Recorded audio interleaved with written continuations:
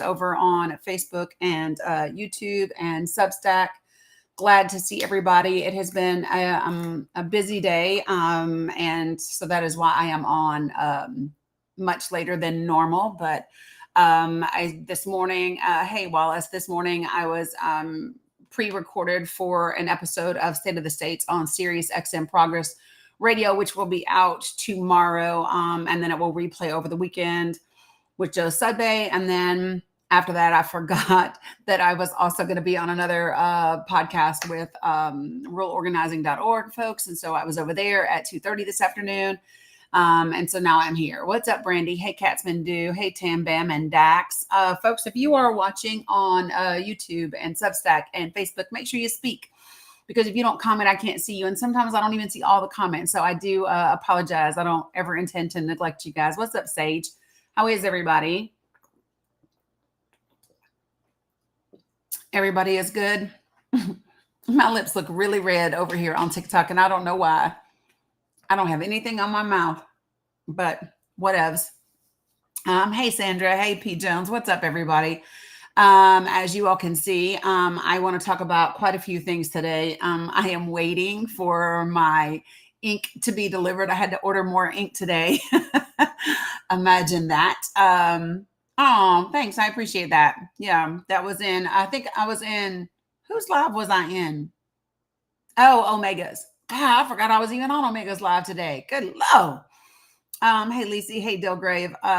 You got a headache? Oh, hate that. Yuck. Nasty. What's up, Mrs. Jen Simpson?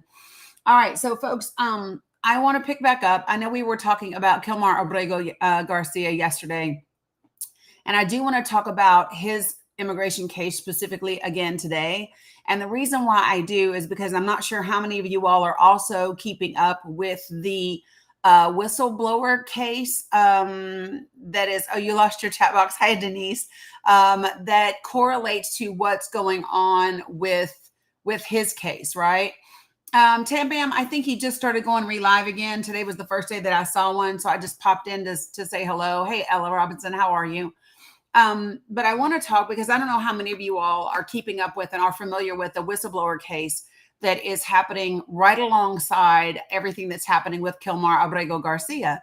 And some more documents have come out surrounding that case. And so I wanted to print it today, but my printer said, girl, no, I've been telling you that your ink is low for a while. And so it finally printed out this, look, when it gets to the point where it's all yellowy, can y'all even see the yellowy? It said, no, girl, just give up the ghost. And so I did. And so I am waiting. It should be delivered today sometime. So Stacy, yeah, 100%. So let me just ask this question. If you are new to my live, if you have never been in my live, put a 1 in here, please, so that I know. Hey, what's up, Eric? What's up, Chelsea? And then number 2, if you were not in my live yesterday, when we laid the foundation for the Kilmar Abrego Garcia case, please put a 2. What's up, Kat? Y'all stop lying, Sonny, all of you all. So again, here are the instructions. If you are new to my live, put a 1 in the comments. If you were not here yesterday, put a 2. And the reason why is because there was a lot of information that I went over in the court documents that were filed on July 2nd. So it's really important that you hear those things. And then you understand exactly, kind of what that means in terms of the whistleblower case. All right, Dax, no worries. For those of you all who are new to my live, welcome. Glad to see you here. I do want to let you know how I do things in this space because it is different than some of the other spaces. What's up, DeBoss? So listen, if you are used to debate spaces where you yell at each other and you cuss each other out and you do. Oh, I know, Rachel. I know. I knew the day before she announced. So I shared the video that she shared the day that she announced. So, let me just say, yes, I was getting annoyed because of the typos. I know. Hey, Laura. So let me just say this to you. If you're new to my space, this is not a space like some of the creators where we're trying to have gotcha moments or we're trying to argue and call each other names. Here's what we want to do in this space. We like to give facts, lots of fact-based information. We can have, I love that, Denise. We can have lots of discourse and discussion around these things. But when we do it, I'm going to ask you to do it with four things in mind. I'm going to ask you to be respectful. I'm going to ask you to not use slurs. If you use slurs, you'll be muted and booted from this live so quick. It'll be like blink, blink, and you're out. What's up, Mr. Barrios? Number 3, don't spam my comments. If you got something to say it one time, maybe twice, but don't repeat the same thing like 5 or 6 different times because that's not beneficial. And then number 7, don't type in all caps because all caps is reserved for my moderators and my folks that are vision impaired. So it's just 4 simple guidelines, folks. And as long as you can do that, you are welcome in this space. It doesn't matter to me if you are a Trump supporter, if you are an independent, if you are a Democrat, if you're a Democratic socialist, like whatever you are welcome in the space as long as you can abide by those 4 things. That's it. So like just be a human being that your mama would be proud of. And then we're going to be just fine. If you tell me I'm wrong about something, I'm going to ask you for your source. And I'm going to invite you to the panel to have a very respectful exchange. So I'm just saying that so that you know that if you jippity jap in them comments, I'm going to expect you to be able to back it up. Okay. All right. That's it. Okay. So, hey, what's up, Tracy? Good afternoon. Glad to see you over there. Let me pull this up over here. Couple of things just so everybody is aware.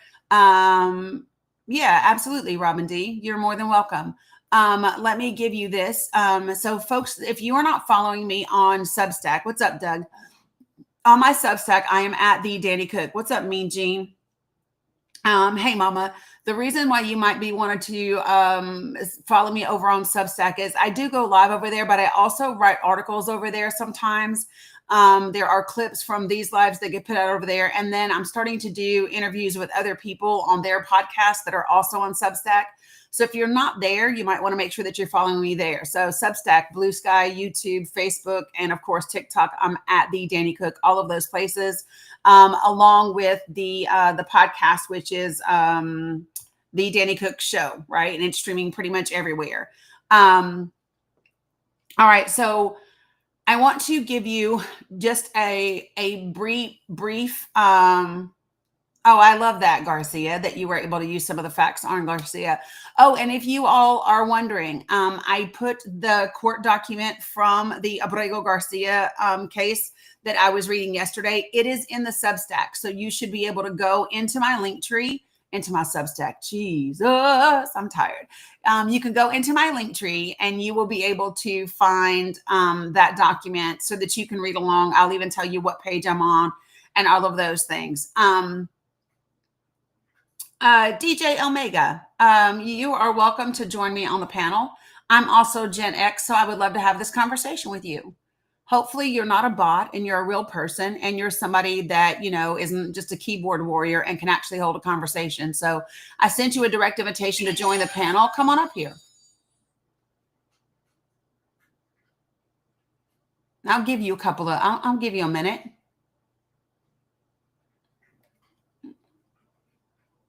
DJ Omega, you coming? Where you at?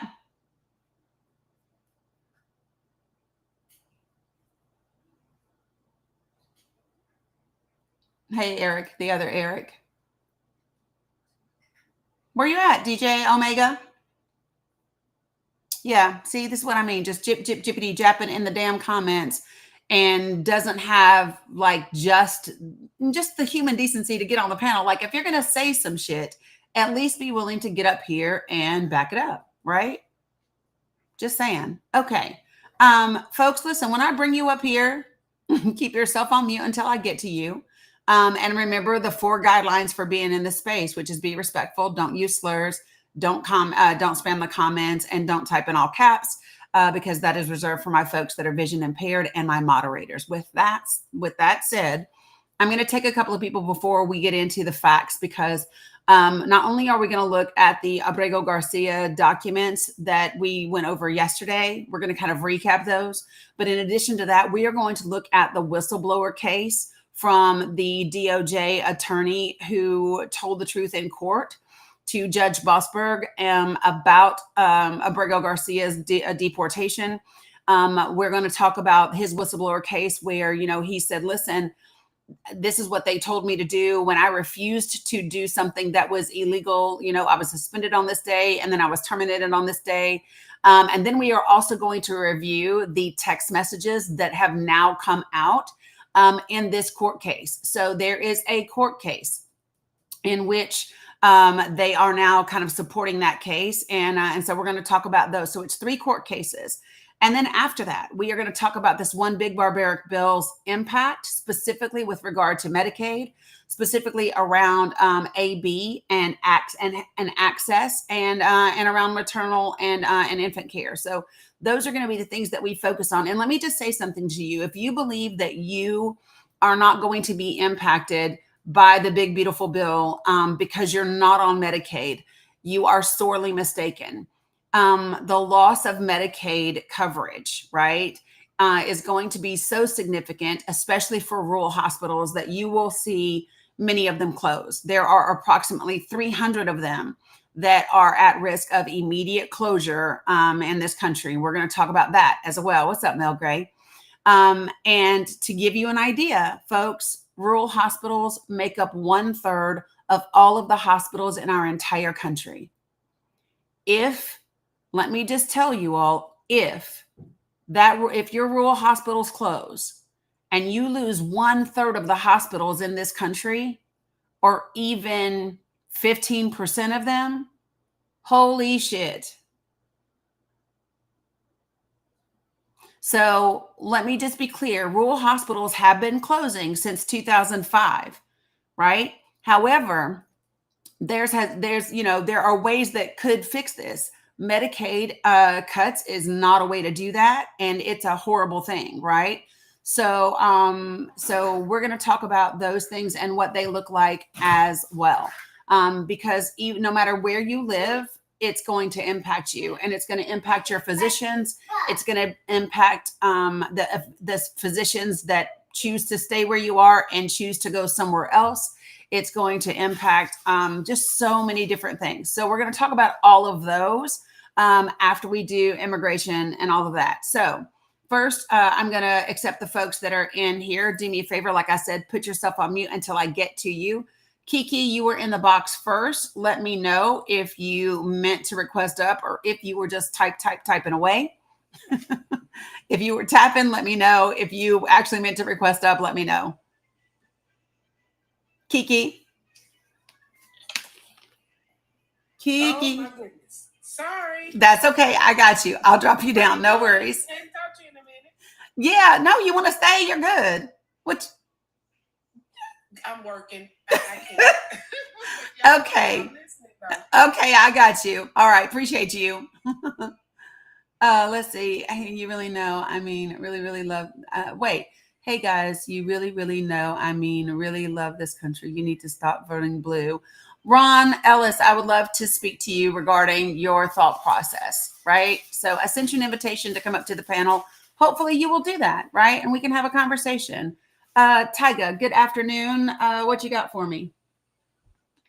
Well, I want to talk a little bit about the Kilmar Abrego Garcia. I have my thoughts. I don't know if you'd like to speak first. You'd like to hear my thoughts? No, I mean, you're welcome to share your thoughts. So my thoughts are, I understand that he had the protection order to not be deported, which the Trump administration broke. I am a Trump voter, big fan.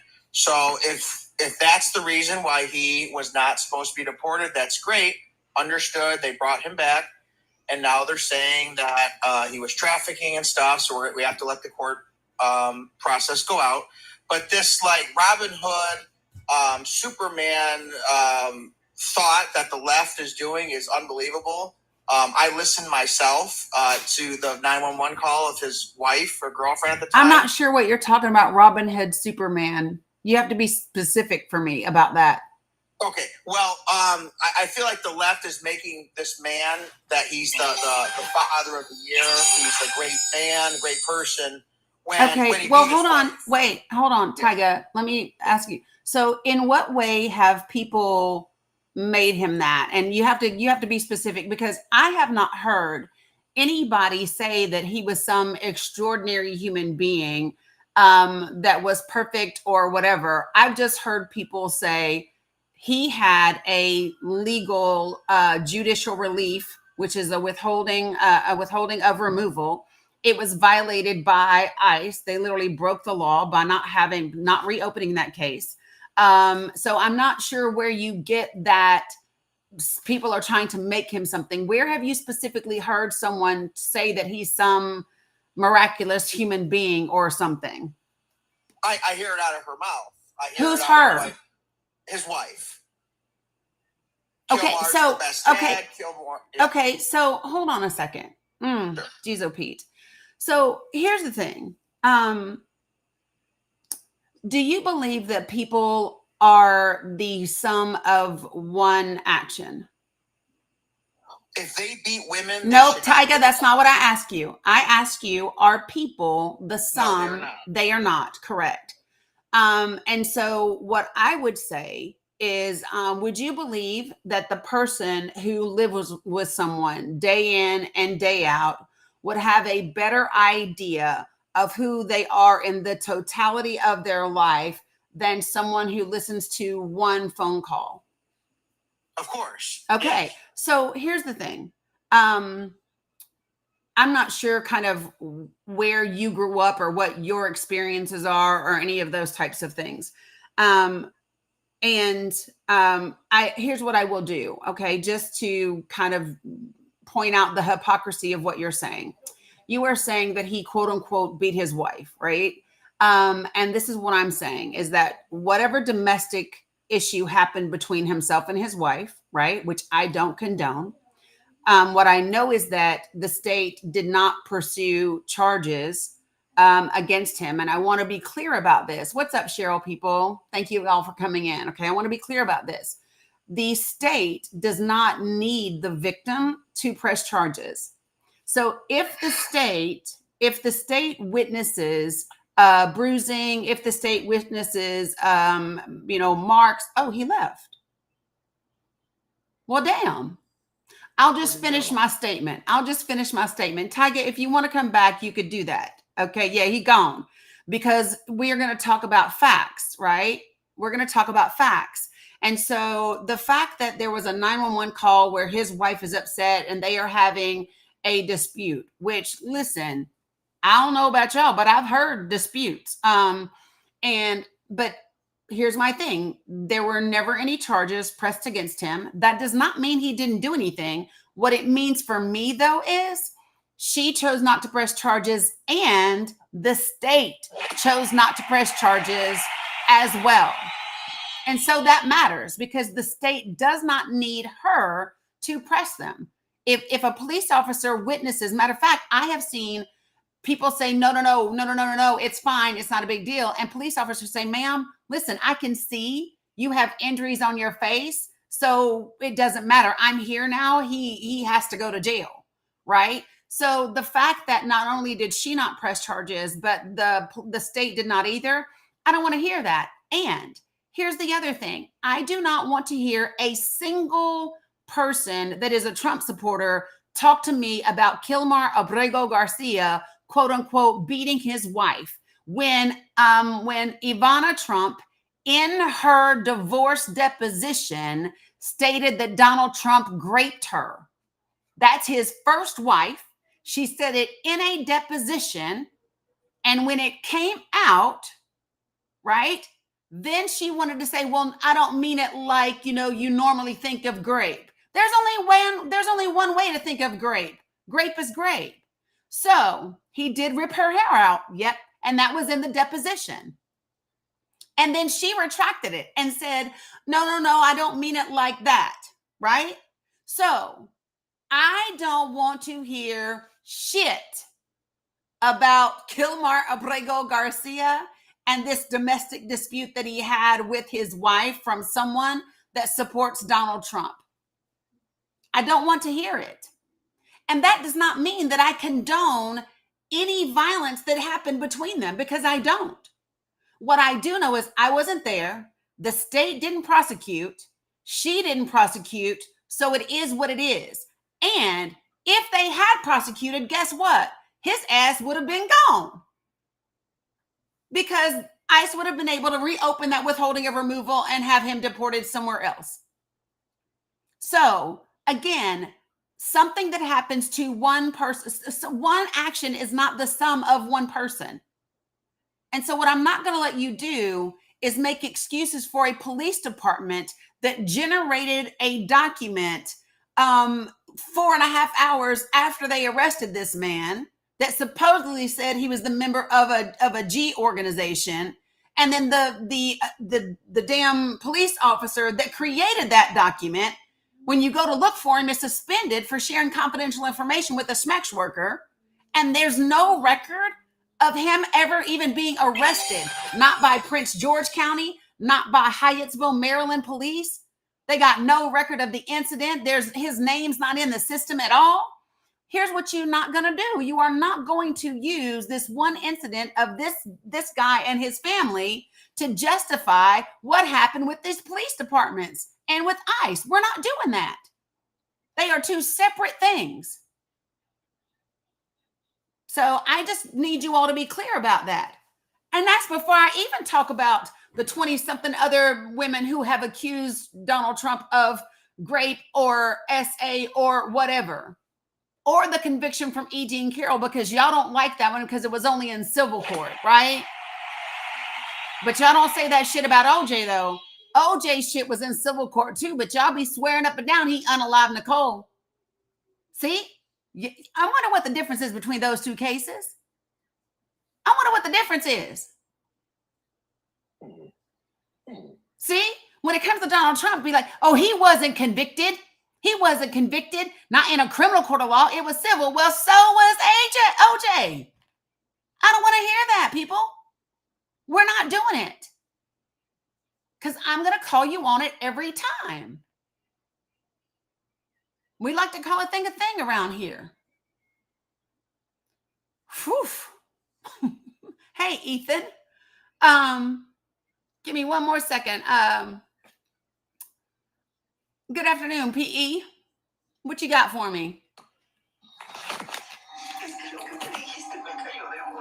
PE.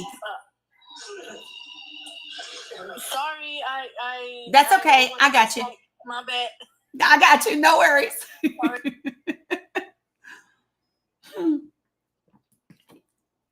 I'm just like, all right. So let's see. You feel like you were in church. That happens sometimes in here, Iris. What's up, Natalie? Good to see you. Hey, Jen, what's up? What you got for me?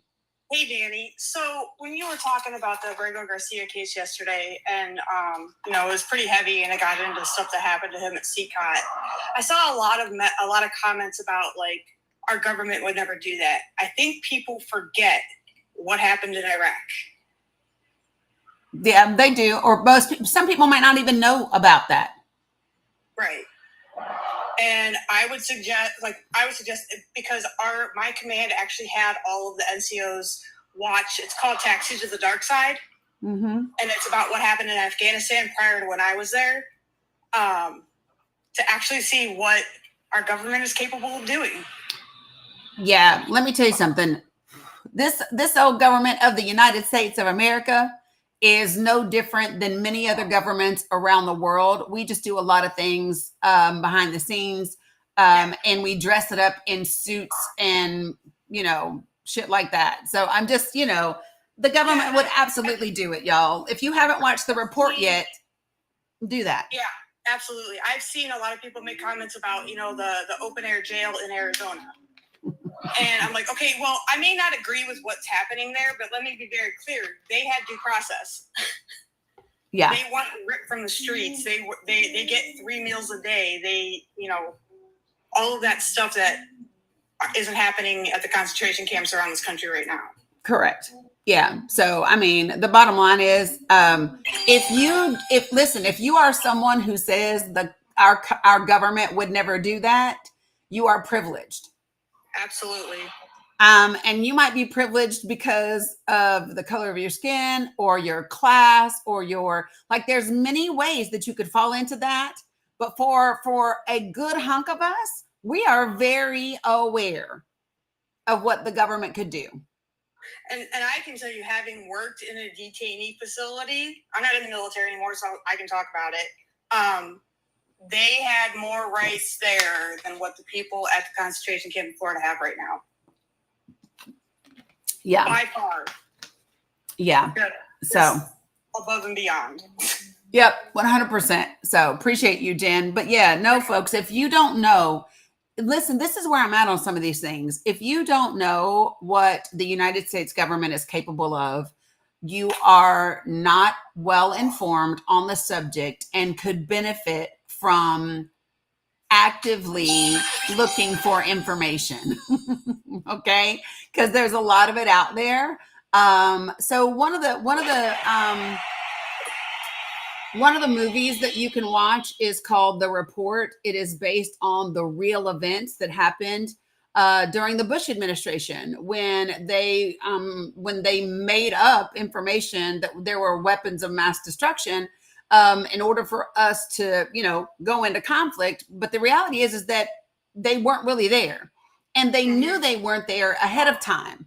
And so the woman's name is Valerie Plume. She was a CIA agent at the time. Her husband was a professor, really educated and smart. I believe he's played by Sean Penn in this movie. And her boss, because he knew a lot about like African countries, he spent a lot of time there as an educator, all these things. And so her boss had asked her as a favor if her husband would be willing to take a trip to this specific country to see if, in fact, they had this mineral to the degree that they could have done the things that they were claiming that they'd done. And so she asked him, and he agreed to do it. He then wrote a report that said, ain't no way in hell. There's no way in hell. It's not a real thing. It didn't happen. And the Bush administration got so angry about this report, and they got so pissed at her because her boss lied and said she volunteered her husband when in actuality she was asked, right? Because we always want to just throw the women under the bus, right? So Scooter Libby, who worked for the Bush administration, outed her identity as an operative in the CIA and put it out to the press. And it blew her cover, 100%. And it was horrible. They had to move a bunch of things. And not only was it her that they harmed, thanks, Alex, they harmed her folks that she had in the field because she was, yeah, girl, I'm here, Sammy J, I'm here. Because she had people that were en route, that were being pulled out of different places, and it put her and those people's lives at risk.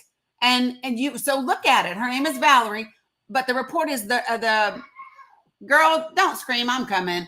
But the name of the movie is The Report. Michael DeBoss, I'm gonna let you hold space for me real quick while I help Mila. I'll be right back. Sure. Hey, Jen, how are you? Good, Michael. How are you? I'm hanging in there. I would offer two more movies that give a kind of a glimpse into the stuff that happened in Iraq and Afghanistan. One would be The Green Zone with Matt Damon. It's a really good one. And then Zero Dark 30. Zero Dark 30? Yep. Who was in that one? It's got... I think her last name's Chastain. Let me look that up. While I'm doing that, there's 289 people in here. Capture Swing shared a live. This is Dani over 100K. We can do that relatively easy. Her daily heart goal.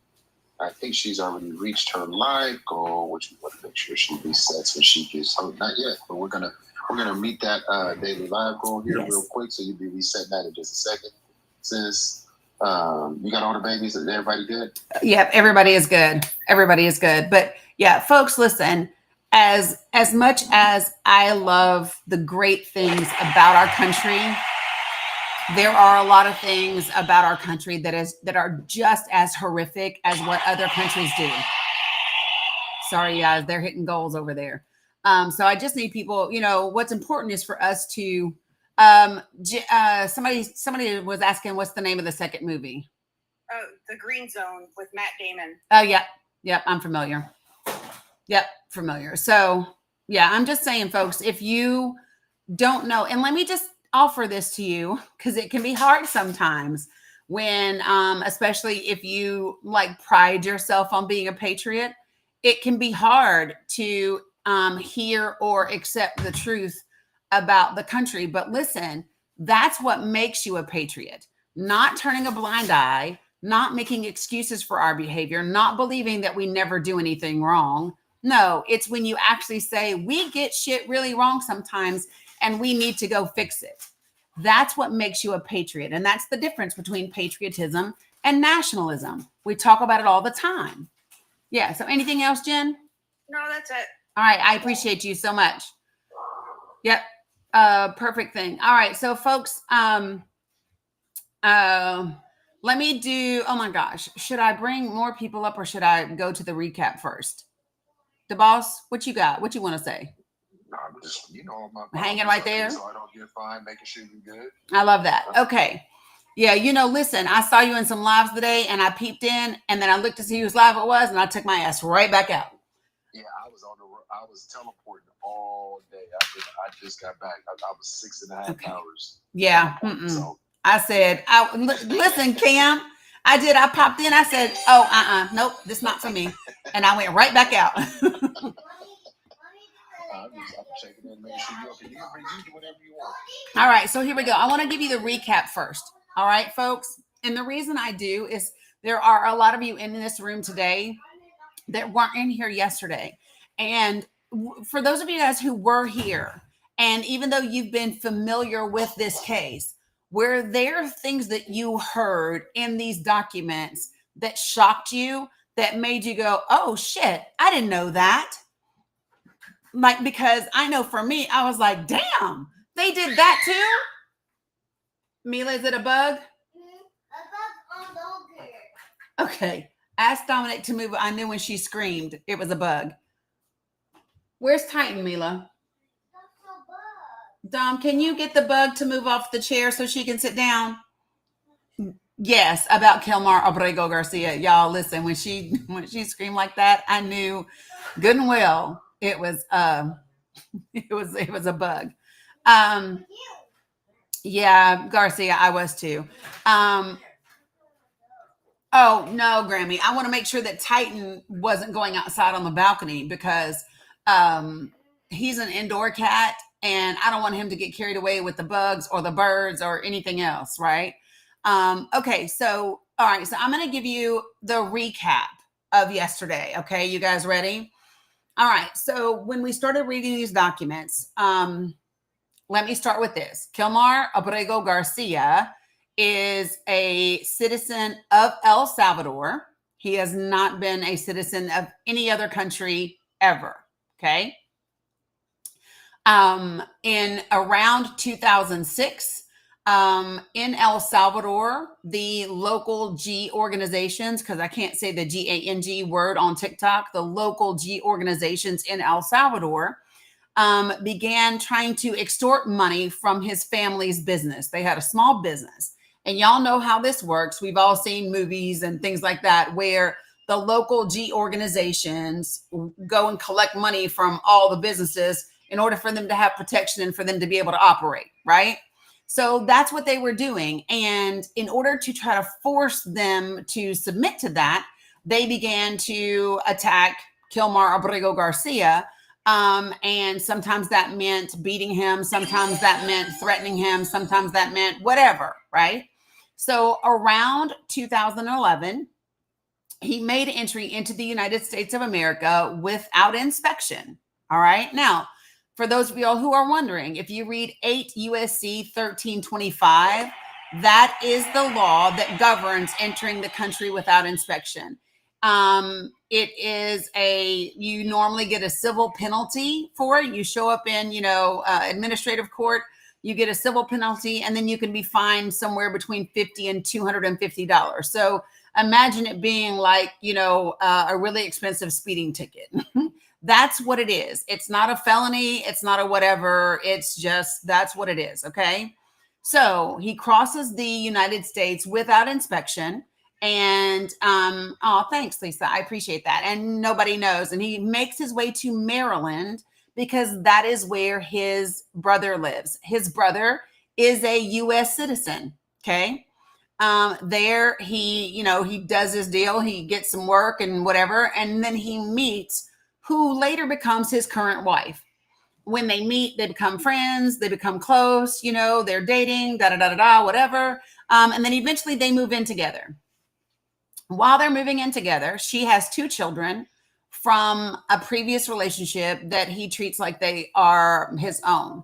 Yeah, babe. It's right there. This one? Yeah, that one. And so when this is now we're up to right around 2018-ish is when they move in together. What? Yeah, it's right here. Hold on, let me get this for her. She doesn't see it. It's right here, girl. Yeah. Yeah, see? I put down when it fall down. Yeah, I did. Okay, so here's what happens. He makes his way in March of 2019 to Home Depot in Hyattsville, Maryland. Ken Stokes, you are welcome to join the panel. I literally just talked about what that thing that you're talking about right now. So come on up here. Let's have a conversation about that. They're bringing up the domestic V thing again. So I'm waiting for you, Ken Stokes.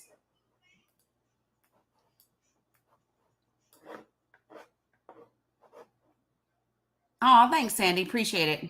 Ken Stokes, where are you at? Please join the panel so that we can discuss it.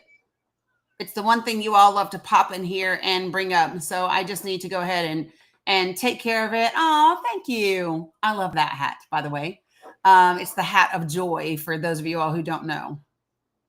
Yeah, I'm very fair. We're going to talk about facts and that sort of thing. So Ken, you are more than welcome to come up here and talk about that. Michael Eunice, you got to be a lesbian. Oh, you think that because I wouldn't date a guy like you? You're correct. I wouldn't date you. So, if you need to make reasons why women wouldn't be interested in you, you just feel free to make them up. I mean, it's a little weird, but if you can't handle rejection and you immediately assume that women out of your league have to be lesbians, you do you, bro.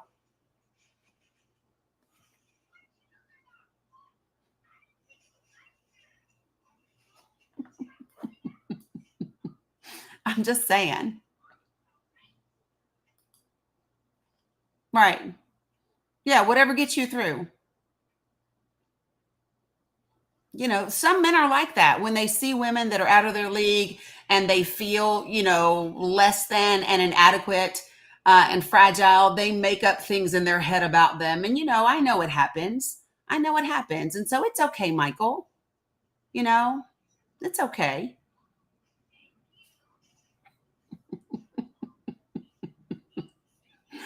Love it.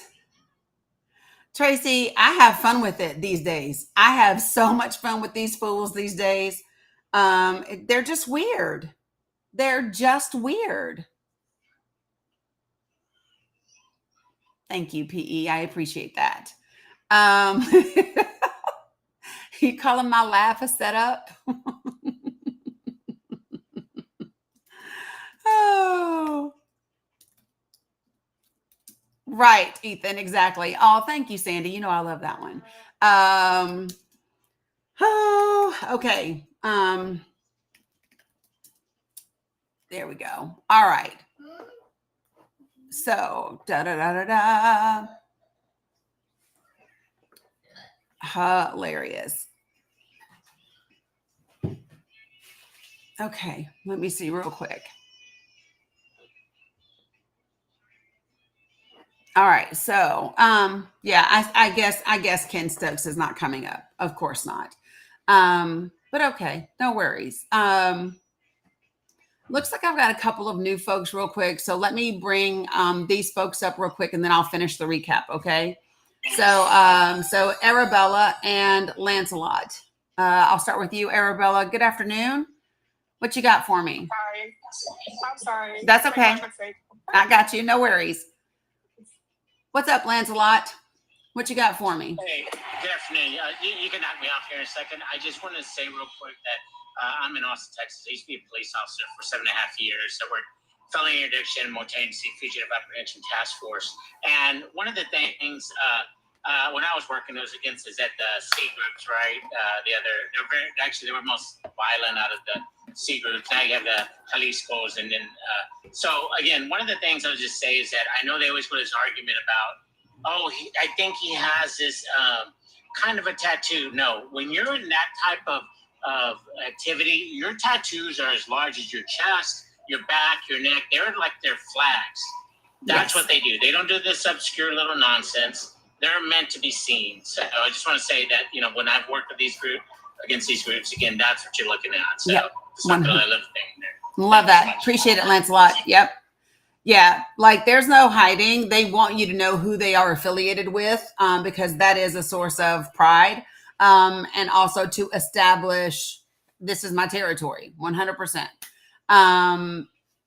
So just saying that. Yeah, it's a great point. That's why in the court documents, remember you guys, in the court documents in CCOT, the prison guards in CCOT said to him, your tattoos are fine. And they put him in a cell that was different and separate from those that were G organization affiliated. So it's important for people to remember that, right? But I'm just going to give you the crux of how this went. Okay. So he's been here by 8 years at this point, right? From 2011 to 2019. He's at this Home Depot. There are 3 other guys there that he has seen come there for work before, but he doesn't personally know them. The way that I equate that is if you've ever worked for a temp agency and you go down there often and you see the same people in line trying to get work, but you don't know them outside of, I see you at the temp agency. That's the relationship that he had with those individuals. So while he's up there and they're just kind of chatting with each other, a detective from Hyattsville, Maryland approaches one of the 3 other guys. They talk for a minute. And then while they're talking, officers from Prince George County, PG County, they arrive. And when those officers from PG County arrive, they arrest all 4 men. They put them in handcuffs. They arrest them all. They do not tell them what they're being, detained for. They don't do any of that. They take them back to the police department. They're put in separate rooms. They are questioned about being in a G and G affiliation. They put pictures in front of Abrego Garcia where he's out in public, and they start asking him who's this and who's that. And they tell him that he'll be released if he cooperates. And he says, I can't cooperate because I'm not in a G organization and I don't know nobody. And while all of this is happening, there's no other explanation for anything, right? So just to cut to the chase, he's moved around quite a bit during this time. And right, Stacey D. So anyway, he ends up going, ICE comes, right? And so he ends up going before a judge. And well, let me just say this. While he's in custody, they apply through an attorney, they get an attorney, and he applies for bond. And when his attorney applies for bond, they give 70 documents worth of support from people in the community and all of that that support him being released on bond until his hearing is held, right? ICE said no. They contested a change of custody, and they said the reason they did is because he was a danger to the community, because the police department had, quote unquote, verified that he was an active G organization member, specifically of the MS organization and the segment of the MS organization called the Western Clique. Now, here's the thing about the Westerns. According to the police up there and the prosecutors in Long Island and Buffalo, the Western Clique operates out of Long Island, which is in New York, a state Abrego Garcia has never lived in. So the attorney then says, well, what's the evidence that you have that verifies that he's this, right? And they say that the evidence is this, it's a interview sheet for being in a G organization. And they have this one GFIS sheet. And it is supposed to be from a confidential informant that says that he's a member of this organization in the Western Clique. It's this one sheet. The problem is, guess what? That sheet was entered into the police database 4 hours and 20 minutes after they had already picked him up. So what did you use to have grounds to get him then? Because it wasn't generated. That sheet was not generated in the system until 4 hours and 20 minutes later. So then his attorney asks, they ask, what evidence do they have? And they ask anything else. And he asks for the incident report and all of the things from what happened at Home Depot. Well, PG County Police Department says, we don't have any record of what happened at Home Depot. Matter of fact, we don't have him in our system at all. This is what Prince George County says. We have no record of Kilmar Abrego Garcia ever being in our custody. When the attorney contacts the Hyattsville Police Department, that's when he finds out that, yeah, we have a log of that incident report, but get this, it only has 3 people's names on it, and it's the 3 other guys, not Kilmar Abrego Garcia. What? What do you mean? Right? So just to put this in clear so that you all get it, just imagine that you were at a place looking for work. You get picked up by the police. When you're in police custody, waiting for a hearing, your attorney tries to find out what the evidence is. The police say, we don't have a record of him even being in our system. All we have is this one sheet that happened to be generated 4 hours and 20 minutes after, the incident at the Home Depot occurred. Right? So then the attorney says, well, I want to talk to the detective that filled out that sheet. Well, funny thing, when the attorney wants to talk to the detective that filled out that sheet, that police officer is now suspended. And he's suspended for sharing confidential information with a SMEX worker. When the attorney asks to speak with other detectives that are inside the G unit for the police force, they deny his request. So Kilmar Abrego Garcia is still in jail at this time. He's still at the detention center, the Howard Detention Center, because ICE comes to PGPD and they transport him to the Howard Detention Center. So a hearing is scheduled, but his hearing is scheduled over 2 days, August 9th and September 27th. And so the hearing is scheduled. He has to stay in detention until it's done because they can't produce anything and there's no detectives to testify, all this stuff. So he and his girlfriend at the time who lived together, she's pregnant. She's now in the 3rd trimester of her pregnancy. It's a high-risk pregnancy because of the pre-existing condition that she has. So they decide they want to get married. Okay. She's a U.S. citizen, by the way, just like his brother is. So they get married in the Howard Immigration Detention Center. That is where they have to get married. They get married. They get married in the Howard Detention Center. Then he has, find out, I'm not sure what you're talking about. So on August the 9th, he has his first hearing date, right? And then August 11th is when she gives birth. Now, she gives birth to a little boy that Abrego Garcia does not get to witness being born, okay? The little boy is born with a condition where the outside of his ear is not fully formed. They find out later that his little boy is actually deaf in one ear. And later than that, he also has a speech disorder, which makes him nonverbal, and he's diagnosed with autism. Okay, so that's his little boy that was born while he was in ICE's detention center. So September 27th, he has his second hearing in 2019 before the immigration judge. They had filed for asylum, which was denied because it wasn't filed for within 12 months of entering the U.S., which is a proper decision. They had filed for CAT, which is the Covenant Against Torture Act, which was denied because the standard to meet it is ridiculously like whatever. But then he was granted withholding of removal. The withholding of removal said, listen, he cannot be deported back to El Salvador because he has approved that it is more likely than not that he will be persecuted because of one of these things. Correct, plants on the spectrum. That's why I said later he ends up being diagnosed with autism. Correct. So the conditions of that withholding of removal is that he has to check in with ICE once a year, which he did every single year.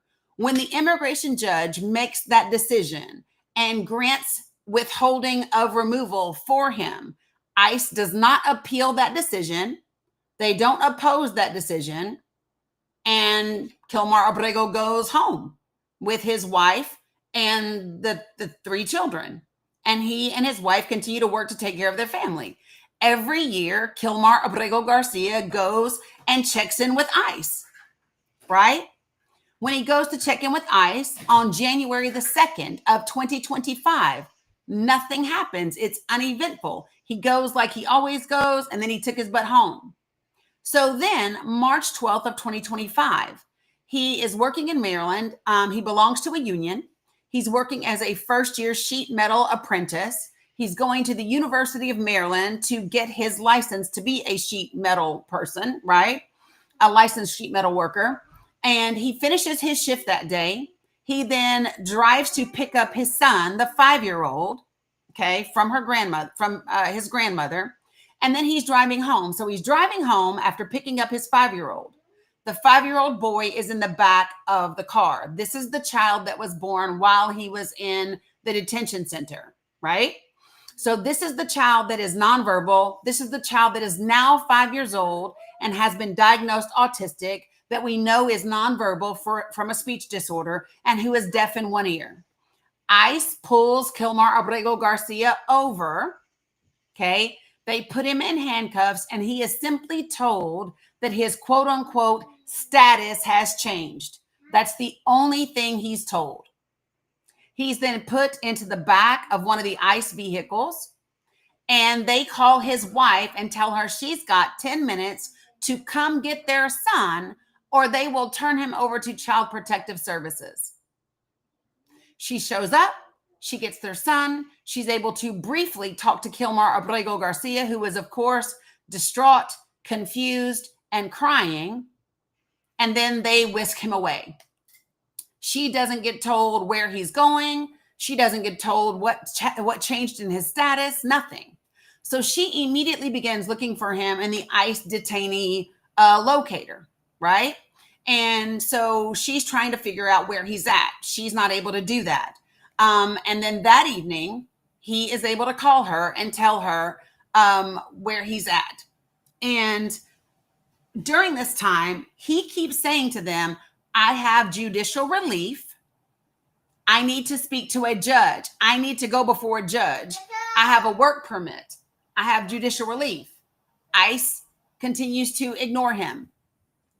ICE also tells him falsely that he's going to go before an immigration judge when they get him to Texas, right? So long story short, they get him to Texas.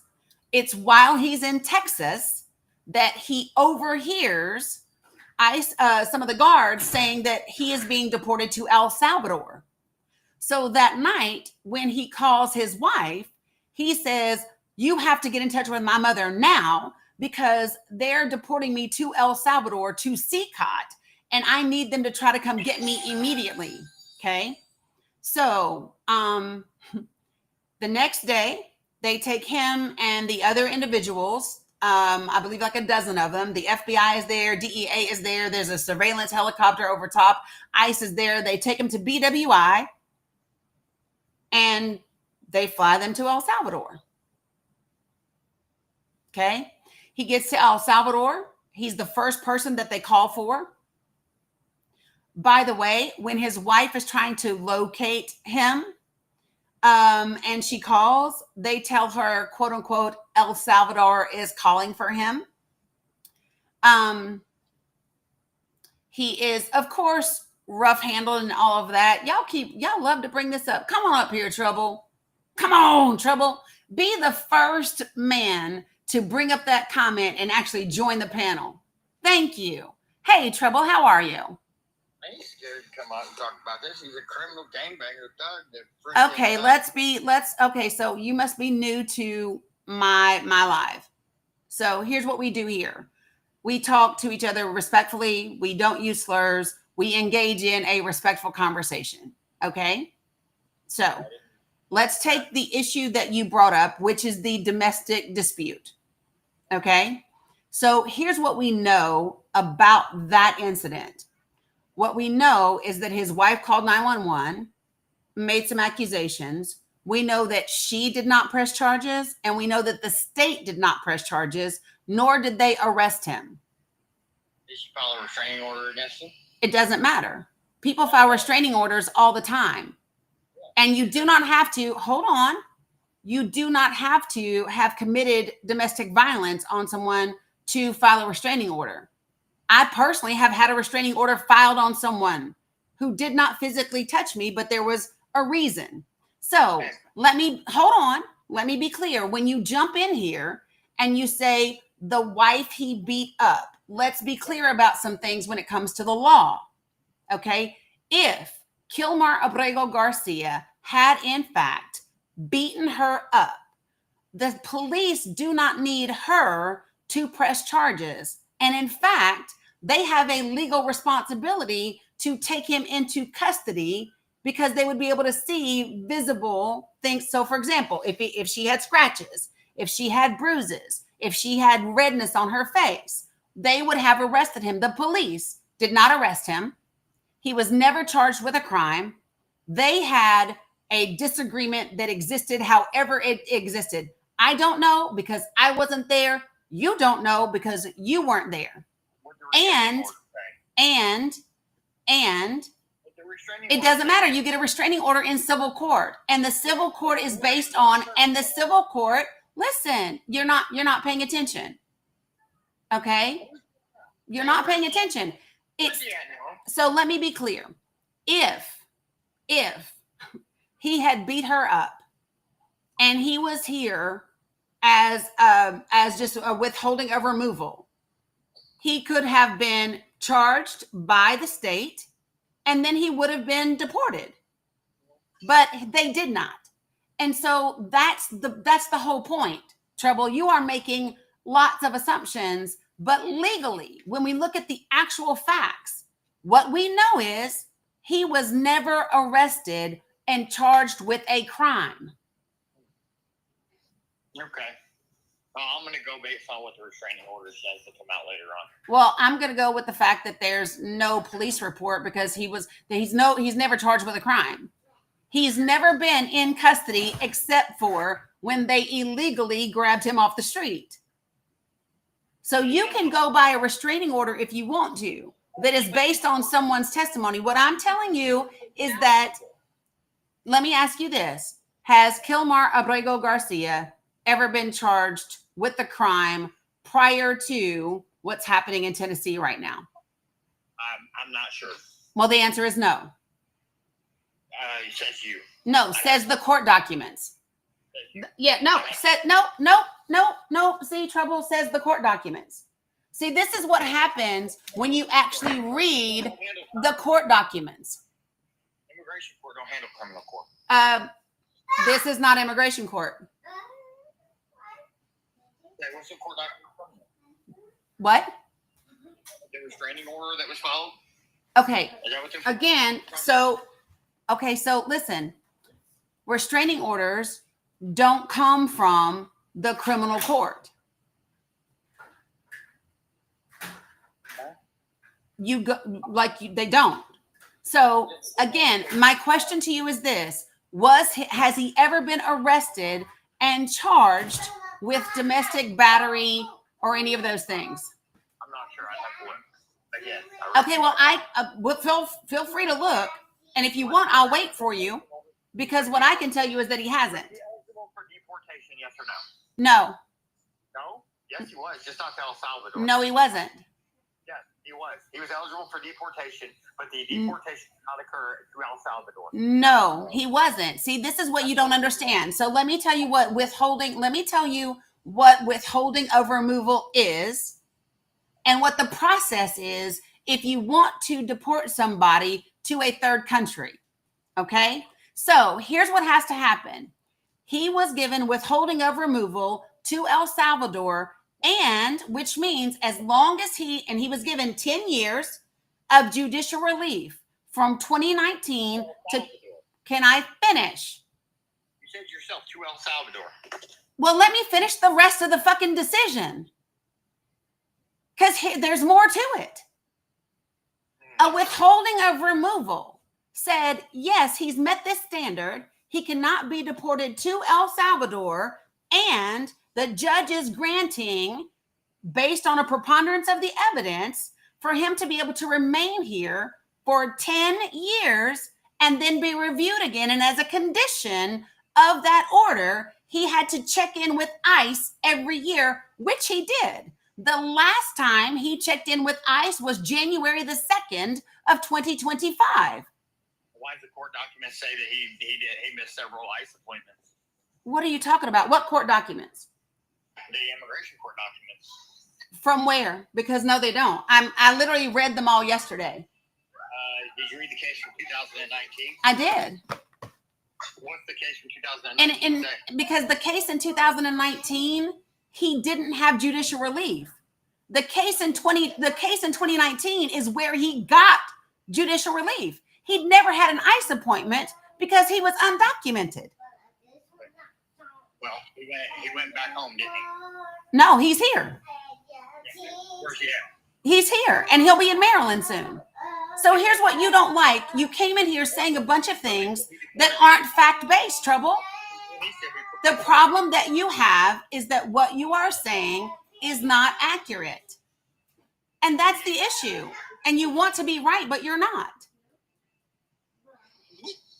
Like you literally haven't, you don't know. You said, well, I read the court documents from 2019. Not if you think those documents said he missed ICE appointments, because he never had ICE appointments before 2019. Say whatever you want to. He's going back home. He's not going to. Well, okay. Well, I am glad. Listen, I am glad you have a crystal ball and you can see into the future. But I will tell you this: if your predictions are based on what you think you know, you'll be just as wrong then as you are today. Now, you can say that you want him to go home. You can say that. But here's what I will tell you: based on the documents in this court case, along with the whistleblower and those court documents, which I also have related to this case, he ain't going nowhere. Not at all. He ain't going not near nowhere. That's why the judge told the Justice Department that they were trying to nail Jello to a damn wall because they making shit up. I live in Tennessee. I don't care. I'm from Tennessee, Trouble. I'm from Tennessee. My mama still lives there. He's not going to see the light of day for a long time. Well, I will tell you this. You're wrong. Where you live in Tennessee? Where you live in Tennessee? I live in I'm from the Tri-Cities. Where are you from? East Tennessee. East Tennessee or Northeast? Because I'm from Northeast. Over by Knoxville. Over by Knoxville. Okay. Gotcha. Used to? I said over in East Tennessee. Okay. Gotcha. Hey, MAGA Mafia, do me a favor and don't spam the comments, please. Okay? So here's the thing, Trouble. You can say you want him to be deported and you can say you want him to go somewhere, but the reality is you don't know. I do know. What did the Department of Justice say? The Department of Justice said he was never coming back to the United States. Where is he now? In the United States? Listen, let me tell you what Pam Bondi said. Can I tell you? Let me just tell you what they said. Let me tell you what the Justice Department said. Good Lord, I'm about to have fun. I'm about to have a lot of fun right now. So let me get, you asked me a question. You asked me a question, Trouble. You asked me a question. Trouble, you asked me a question. So I'm going to answer the question for you. Don't unmute when I mute you. That's disrespectful. Please, don't do that. You're going to be respectful, Trouble. You're going to be respectful because I'm being respectful to you. So again, I am. You just don't like the fact that I'm being respectful with facts. That's what you don't like. And we are going to be very clear about those things. My country standing up for these motherfuckers. Doing what? We're standing up for these criminal gangbanging thugs. You're disrespecting. Oh my Lord. Hush, hush, hush. Yeah. You mean brown people? That's what you're mad about? Yeah, is that your problem? Is that your problem? Is that your problem? Trouble? Danny, can I just Because let me just be clear. Nope. Because let me just tell. We are going. Oh, look! Watch your fucking mouth. I done said that a time or two now. So you're gonna tone it down a notch, or get kicked right on out of here. My white American ass. You know what? Bye. So for those of you all who don't know, my white American. yeah, his white American ass.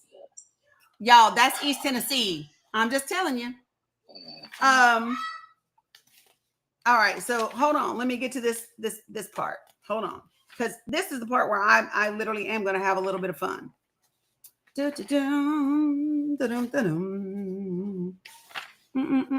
Y'all, this case is 40 pages long, so give me a second.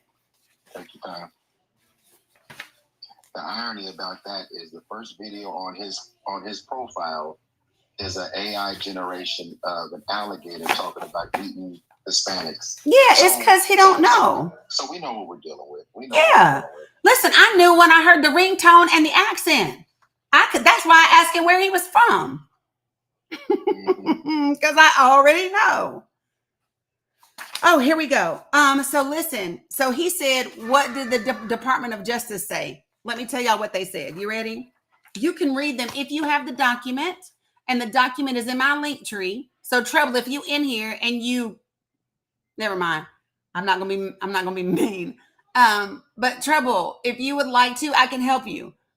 Just click the thing, go to my profile, go to my link tree, and there's a document there. It's the Kilmar Abrego document. It's this one right here. It's 40 pages. And I'll even help you. All you got to do is go to page 24. You ready? Here it says, when you ask me, what did the Department of Justice say? On April the 16th, 2025, Attorney General Pamela Bondi stated, quote, he is not coming back to our country. President Bukele said he was not sending him back. That's the end of the story. If he wanted to send him back, we would give him a plane to ride back. But he's from El Salvador. He's in El Salvador. And that's where the president plans on keeping him. Where's he today? In the United States of America. On April the 18th, 2025, the official White House account posted on social media, he is not, in all caps, coming back. Where's he at today? In the United States of America. On April the 25th, 2025, President Trump stated in a public interview that he had not asked President Bukele to return plaintiff Abrego Garcia, saying, quote, I haven't been asked to ask him by my attorneys, end quote. Guess where he's at? In the United States. United States of America. Yes. On April the 29th, 2025, President Trump acknowledged he could secure plaintiff Abrego Garcia's return, stating, quote, I could, end quote, call the president of El Salvador and request his return. And that, quote, if he were the gentleman that you say he is, I would do that, but he's not, end quote. And guess where he's at?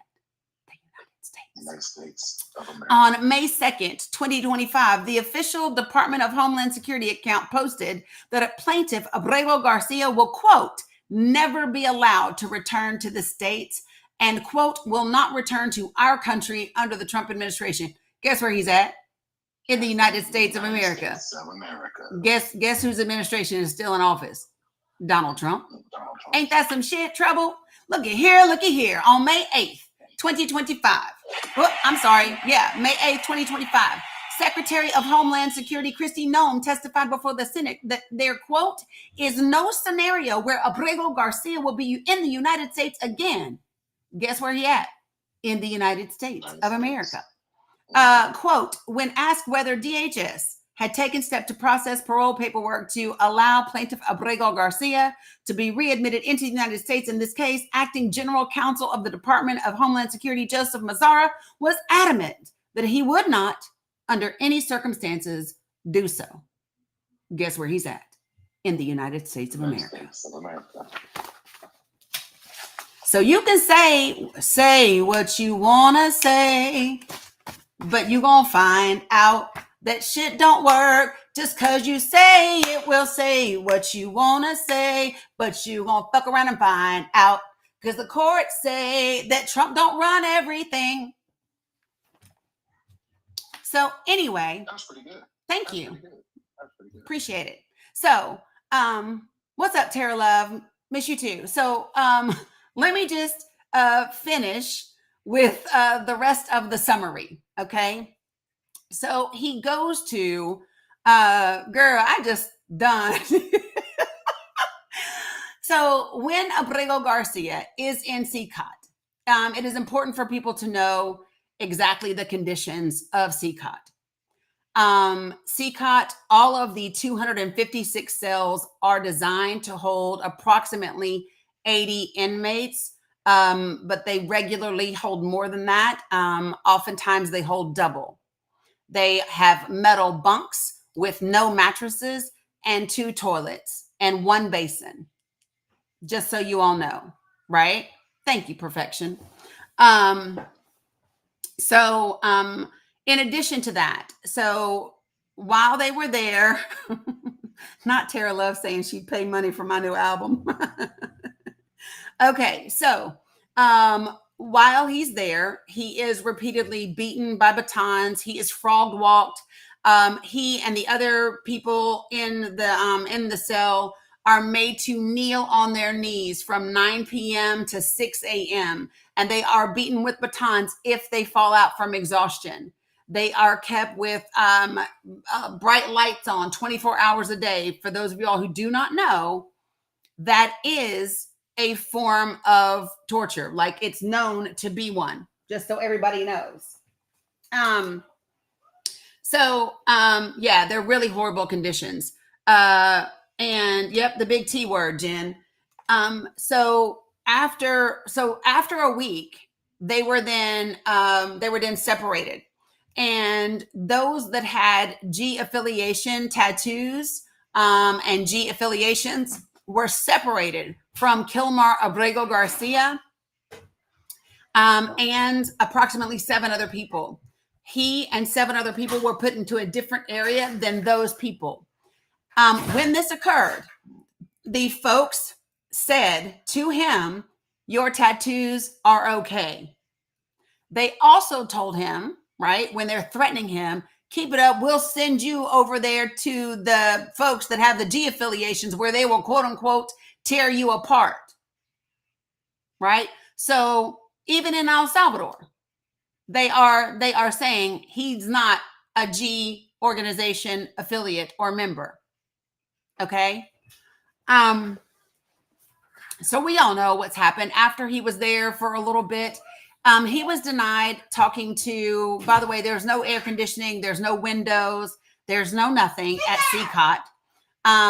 According to Caristal, which is a human rights organization in El Salvador, they did a very in-depth report on the prisons in El Salvador. And in that report at CCOT, they talk about the big T word being a regular practice, part of state policy. And they also note that between March of 2022 and March of 2023, 158 people in CCOT unalived during that time.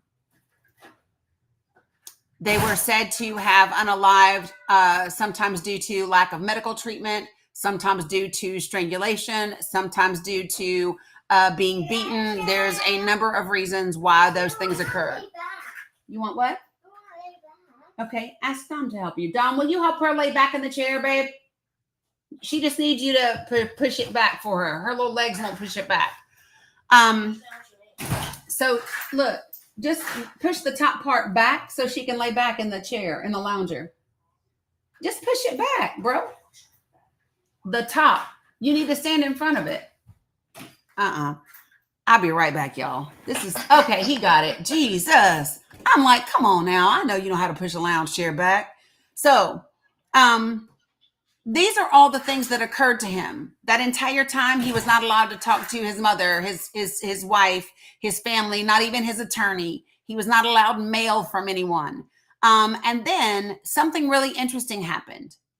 About a week before the senator arrived to meet with him, he and he alone was taken from CCOT to a different jail, to a different prison, where they actually told him to hide so that other visitors to the other people couldn't see his condition because he had visible lumps and bruises on him. Oh, and I almost forgot. They also took him and the other 7 people into another part where they were given food and photographed to make the conditions look better. That happened. And then a week before, they basically brought him to another prison so that he could heal a little bit before his meeting with the senator, so that he could look like he had not been tortured, which in fact he had. All of that, like I said, is in the court documents that I read in detail yesterday and then the day before. All of that recap was just from the top of my head. So that's where we are. And now he's here, right? In Maryland, interesting things are happening because in Maryland, thank you, Living with the Louds. I almost forgot. He was treated so poorly that within 2 weeks, he lost 31 pounds. 31 pounds in 2 weeks.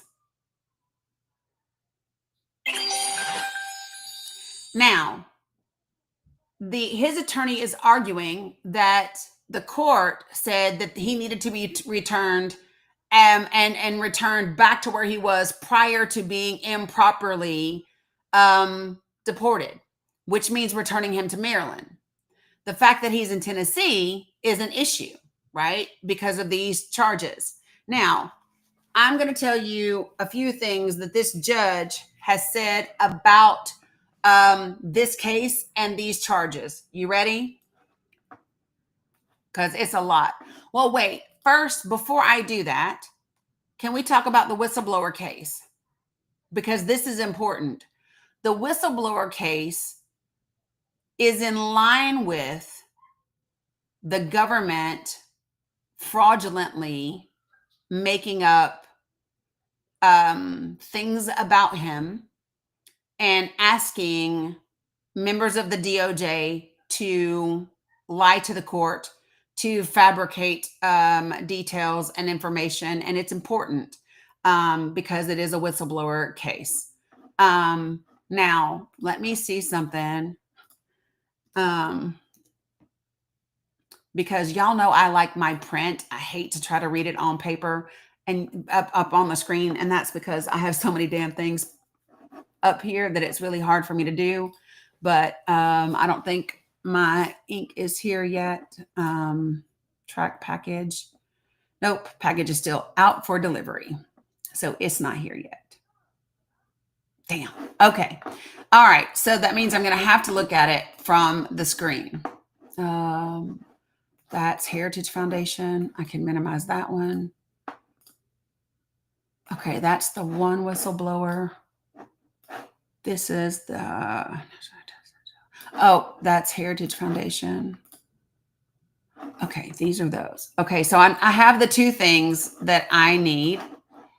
Scott Hartman, go ahead and join the panel. Let's you and I have a conversation. Scott gone. Y'all just took out the trash before I could even handle it. Okay. All right. So here's what I'm going to ask you all to do very quickly. Okay. Because I have 100% been pushing my water because I haven't been hydrating enough. And I've been on here a lot. So what I'm going to ask is for DeBoss or Jennifer or someone to hold the space just long enough for me to have a very quick bio break. I got you. And then we're ready. Thank you, DeBoss. I got you. Good afternoon again. If you're in the comments and you're not familiar with this space and you have something to say, please request up. Dani will bring you right up if you want to have a conversation. If you don't want to have a conversation and you're just here to troll and say kind of nonsense in the comments, you will be mooted or booted. If it's today, you probably get booted faster than normal because I'm fatigued and tired. So I don't have a lot of patience for you today, messing around with my sis in her space. All right. Tap the screen, share the live. We're at 204K. Let's get to 250K. You can't hear me, Stacey? You can't hear me, Stacey? 250K. We want to make sure that we finish this live on a really good note on Friday. There's a book out there. If you guys have not heard of this book, it's called The Cruelty is the Point. If you haven't read it, it's a book regarding the Trump administration. It goes all the way back to 2016 and all the things that Trump had promised, and it talks about different layers and levels of the cruelty that has been imposed throughout this administration, from his first administration to his current administration. So, again, the book is called The Cruelty is the Point, because at the end of the day, what we're talking about is just intentional cruelty, and there's no mistaking it. I don't know if anybody heard the other day Laura Loomer's comment about about alligators' lives matter, because she said there are 65 million meals readily available for the alligators. And when she says 65 million, we know that she's referencing 65 million Hispanics in this country, yes. Right? So we understand that when she speaks of it and they speak of it in totality, that is equivalent to things that happened back in Germany, right? If I can say it that way. When you talk about the mustache man and all of those things. Yeah. When you talk about not getting rid of some, an entire race, tongue in cheek, it's just another element of fascism. So just make sure that you're paying attention to those things, because you have to know them. So with that being said, sis, I told you I'm on 36 hours no sleep. So anybody coming in the comments, good Lord. Anybody coming in the comments with nonsense is going to get booted, and then we can talk about it later. Yeah, I think Laura said, what's the name of the book? The Cruelty is the Point. Have you read that book? No. Sis, yeah, it's called The Cruelty is the Point. It's by Adam Serwer, Serwer. Okay. Cruelty is the Point. Okay. Awesome. All right. So I'm going to take one guest real quick before I dive back into the rest of this. Yes, ma'am. You didn't mean to? Okay. Well, then you need to apologize to her and make sure you don't do it again. Yes, she's not going to play with you because you hit her. She said, I didn't mean to hit her. She's not going to play with me. Girl, you hit her. That's why she's not going to play with you. What you mean? I don't know what you want me to do for you. I'm not going to make her play with you after you hit her. Girl. Okay. Oh, hold on a second. There was somebody that requested. Oh, he's gone now. Okay, so I'm not going to. Okay. So remember, probably 2 weeks ago, I started talking about Mr. and I hope I am saying his name correctly. It's Reuveni, Reuveni, Mr. Reuveni. And he is a former attorney with the DOJ. And remember, I told you all that he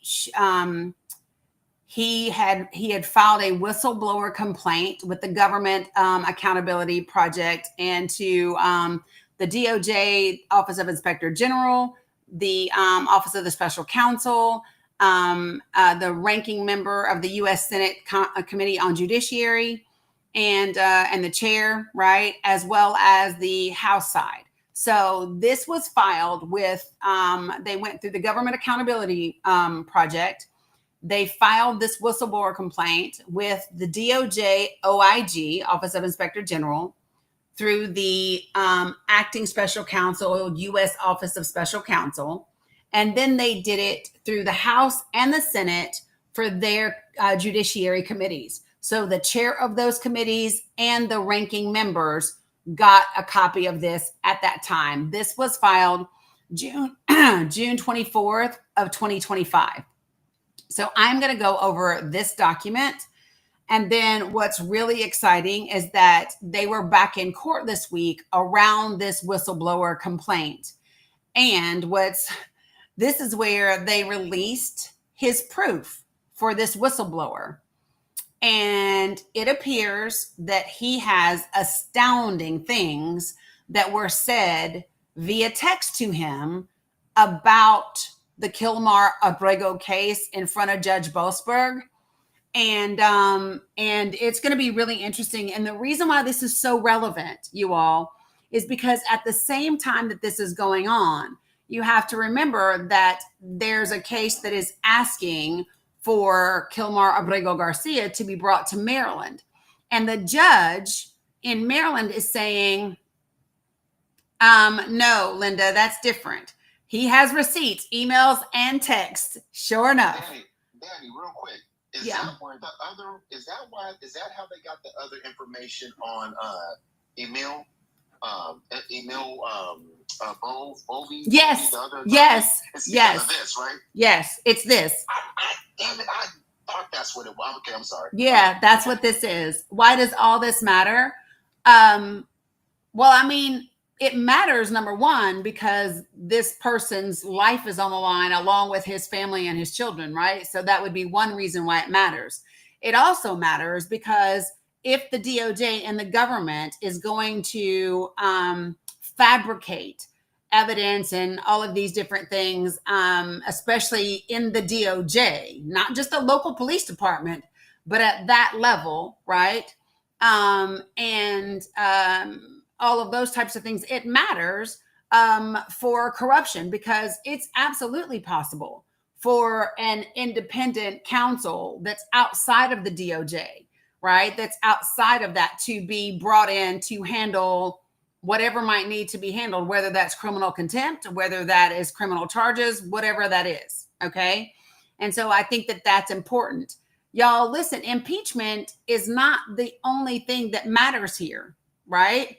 The people who have been stopping them, Michael, what do you mean? I mean, they have been being stopped right and left by the federal judges, right and left. So here's the thing that matters, folks. It's not about, I need for y'all to think outside of the box. All y'all talking about it, impeaching Trump. Trump is not the biggest threat. He is literally just the damn puppet. He's not the person pulling the strings, writing the plans, making it happen. And what has to be done correctly when it comes to immigration, it's Stephen Miller. Understand that. When it comes to immigration, it's Stephen Miller. You got different people handling different things, right? Peter Thiel got stuff going on over here. That's why you got JD Vance in place. There's a whole lot of things that are happening all at one time. Impeaching Trump is not the biggest concern. The biggest concern right now is to protect our federal judges, to make sure that people are getting class action lawsuits in place so we get the equivalent of universal injunctions like we just did for birthright citizenship yesterday for the ACLU, right?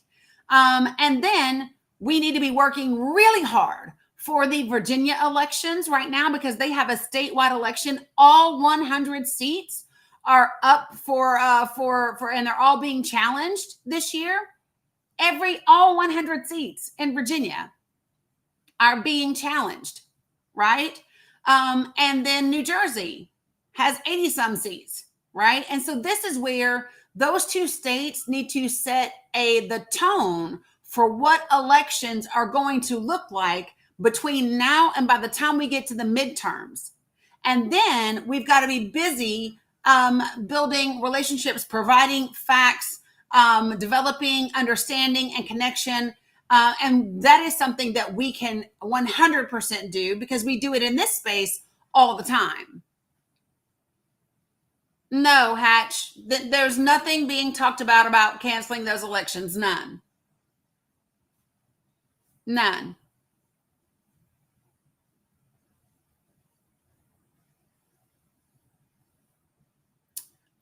I don't believe Angie to be a real person. If Angie's a real person, feel free to request to come up here and then we can chat about it. Okay. Holy jeez. Give me a second. I need to get out of this. Out of this one. Cancel. What is this? Give me 1 second, y'all, so I can get to the thing that we need to talk about. Nope, not that one. She's still not coming? I didn't think so. I didn't think so. Okay, so what people need to really understand about why this case is so important alongside, because in Maryland, they are hearing whether or not Kilmar Abrego Garcia should be returned to Maryland. And let me just tell you all something.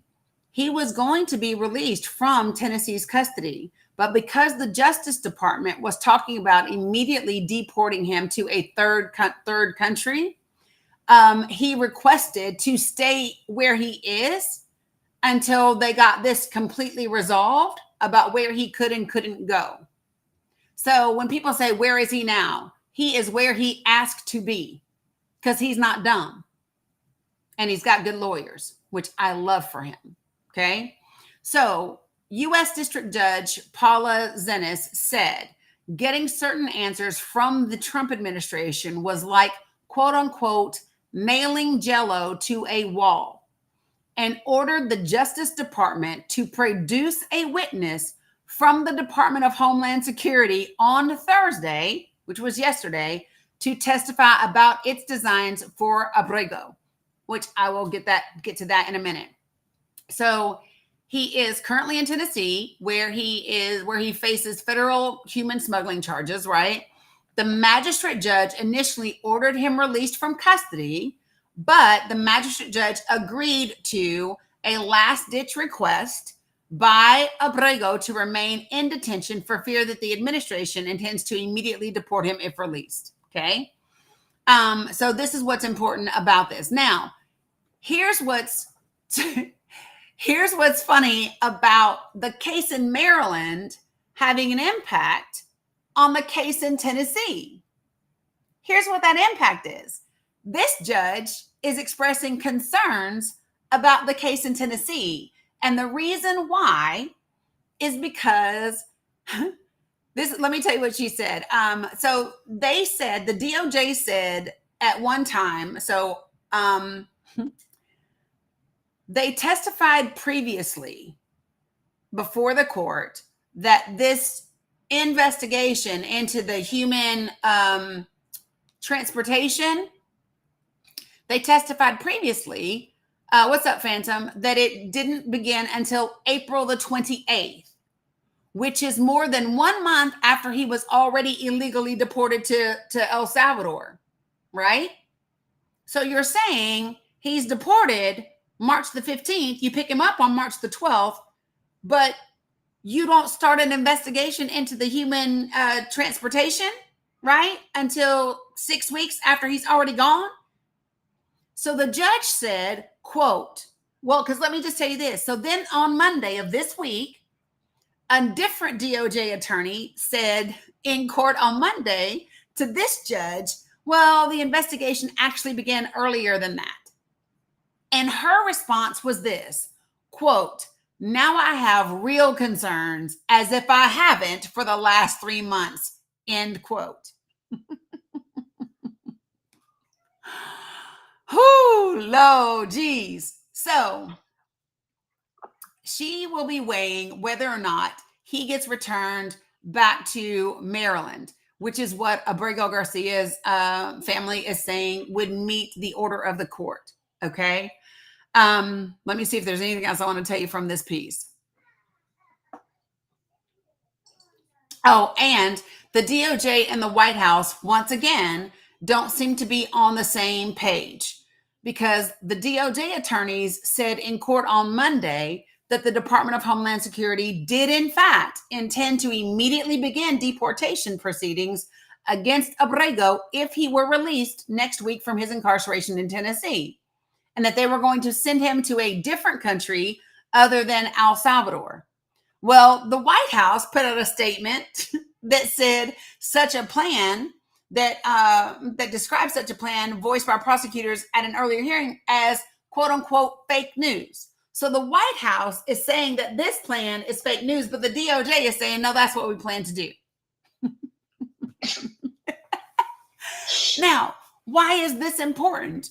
Well, the reason this is important is because of what's happening in the Ruveni case. Okay. So what you see happening in the Ruveni case is exactly what you see happening here. You see DOJ attorneys telling the truth in court, sometimes, at least some of them, the White House contradicting it, and then other things happening behind the scenes, which is what happened with Ruveni. So do you all remember the very first time that this went into court and the DOJ attorney said that this was an administrative error? Okay, that became a problem because they then wanted him to go back and say something entirely different. Okay, so let me give it to you guys. And who matters? Yes, it does. All of it matters.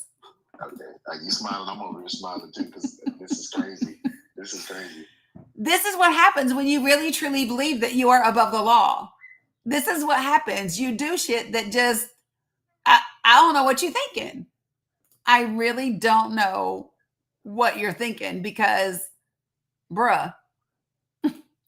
And here's the difference. Let me tell you something.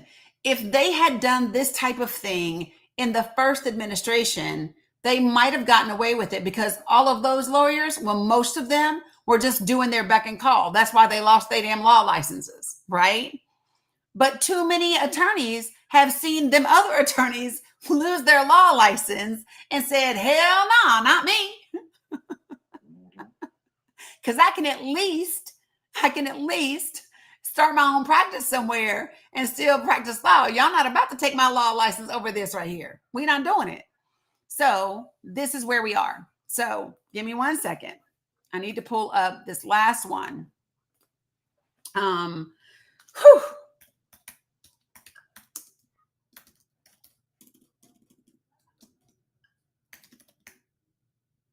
All right. Oh, good Lord. This just makes I hate to look. I look really happy right now. I know I do.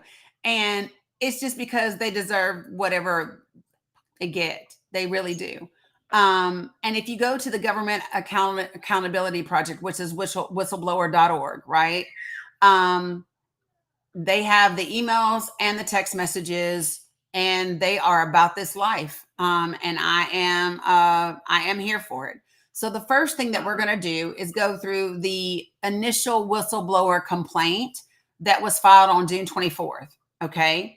And then we will get into the emails and the text messages that these fools like this. You put this shit in writing. Don't y'all know nothing? You're supposed to be calling people on burner phones. What y'all doing? You ain't ever watched an episode of The Wire? I don't know what y'all doing. Well, they were watching it. They just weren't watching it from that perspective. The Sopranos? Something. Anyway, sorry, y'all. I digress. Okay. Oh, please tell me this is the thing that I want.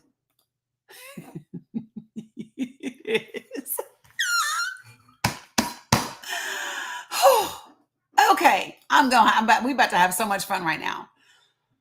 Okay, all right. So this is the whistleblower complaint. So let me just tell you. So the person that is saying this is a 15-year veteran of the Department of Justice. What does that mean, y'all? This joker has served under many administrations, right? Obama, Trump, Biden, Trump. Right. Absolutely. And just so you guys know, he is registered. He's registered as unaffiliated. Yep. He's nonpartisan. He's registered unaffiliated, which is smart for him because of things like this. So he provided this whistleblower report. And and he is talking about the ridiculous lengths they went through to try to support the allegations that they made about Kilmar Abrego Garcia. All right, so Erez Ruveni is who we're talking about. And here's the filing. Here's the whistleblower complaint. You guys ready? Y'all doing okay over there in Substack, Facebook, and YouTube world? Y'all doing okay? All right. In a minute, I'm gonna have to feed these babies. Okay, here we go. And they have been so good today, considering how much I've had to do. All right, here we go. So the I'm just saying, y'all. I'm just saying. Y'all know I balance life when I'm in here with y'all. I love y'all, mean it. But yeah, they have been, considering everything that I've got. They did great. I had a Sirius XM Progress interview this morning. And then after that, I had the other podcast interview. In between that time, I've been pulling all new Medicaid and SNAP data for new graphics. And so I've been preparing for all of those things. And then you guys. So yeah. Okay, good, D Dirty. I love the fact that you guys are good. Appreciate the galaxy, Sandy. So here we go. You ready? Dear all, we, the Government Accountability Project and Gilbert Employment Law PC, represent Mr. Erez Ruveni, formerly the Acting Deputy Director for the Office of Immigration Litigation, which is OIL, O-I-L, right, of the Department of Justice, and a whistleblower. Mr. Ruveni presents the following disclosures to your attention for your respective offices to take appropriate oversight action.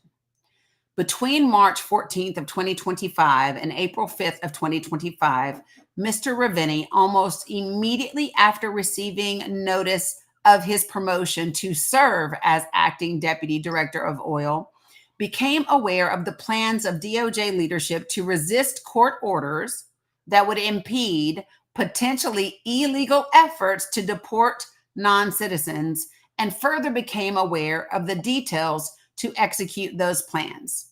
Thanks, Sandra. So what's up, Jim? Love you. Hug and kiss my Larry. So let me say this. Appreciate the money gun. All right. So things that I think about as I'm reading this, just that opening paragraph. So things that I think about. I don't know what happened to his predecessor or how this position came open, but he has been notified of this promotion. So this is a new position he's in. And then he finds out what these folks plan to do. A lot of times organizations will put new people in positions because they believe them to be pliable. They believe them, y'all, it says 1 of 555. That's what it says on my end.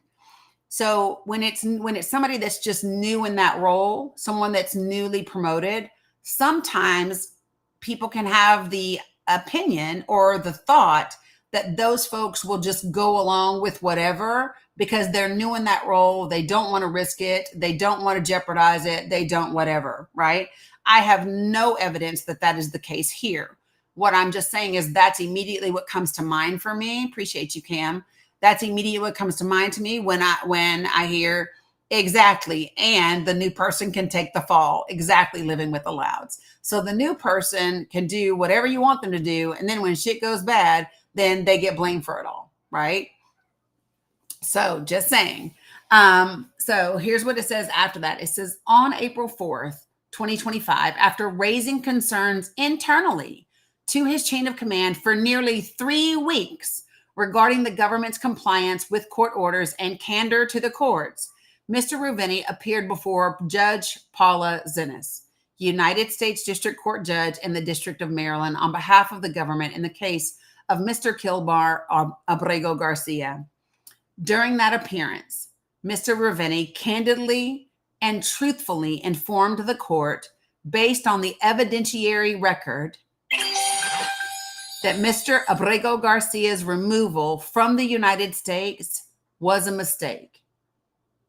Later that evening, Mr. Ravini refused directions from his supervisors to file a brief misrepresenting those facts to the court. As a result, Mr. Ravini was put on administrative leave on April 5th, 2025, and his employment was ultimately terminated on April 11th, 2025. In this letter, Mr. Ravini exercises his rights to make disclosures to Congress, the DOJ OIG, and the OSC, which is the Office of Special Counsel, pursuant to 5 USC 2302 and 5 USC 1213. Mr. Ravini's disclosures detail violations of law, rules, or regulations, and the abuse of authority by DOJ and White House personnel, as well as the creation of substantial and specific health and safety threats to non-citizens.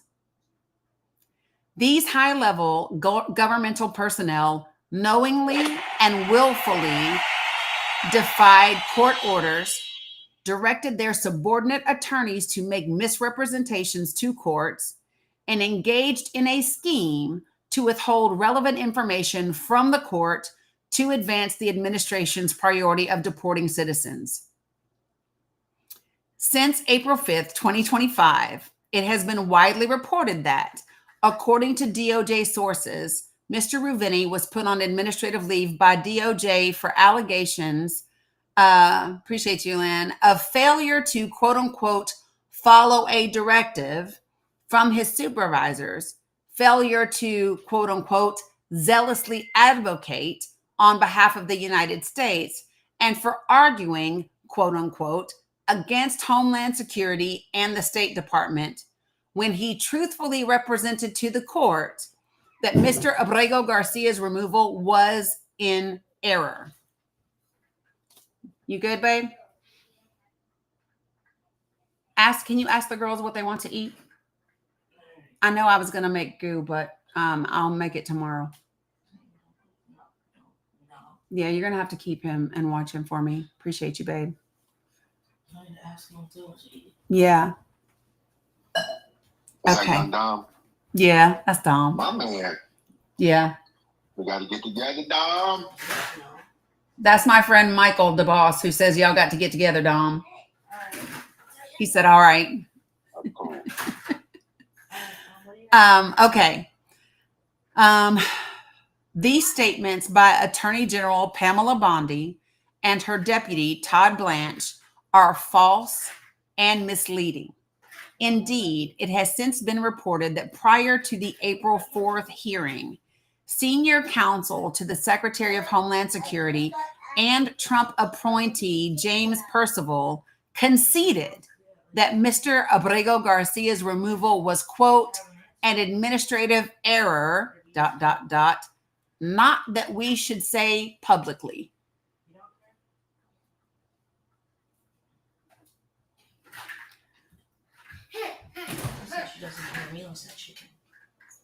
Okay. No, for fries. You want chicken and French fries? Dom said, Bella said she don't care. Mila said chicken. And before I could say anything else, she said, and French fries. Okay, girl. Okay.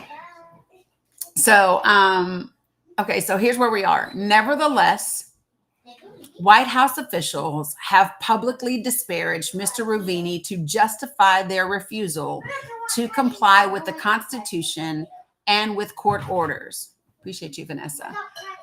White House Deputy Chief of Staff Stephen Miller falsely stated, quote, the only mistake that was made is a lawyer put an incorrect line in a legal filing, end quote, and labeled Mr. Ravini, quote, a saboteur, a Democrat, end quote.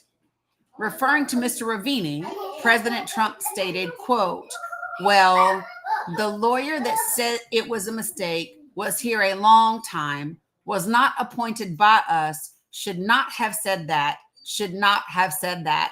end quote.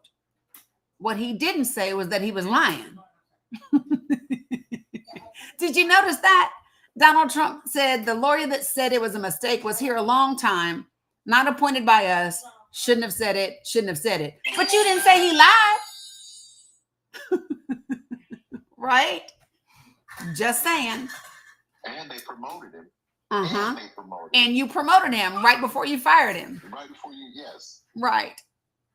So what has not been reported to date are Mr. Ravini's attempts over the course of 3 weeks and affecting 3 separate cases to secure the government's compliance with court orders, and his resistance to the internal efforts of DOJ and White House leadership to defy them through lack of candor, deliberate delay, and disinformation.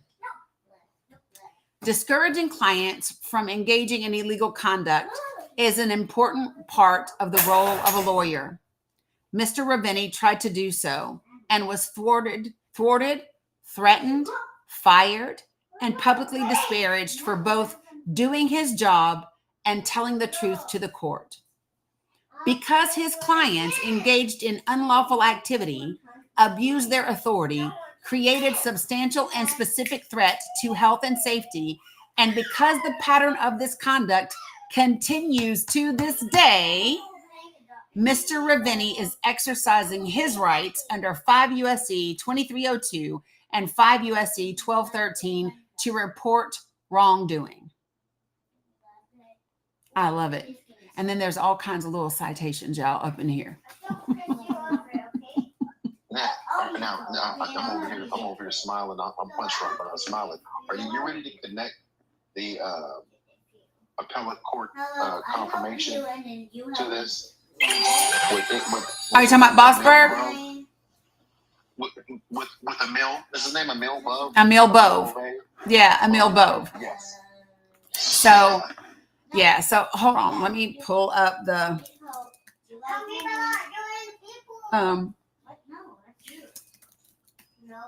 Oh, hold on. There it is.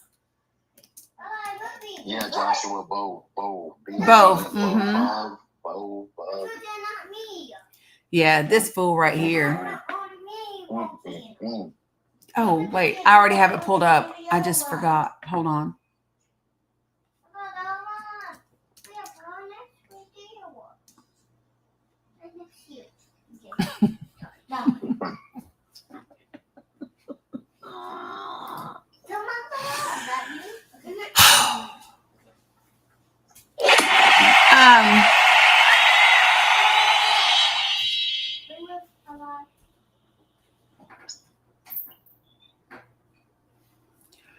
So for you all that so Bove is undergoing a hearing. I'm sorry, I'm laughing. Oh Jesus. So Bove, who looks like he could be Stephen Miller's cousin. Yeah, that's what they're saying. Yeah. I'm sorry, but it's just too good. Don't. I'll get food right now, baby. I'll get food right now. Right now. It's okay, babe. Just I'm coming right now. Y'all give me 2 seconds to get these babies some food. 2 seconds. Can I lay the foundation? Yes. Can I lay the foundation? Okay, so for all those listening, while she goes gets my nieces and nephews their food, in our culture, our Black culture, we always adopt each other's children. That's right. So those are my nieces and nephews. So you guys got to remember when the Garcia deportation started. When that happened, there was a lot of discussion about, was it done properly? Dani just went over that. I don't know if you guys remember, but there was one in the whistleblower complaint. There was one particular attorney that had made the comment about ignoring the courts when he said that the department might need to tell the courts, quote, fuck you. That attorney that said that was Donald Trump's former personal lawyer, who is currently trying to be confirmed for an appellate court judgeship, Emil Bove.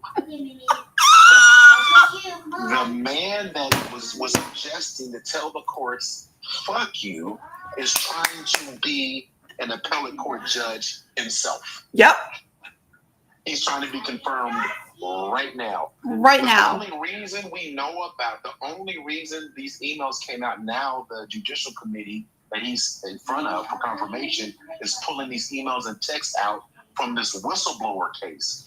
So, not for Ravini. right. Yes. And so understand, remember when I told you he did this whistleblower case to OIG, to the Office of Special Counsel, but to both judiciary committees of the Senate and the House, because he knew this shit was coming. That's what I think. I think Ravini knew he was up for this appointment to the appellate court. Yes. That's my opinion. So they're going to have a hard time. It's a hard knock life for them. And the text, and so here's the beauty about this. The whistleblower report comes out, and Pam Bondi wants to say, he's just disgruntled, and then you have other people speaking up saying, he's just disgruntled. But what they didn't count on was the texts and emails from his colleagues. Yep. Using the same language. I guess we have to get accustomed to saying "fuck you," and if you look at the texts and emails, they're corroborating what he said in the whistleblower report. Yes. So yes, all of this is in here, and I've got it for you. So hold on, I'm almost done. I'm feeding the babies. Hey, remember Mila and Bella? I want you to remember what I told you. They getting themselves together, because I told them today, if anybody hits anybody and screams, I was taking technology, right? And I guess they thought they would try, like, just right off the bat to see if I was serious today. And so as soon as it happened, I just said, give them here, clap, clap, and kept them for a minute. And they just looked like, and I said, what did I tell you? I'm not doing it today. So anyway, funny. So you see they quiet as hell right now. Because, and as soon as I said, what did I tell y'all? You heard them just go, shh. All right. Yeah. So yeah, they trying to get it together. I got to make sure, because listen, sometimes I do DoorDash for my mama back in Tennessee, and I did it one night for her and forgot to look at the address, and I had our breakfast delivered to her. She said, "What's all this?" I said, "Girl, me being tired. That's what it is. It's me being tired." The challenge. What, baby? I let Mina have two chances on, like, we're playing to play lobby, and one of us has to be in the co-op. Mm-hmm. I gave Mina two chances, and I was in the co-op, but she only gave me one. Mila, you got to be fair. Give Bella one more chance, okay? I only did one. No, you got to do two. Bella gets to do two. I'm really tired of this game. Well, you could be really tired of this game, but you have to give her two chances first.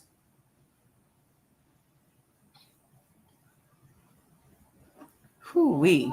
Okay. Dom, it'll be here soon. Yeah. Okay. So back to this deal. So yes. So just so you all know, okay, when you look at this whistleblower complaint, I know y'all, I can't repeat it because she be listening and thinks it's funny. But here's what's really important is, as they're going through this whistleblower complaint, everything is cited, and you can follow literally all of the links to the court cases that he's referring to. Yes, baby. Nina said that she was, but she's not. She's still in the other games. Mila, get in the game with Bella. And Bella, if she doesn't, when I'm done here, I will play with you. Okay. I want you to play with Bella. Girl, hush. Okay. So let me go to this. Here's the part that it starts to get good. You ready? So since his unlawful termination, 6 members of Congress have written to Attorney General Bondi and Deputy Attorney General Blanche, decrying the quote unquote Habesian, am I saying it right? Habesian choice DO leadership has created for attorneys, quote, who may be forced to choose between their jobs and their oath of candor to the courts, end quote, and calling for Mr. Ruvini's reinstatement. We thank these members for their support of Mr. Ruvini and urge all members of Congress committed to the rule of law, along with the DOJ Inspector General and the U.S. Office of Special Counsel, to investigate the disclosures presented in this letter. Number 1, Erez Ruvini, nonpartisan, zealous advocate with distinguished service at DOJ. Before his unlawful removal from federal service on April 11th of 2025, Mr. Ruvini had an exemplary, nearly 15-year legal career at DOJ. Mr. Ruvini began his career at the Office of Immigration Litigation, which is OIL, District Court Session, which is DCS, in 2010, and as a trial lawyer, as a trial attorney, and was promoted multiple times under both Republican and Democratic administrations. Most recently, Mr. Ruvini served as the acting deputy director for the Office of Immigration Litigation, responsible for all of OIL's immigration litigation arising in the U.S. District Courts nationwide, overseeing over 100 attorneys handling hundreds of cases. Whew. His supervisory responsibilities included oversight of the government's defense against many significant legal challenges to multiple executive orders signed by President Trump, and defending multiple immigration policy initiatives on behalf of the Department of Homeland Security, Department of State, Department of Defense, Department of Labor, and Department of Health and Human Services. Mr. Ruvini received notice of his promotion to that role on March 14th, 2025, effective Friday, March 21st, and in the following week alone, oversaw and defended the government's position in at least 7 cases involving motions for temporary restraining orders or preliminary injunctions seeking court orders enjoining Trump administration policies nationwide, including multiple emergency appeals to various courts of appeal. Prior to Mr. Ruvini's termination, following his candid and truthful representations to the court in the Abrego Garcia case, Department of Justice leadership under the Trump administration had consistently lauded Mr. Ruvini's work.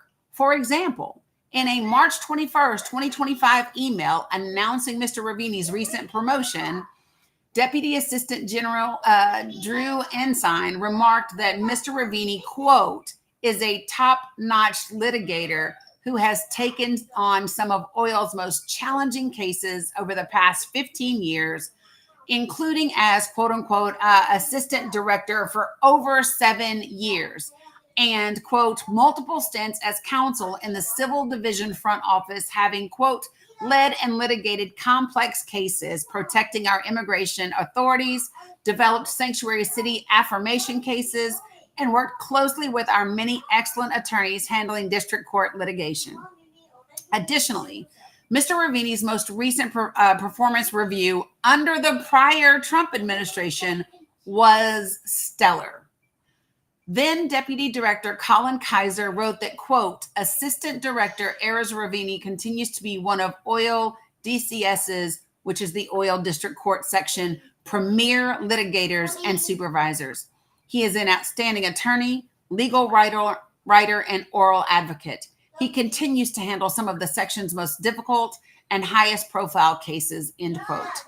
Mr. Kaiser further noted that, quote, Mr. Ruvini routinely received accolades for his efforts from senior personnel within DOJ and the agencies he advocates for, end quote, and that he is an, quote, indispensable asset to OIL DCS, the Civil Division, DOJ, and the many civil client agencies he works closely with.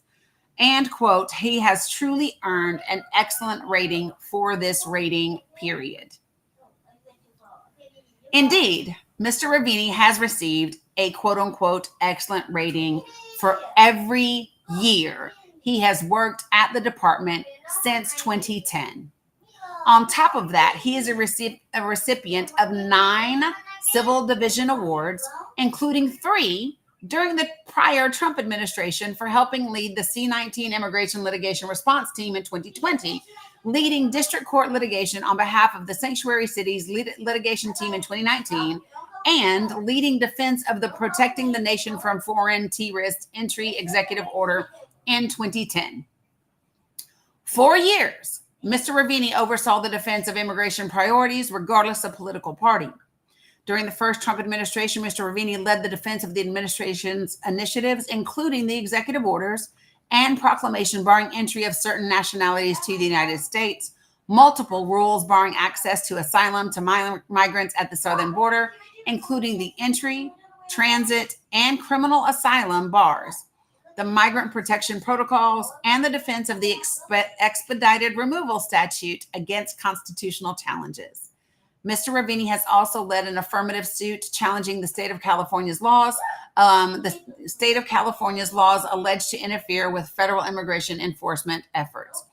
During the Biden administration, Mr. Ravini defended multiple immigration matters, including several rules barring access to asylum to those arriving on the southern border. Earlier in his career, he defended multiple Obama-era labor and employment regulations, as well as detention and removal policies and procedures. Before his abrupt termination, Mr. Ravini oversaw multiple high-profile Trump administration immigration initiatives. I don't think that, so listen, arguing court cases on behalf of the government isn't about what kind of person you all are. It's about your commitment to the law and your oath to present the best defense possible for your clients, period. Right? So it doesn't have anything to do with that, especially when you're talking about an entity and not a person. Like if he was just a regular run-of-the-mill defense attorney out on the street and all of his clients were like bosses and G organizations, then I would say, yeah, you're kind of a horrible person because you get to choose your clientele and what they do. But he doesn't get to choose who the people elect. Right? So if we want him to not have to defend horrible policies, we've got to stop voting for horrible people and putting them in office. So here we go. Sorry, y'all. I read the comment and just needed to respond to it. All right.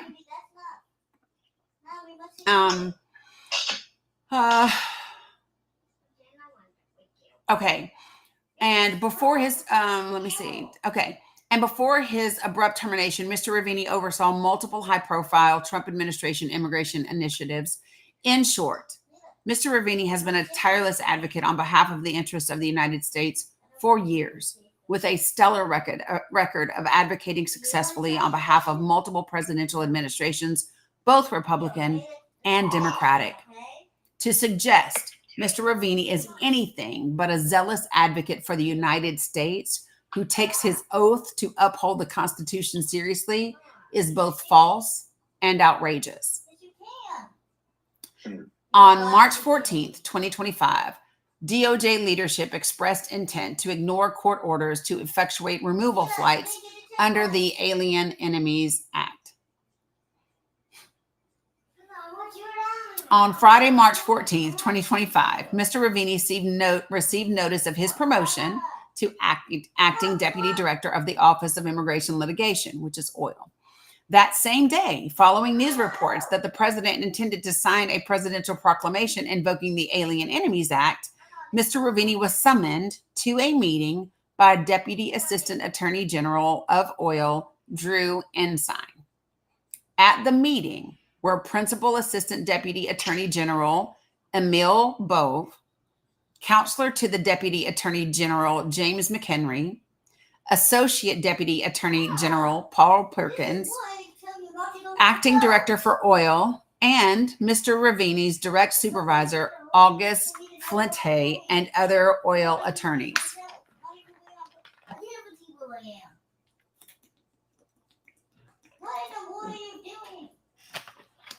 Can y'all imagine? It's your first day. You get notice that you're going to be promoted and it will be effective in 7 days. And then all of a sudden you get called into a meeting with all these folks. Not just your direct supervisor, but like deputy attorney generals, assistant deputy attorney generals for different things, right? Like, and you read the news that says the president is going to invoke the Alien Enemies Act. and then all of a sudden you in this damn meeting. Can y'all imagine? You know the one name you didn't say? Todd Blanche. No. Well, it says other oil attorneys. Right. But he's So- the deputy attorney general. Yep. Right? Okay. All right. So here's what it says. At the meeting, Bove indicated to those in attendance that the Alien Enemies Act proclamation would soon be signed and that one or more planes containing individuals subject to the AEA would be taking off over the weekend, meaning Saturday, March 15th and Sunday, March 16th. Bove did not provide further details, and there's this part's redacted. And then it says, Bove indicated, this part's redacted, and stressed to all in attendance that the planes needed to take off no matter what. Bove then made a remark concerning the possibility that a court order would enjoin those removals before they could be effectuated. Bove stated that DOJ would need to consider telling the courts, quote unquote, fuck you, and ignore any such order. Mr. Ravini perceived that others in the room looked stunned, and he observed awkward, nervous glances among people in the room. Silence overtook the room. Mr. Ravini and others were quickly ushered out of the room. Notwithstanding Bove's directive, Mr. Ravini left the meeting understanding that DOJ would tell DHS to follow all court orders.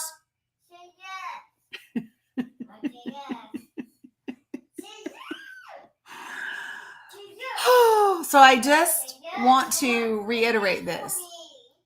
You're in this office and you hear Emil Bove, who is the principal assistant deputy attorney general. Mila, you ready for me to take it? No. Then don't scream. Choose wisely, please. So, principal assistant deputy attorney general says that there is a possibility that a court order would enjoin those removals before they could be carried out. And then Bove stated that the DOJ would need to consider telling the courts, quote unquote, fuck you, and ignore such court order. Holy crap. Mr. Ravini was stunned by Bove's statement because, to Mr. Ravini's knowledge, no one in DOJ leadership in any administration had ever suggested the Department of Justice could blatantly ignore court orders, especially with a quote unquote, fuck you. Mr. Ravini was in disbelief because, on the contrary, the Department of Justice consistently advises its clients of their obligation to follow court orders, not to ignore them. Mr. Ravini knew that it was absurd and unlawful to do otherwise, a proposition that Mr. Ravini felt even more certain of after a brief conversation with his supervisor, August Flente, shortly after the meeting.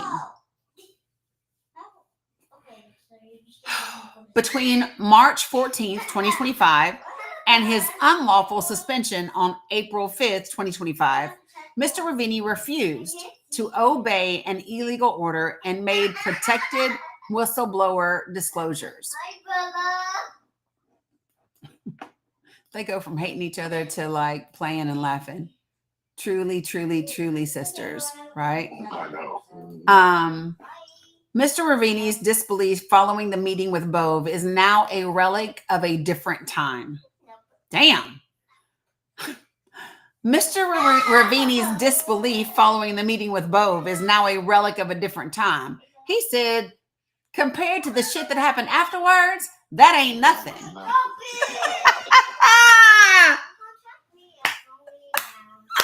Like he entered a new dimension or some shit. That's He said I took the red pill.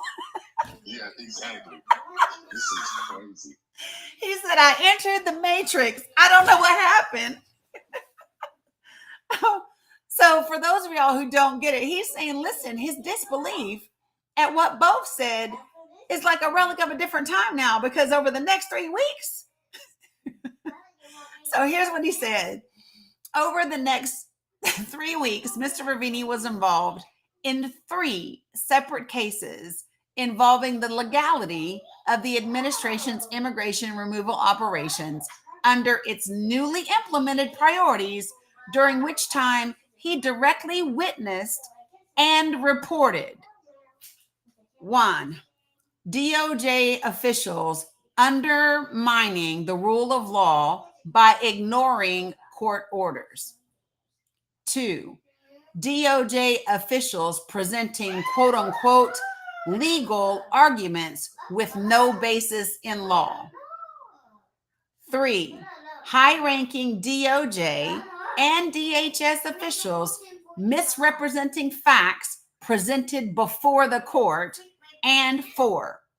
DOJ officials directing Mr. Ravini to misrepresent facts in one of these cases in violation of Mr. Ravini's legal and ethical duties as an officer of the court. Mr. Ravini's internal reporting and ultimately his refusal to obey this illegal order directly resulted in his suspension and termination. Let me tell y'all something. When this joker get finished with all these damn lawsuits, he ain't gonna ever have to work again. Nope. He's never gonna have to work again. Whew. All right. JGG B. Trump. This is a court case. Flights departed the U.S. through invocation of the Alien Enemies Act during issuance of injunction with government claiming oral injunctions are not binding. This is when, you remember, they said, oh, well, the judge gave an oral order, and so because it wasn't written yet, it wasn't binding, which is crazy, right? Which is crazy. So here's what it says. So at 1:12 a.m.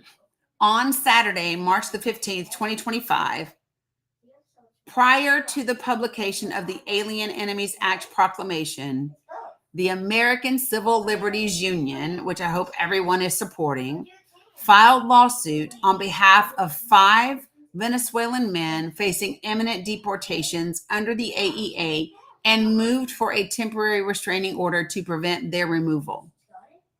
When Mr. Ravini woke up that morning, he reviewed the plaintiff's motion and learned that the removals were allegedly to prisons in El Salvador known for their torture and human rights abuses. After learning from plaintiff's counsel that at least one plaintiff was reportedly already aboard a removal flight, Judge James Boasberg of the U.S. District Court for the District of Columbia entered an ex parte temporary restraining order prohibiting the government from removing the 5 named plaintiffs and set a hearing for 4 p.m., which the court later changed to 5 p.m. to hear argument on a broader TRO. Now, I want you all to recognize the date that we are talking about, because this is the date that Kilmar Abrego Garcia is removed. Remember, in the other court documents. Deputy Assistant Attorney General Ensign willfully misled the court, while DHS and DOS ignored Mr. Ravini's advice. Shortly after Judge Boasberg entered the initial TRO, Mr. Ravini informed the district court via email at 10:18 a.m. that its order had been received and, quote, disseminated to the relevant executive branch agencies, end quote. Now, what is he telling the judge right there? He said, listen, I told him what you said. That's exactly what he's saying. He said, I sent it to everybody. Just so you know, and I'm putting this shit in an email to cover my tracks. In case somebody claims that they didn't know, I told everybody. That's what he said. That's what he said. That's what he said. You know, we got to translate sometimes. So, Everybody. at the 5 p.m. hearing later that day, Deputy Assistant Attorney General Ensign represented the government in court while Mr. Ravenny listened on the public line. So this is the part, I need y'all to listen to this part right here. Because there was a public line that people could call into and listen to the court case.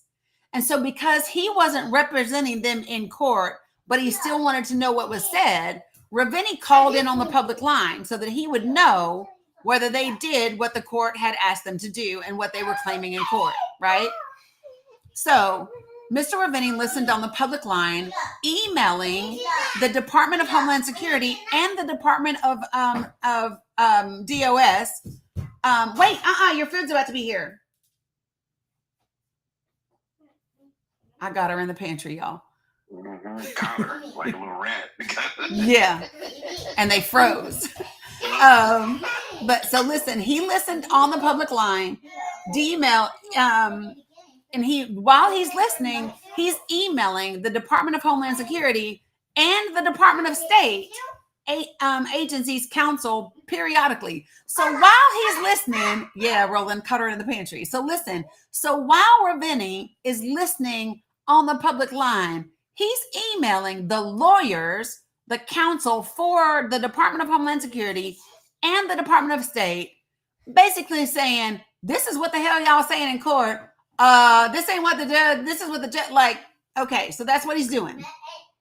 So at this hearing, Judge Boasberg said that, quote, the plaintiffs expected planes to be departing within the last couple of hours, and end quote, and asked Ensign, quote, if any of the named plaintiffs are, in fact, on any plane that has departed, end quote.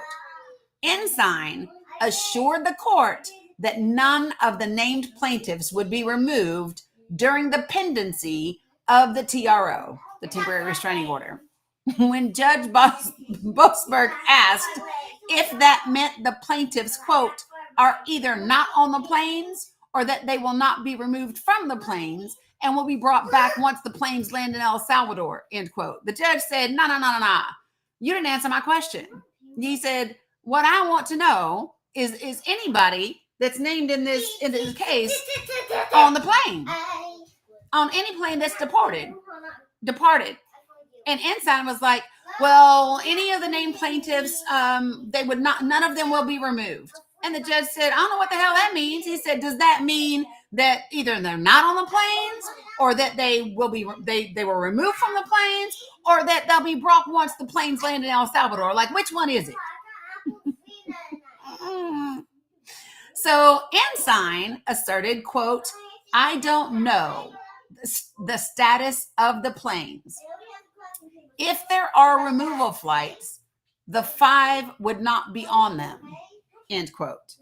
When Judge Boasberg asked whether any deportations or removals were imminent as, quote, in the next 24 or 48 hours, end quote, Ensign answered, quote, I don't know the answer to that question, end quote.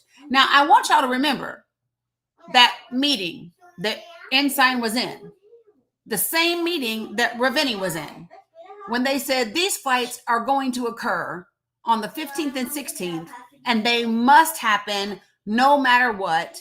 So you might have to tell the court, fuck you. So Ensign was like, I'm not going to say fuck you, but I'm just going to say I don't know the answer, even though I really do know the answer, which, by the way, is lying to the court.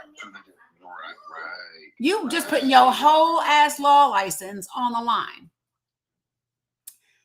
Apparently, Chesbro, Giuliani, Jenna, ain't none of them, Sydney, none of them taught this guy a lesson.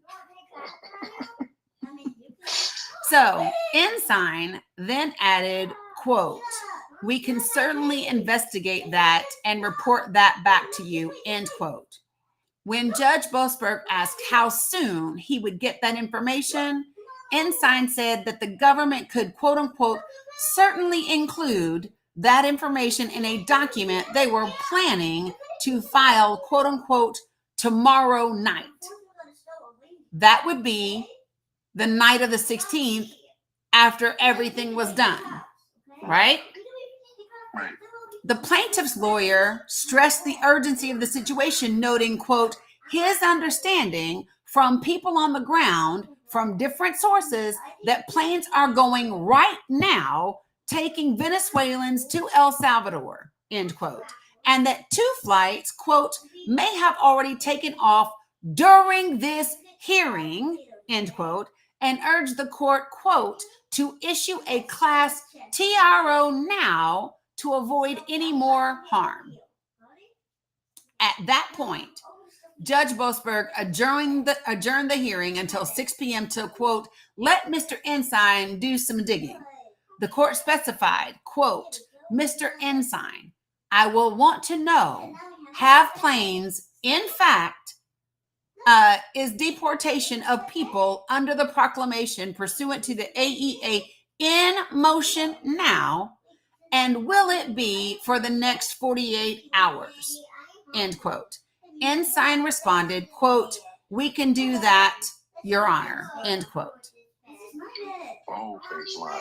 Bold-faced lying, just straight up. Lying to this judge. Yeah. Bold-faced lying to this judge.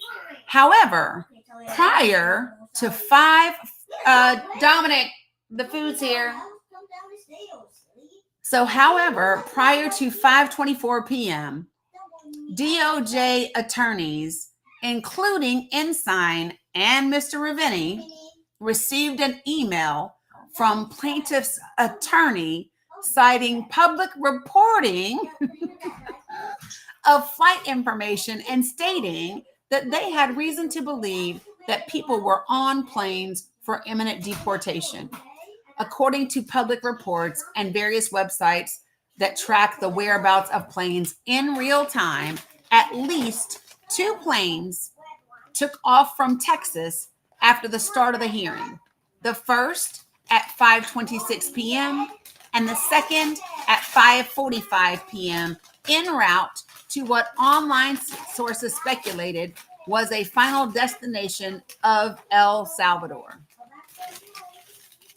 I got you, bro. Do you want to here, let me just get you yours. And so I'm reading the comments, so understand. At this time, the judge is not aware that they're lying to. Nope, the judge has no idea. He has no idea. Nope, he thinks they might be sidestepping, but he doesn't know that they are blatantly lying to his face. Correct. Girls. That's why he asked the question. That's why he was trying to get. He said, here's what I'm actually going to want to know, so that when you come back up in here at 6 o'clock, you can give me the correct answer. Bella Grace. But by no means. Sorry. Bella Grace. Come on. I have your food. Mila Ann.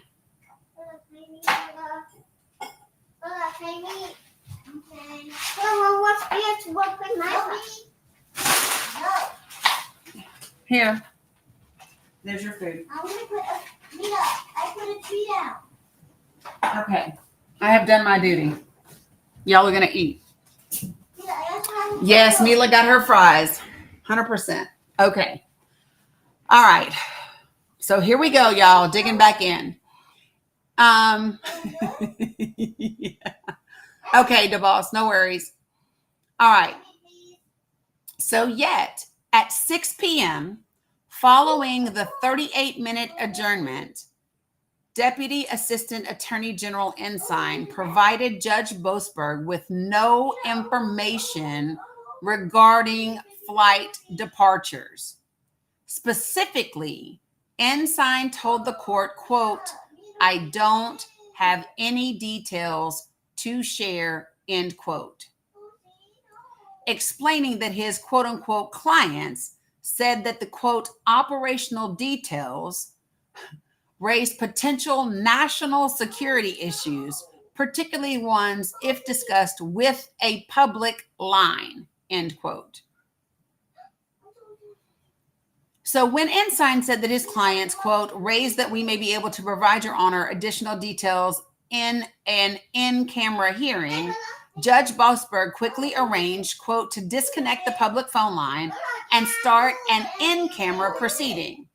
But even after the court accommodated the request for an in-camera proceeding, Ensign failed to provide information about the flights. He explained that, quote, we would have to sort out what can still be provided in camera. They suggested that as a way to potentially provide some details, but I do not personally have those right now, end quote. So basically he said, listen, they told me to ask for this because if I ask for it, we might be able to tell you something, but yeah, I don't really know. So once it became clear that Ensign would not provide information, even in camera, the court ended the in-camera proceeding and reconnected the public line. Plaintiff's counsel told the court, quote, we understand that 2 flights went to El Salvador this afternoon, end quote, and that a 3rd flight, quote, was scheduled for 6:23, so only in a matter of minutes, end quote.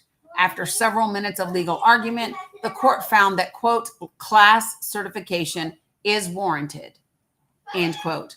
When a court issues an injunction against the federal government, the normal practice is for Justice Department lawyers to work with agency counsel in developing guidance explaining what the government must do to comply with the injunction.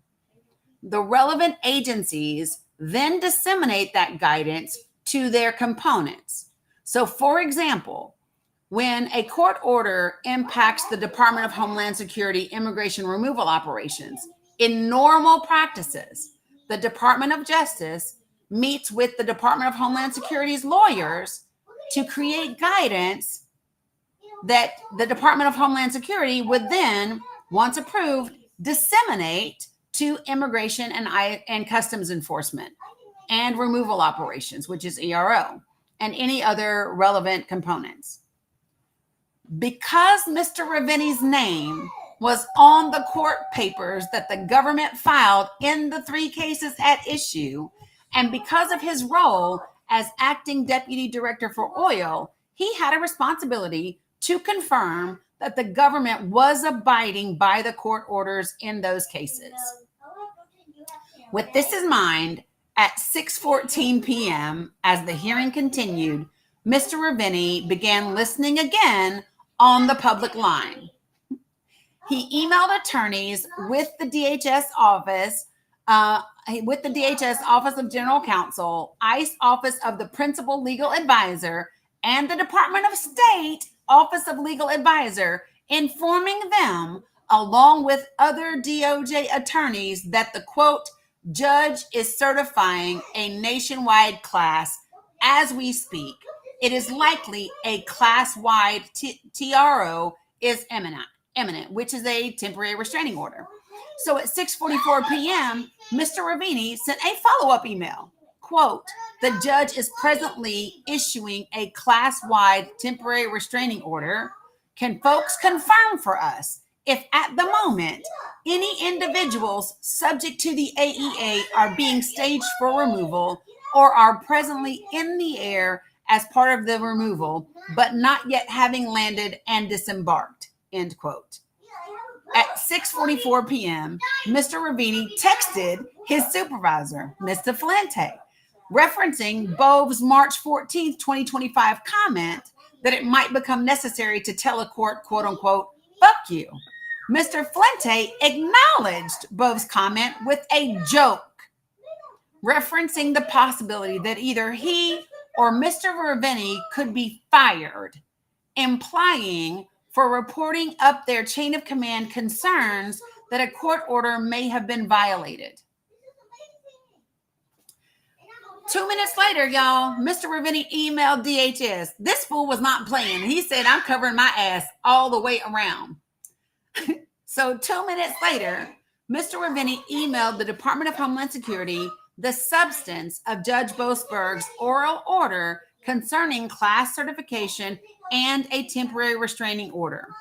This is what it said, quote, the class is, quote, all non-citizens in U.S. custody subject to the AEA, end quote.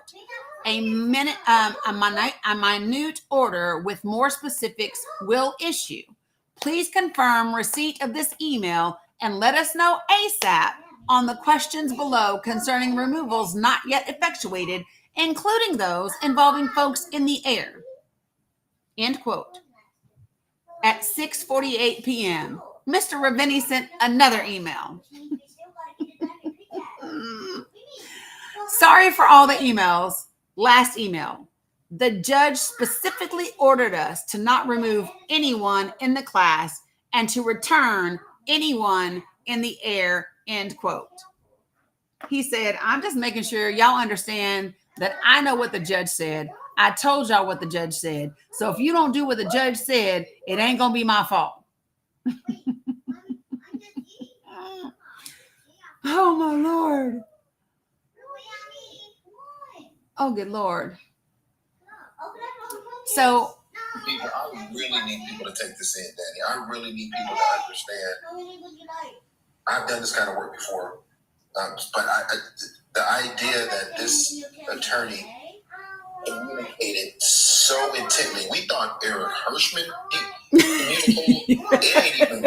This man was going minute by minute because he understood what they were doing. Yep. From the beginning. Yep. And he's in the middle of it. Like, he knows that the judge doesn't know certain things. Yes. And he knows that they do know them and Yes. that it's not being communicated to the judge. So Yes. while all of this is happening, he's saying, yeah, y'all not about to get me, because he knew what? That his name was on the court filings. Correct. So even if he's not in court that day, his name is on the court filings. So he was like, I'm going to make sure that nobody can say I didn't know, because I'm going to text your ass. I'm going to email your ass. I'm doing all the things. They promoted this man to be the fall guy, and they didn't expect him to dot his I's and cross his T's. And he about to take them all down, and I love that for him.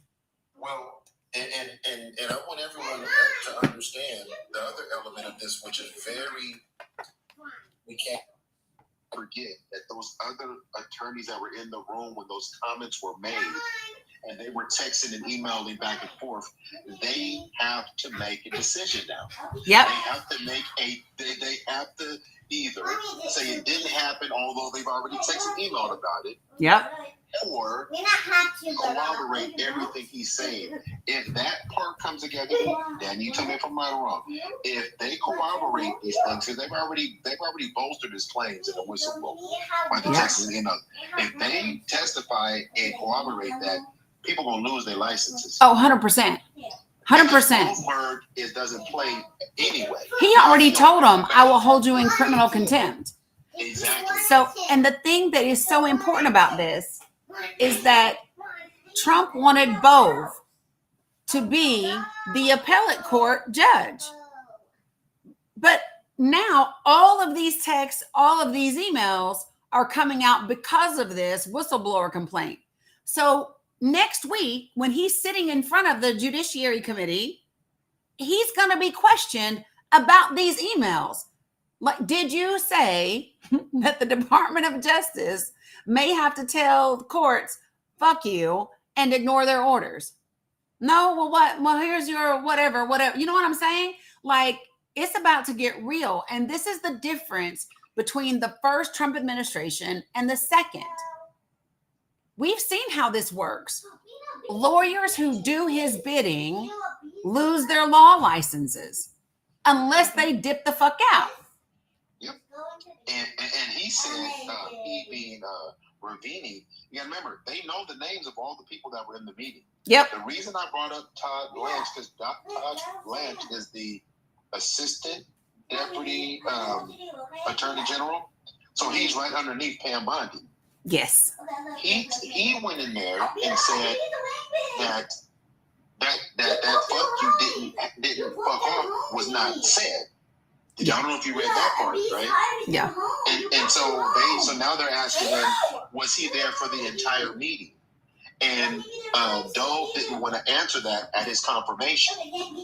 Right. Ravini is saying he wasn't there for the entire meeting. He came in at the beginning and then he left. So he wasn't there when that was said. Correct. So he's lying too. Bollesberg is going to have a field day. 100%. 100%. What we may do tonight or tomorrow is watch some of the video from the actual hearings and stuff. So give me a second. Hold on a second. Blah, blah, blah, blah, blah, blah, blah, blah, blah, blah. Oh my God, stop. Look, my computer said you're doing too much. You know, this is what's so sad. I don't even like want to play the some of the clips because it's Cory Booker. I give a damn. I'm mad at Cory Booker right now. And Hakeem Jeffries. Both they raggedy asses. I do want to hear what Senator Whitehouse had to say. I said raggedy asses, didn't I? Yeah, that sounds good. Sometimes you win, sometimes you lose. Why am I mad at them? For contributions that they took from certain PACs, and Cory Booker voting to confirm Jared's daddy. That's why. Yeah, I love Sheldon Whitehouse 100%. This guy should not get confirmed. No. Yeah. No, he should not get confirmed. No, definitely not. Definitely not. What's up, Daddy Swags? What's up, brand new friend?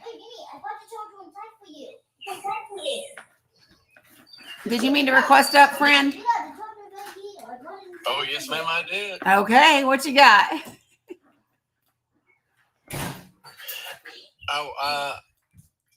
I didn't know what y'all were talking about, so I thought I'd. Okay, pop on in here. So we are going over the whistleblower complaint that was filed by Mr. Ravini, who was fired for not following an illegal order from the DOJ in 3 separate cases, including Kilmar Abrego Garcia's case.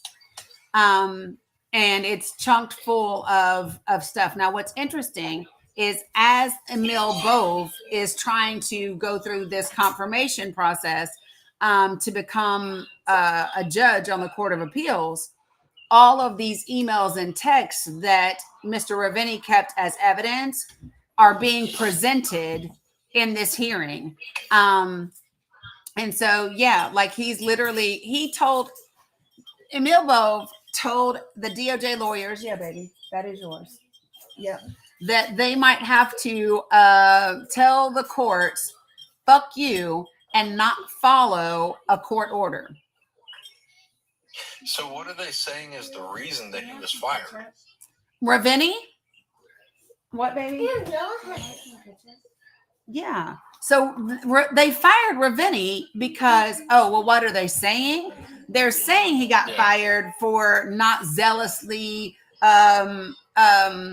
defending the United States of America, for like just a bunch of bullshit. Let me see. Let me go back and let me see at the beginning, because it's in the beginning of this document, and it's in my link tree. So here, little girl. Oh my God. Here, babe, squeeze this out onto your paper like you do at school. Okay, so let me tell you what they are saying. That's so insane. Oh yeah, so failure to follow a directive from his supervisors, failure to zealously advocate on behalf of the United States, and for arguing against Homeland Security and the State Department because he told the truth to the judge. It's right there on the blue cup.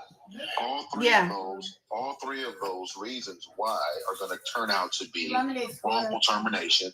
Wrongful termination. Number one, that they were actually asking him to go against his oath. Number two, I mean, they put themselves in, they can't back out of it. No, there's no way to get out of it at this point. So that's what I was just going to say. Well, like, isn't it illegal to fire a whistleblower? Yeah. So, so listen. So here's the thing. So he was promoted. The day he was promoted, like he gets dragged into this meeting where all of these principal, assistant deputy generals are, and all these people where Emil Bove says there might come a time where you might have to tell the court, fuck you, and not obey a court order. And so Mr. Ravini said that when that happened, everybody in the room, yeah, baby.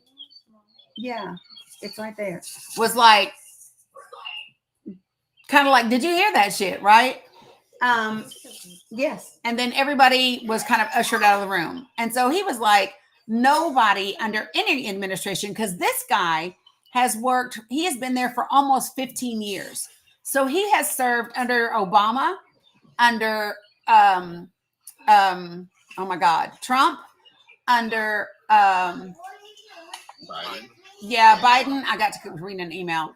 And now under Trump again. And he was promoted under Trump the first time, right? And promoted under Trump this time. So he's really a stellar attorney. And but here's what they didn't count on. This Joker, okay, well, there's more. Honey, right there on the floor. So what they didn't count on was him immaculately doing a CYA, because as Ensign is in court lying to the judge, Mr. Ravini is sending emails in real time to the Department of Homeland Security, to the Department of State, telling them, hey, the judge just said this. The judge just issued a class action. The judge just did a TRO, right? Yeah. What happened? Hold on, sissy. What is it, baby? Oh, it's not. None of that is supposed to be there. Just take it off. Sorry, babe. They got it wrong. I'll report it. She mad because they got her burger wrong. Don't throw that away so I can take a picture of it so I can get my little credit. But yeah. So anyway, yeah, he took it all very seriously. And so, like, he has all the text messages, all the emails, and that's what's happening. So where we are right now is he has emailed everybody. He has said the judge has certified a nationwide class action as we speak. And then he texts his direct supervisor and referencing that comment that Mr. Bove said it might become necessary to tell the court, fuck you, right? And his supervisor responded with a joke talking about the possibility of either him or Ravini could be fired, implying they could be fired for reporting up their chain of command concerns that a court order may have been violated. So guess what Mr. Ravini did? He then sent an email to the Department of Homeland Security 2 minutes later, and he sent them the substance of the judge's oral order. He said, quote, the class is all non-citizens in U.S. custody subject to the AEA, the Aliens Enemies Act, right? And then he said, it's a minute order with more specifics will follow. Please confirm receipt of this email and let us know ASAP on the questions below concerning removals not yet effectuated, including those involving folks in the air, end quote. When he didn't get a response, 2 minutes later, he sent another email. And here's what it said, quote, sorry for all the emails. Last email, the judge specifically ordered us not to remove anyone in the class and to return anyone in the air, end quote. So the judge did, in fact, issue a temporary restraining order and for all non-citizens who were subject to the AEA. Oh, thanks, Linda. So he said that the court was, quote, required to act immediately and could not, quote, wait any longer, particularly in light of, quote, the plaintiff's information unrebutted by the government. The flights are actively departing and plan to depart, end quote. And he instructed Ensign, you shall inform your clients of this immediately, and that any plane containing these folks that is going to take off or is in the air needs to be returned to the United States. But those people need to be returned to the United States. However that's accomplished, whether turning around a plane or not embarking anyone on the plane, or those people covered by this on the plane, I leave to you. But this is something that you need to make sure is complied with immediately. At 7:04, Mr. Ravini emailed the Department of Homeland Security and the Department of State again and said, quote, as we await the written order clarifying our understanding of the injunction as clarified at the end, no one subject to AEA in our custody can be removed, and anyone in the air should be returned unless they have a Title VIII final order. Please confirm receipt and let us know what, if anything, is happening. Thank you. The Department of Homeland Security and the Department of State attorneys did not respond. I want y'all to hear me. So the Department of Justice has contacted the agency's counsel and said, this is what the judge said. You need to make sure that you follow this judge's order. And those attorneys for those agencies just simply don't respond. That's the kind of fuckery that's happening in the Trump administration. See, this is exactly what I was talking about last time. Like that, every single institution, every single the executive branch, obviously, the legislative branch, the judicial branch, they are all under control. So here's what I will say. The judicial branch is the only branch that I don't agree with. What I would say is that in some cases, yes, for the Supreme Court, but in terms of federal court, he keeps getting his ass kicked every time. Like the federal courts, the district federal courts are the courts that have been giving us the win. They're the courts that gave us the birthright citizenship win yesterday. And I guess, but at the same time, if any of that stuff goes to the Supreme Court, it's a loss. Not necessarily. And the reason why I say that is when Kilmar Abrego Garcia's case went to the Supreme Court, it was a 9-0 win. And the reason where Trump will always lose with the Supreme Court is the fabric of the Constitution, because that's where they draw the line. Now they will be sexist, they will be racist, they'll get rid of LGBTQ people as much as possible, but anything that is clearly outlined in the Constitution where there's no wiggle room, they vote against Trump. And that's what happened. That is surprising to me that it was 9-0. Yeah, it was 9-0. I want you to keep this in mind too, Dani. Yeah. They ruled in his favor, like Dani just said about this case, with the information they didn't have. Yes. When all this stuff is coming out right now, because they're human. Yep. They're giving them moments to reconsider the source. Yep. So they will go back and ask more detailed questions before they rule. Right? Because that's what just happened here. Judge Boasberg is going to rip into their ass because he asked time and time again. He was giving them opportunities to do the right thing time and time again. He felt, based on the questions he was asking, that they may not be on the up and up, so he kept asking them. 100%. He was giving them opportunities to not do this. Yep. That's basically my point. And here's my thing. He is the judge that said, I will hold you in criminal contempt. I got no problem pushing that button. And so this is my thing. This is what they don't, this is where I keep saying this part. This is the difference between a first Trump administration and a second. We have seen what happens to lawyers who lie in court on behalf of Donald Trump. They lose their licenses, whether it's Chesbro, whether it's Giuliani, whether it's Sidney Powell, whether it's Jenna Ellis, whether it's, oh my God, I'm missing one. Anyway, you get the point, right? And you could say Mike Lindell, but he's not a lawyer. No, he's not. Yeah, no, fuck him.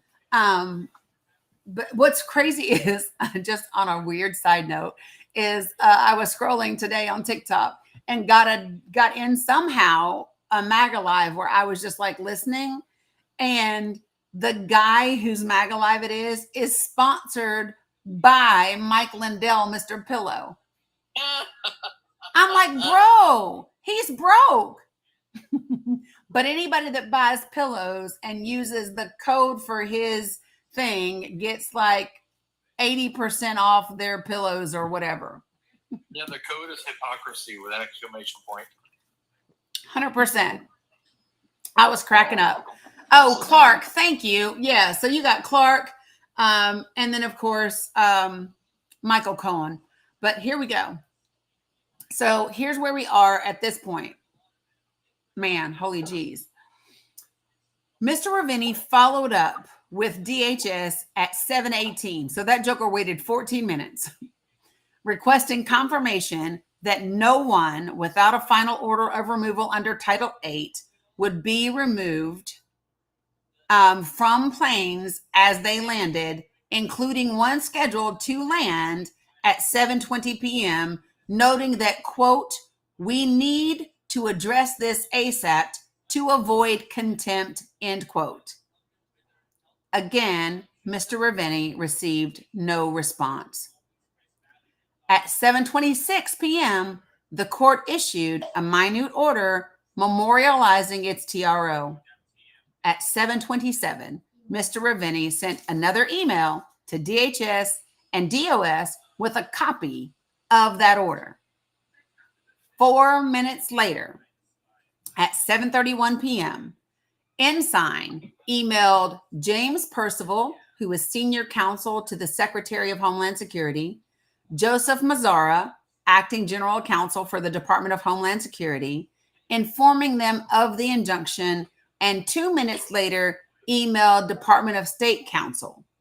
Both of these emails, on which Mr. Ravenny and Flinte were copied, informed the recipients of both the oral and written injunctions, informed the agency counsel that their clients were required to not remove anyone within the class definition, and reflected that Ensign understood the judge to be requiring that DHS not deplane any planes that had departed U.S. airspace. Mr. Ravenny was not copied on any response.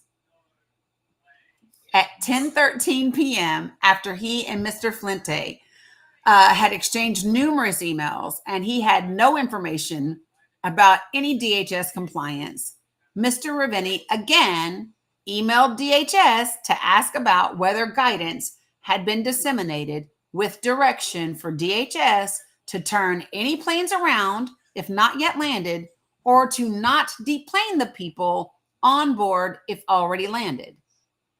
Shortly thereafter, DHS responded via email that they were holding issuance of guidance pending a decision from the Attorney General. Emil Bove advised the Department of Homeland Security that it may take actions that violate the court's injunction because the injunction was not issued in writing yet. So this is where they came up with this argument. And if you remember, this made Boasberg pissed as fuck. Keep in mind, Emil Bove is the guy that is going through confirmation hearings to be a judge on the appellate court. As we speak. As we speak. And he's also the guy that said he would not rule out a third term for Trump. And Daddy, check this out. Yes, sir. To call you that. I don't know if I can do that again, but I'll move on. Understand. You remember when the argument got into Well, what does facilitate actually mean? Remember all of that shit? Yes. They knew it was all bullshit when they were doing it. 100%. That was the only thing they had left. Yep. They knew, so they were playing in this judge's face The entire time. So, The whole damn time. yes. The whole So time. you can go back and watch his confirmation hearings that have been happening in front of the judiciary committees. But he was offered an opportunity during this confirmation hearing to state for the record that he would not approve and that he would not approve any effort legally to give Trump a third term. He declined to rule it out. I And don't know if I can watch another confirmation hearing. I sat through Kavanaugh's. I sat through Amy Coney Barrett's. I did them all. I did Pete You know, Hegseth's. Like, God. Yeah. So check this out. He also refused to denounce the January 6th rioters. I just want to be clear for everybody that this is the guy that Trump wants to put on the appellate court. So for the next few hours on the night of March 15th, Ravini didn't get no damn sleep, did he? Mr. Ravini exchanged emails with Flinte and engaged in multiple phone calls with Ensign. He was concerned about two things. Number one, that deplaning any passengers would violate the court's orders. And two, the need to notify the court of the government's compliance with those orders or its interpretation of those orders. Sometime around midnight, Ensign informed Mr. Ravini that DOJ would be filing a notice with the court signed by Emil Bove explaining its interpretation of the court order, including that no violation of the court order had occurred because the two planes left U.S. airspace before the court's written minute order. Ensign directed Mr. Ravini to prepare Bove's notice of appearance. While Mr. Ravini disagreed with the interpretation that there was no violation of a court order, the fact that Bove, a senior DOJ official, was willing to enter an appearance in the case and make this representation to the court, hey, stop, somewhat lessened his concerns because he believed he and his staff would not be put in the untenable position of defending this argument. That quickly changed. On Sunday, March 16th, 2025, at 12:23 a.m., Ensign informed Mr. Ravini by phone that Bove would no longer be filing either a notice of appearance or a notice to the court explaining the government's interpretation of the orders. Thereafter, Mr. Ravini and Flinte exchanged several more emails. Mr. Ravini anticipated that the government would be held in contempt of court for deplaning those on the flight and communicated his belief that a notice to the court was necessary. At 12:33 a.m., Ensign telephoned Mr. Ravini, informing him that DOJ leadership did not appear to be in a hurry to file any such notice. Mr. Ravini responded that the government would likely face a show cause motion seeking an explanation as to why the government should not be held in contempt of court. That same morning at 8:07 a.m., Mr. Ravini emailed DHS and DOS asking for confirmation of their compliance with Judge Boasberg's oral and written orders, specifically asking for the status of the individuals on each of the previous day's 3 flights. Mr. Ravini's email included a reminder that to comply with the injunction, no one subject to the AEA removal should have been deplaned, and anyone who had been deplaned needed to be returned to the United States. Mr. Ravini also asked whether conversations on these issues were happening at a higher level of leadership between and among DOJ, DHS, and DOS. Mr. Ravini received no response. Now, I want you all to remember that at this moment, while these things are occurring, Kilmar Abrego Garcia, and hundreds of Venezuelans and 21 more El Salvadorians. They have been deplaned. They have had their heads shaved with a zero razor. They have been frog walked to their cells.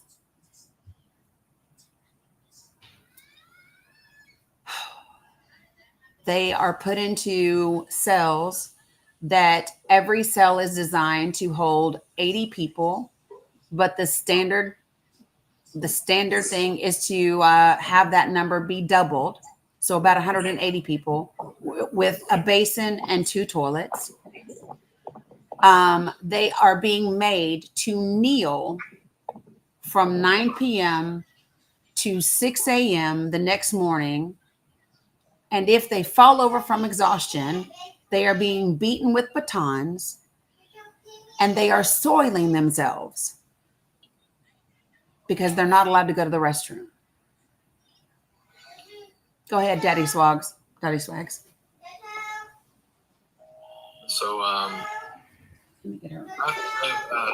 two things in particular I want to say. The first is I cannot comprehend and I do not understand why all of this information is so freely available, and yet at the same time people are still questioning these things. Yeah. Either that or just outright saying, no, that didn't happen. Right.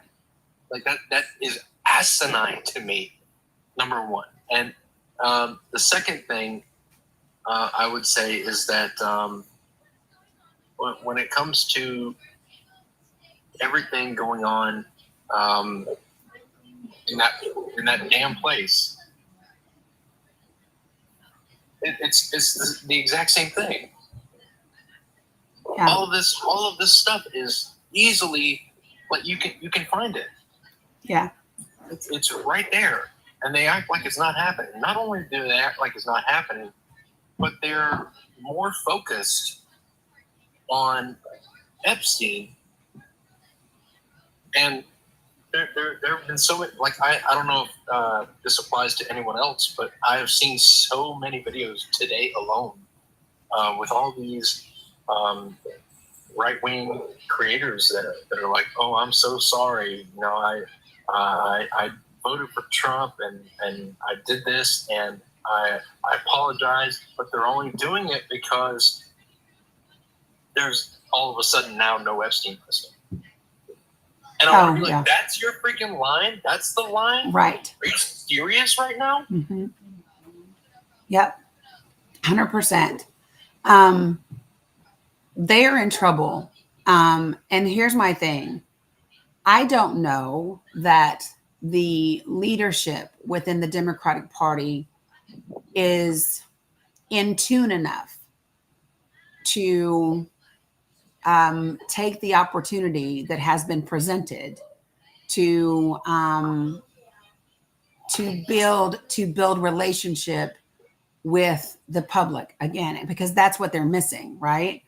And that is why we have to continue to do the work that we are doing, whether that is sharing all the info on TikTok, whether that is, you know, reposting things in our circles of influence, talking about people, making sure that people are aware of these things. That's what we have to do, because the media sucks. They're not doing it. And I'm not sure that the Democratic Party, how can I say this? I am tired of these clapback viral moments.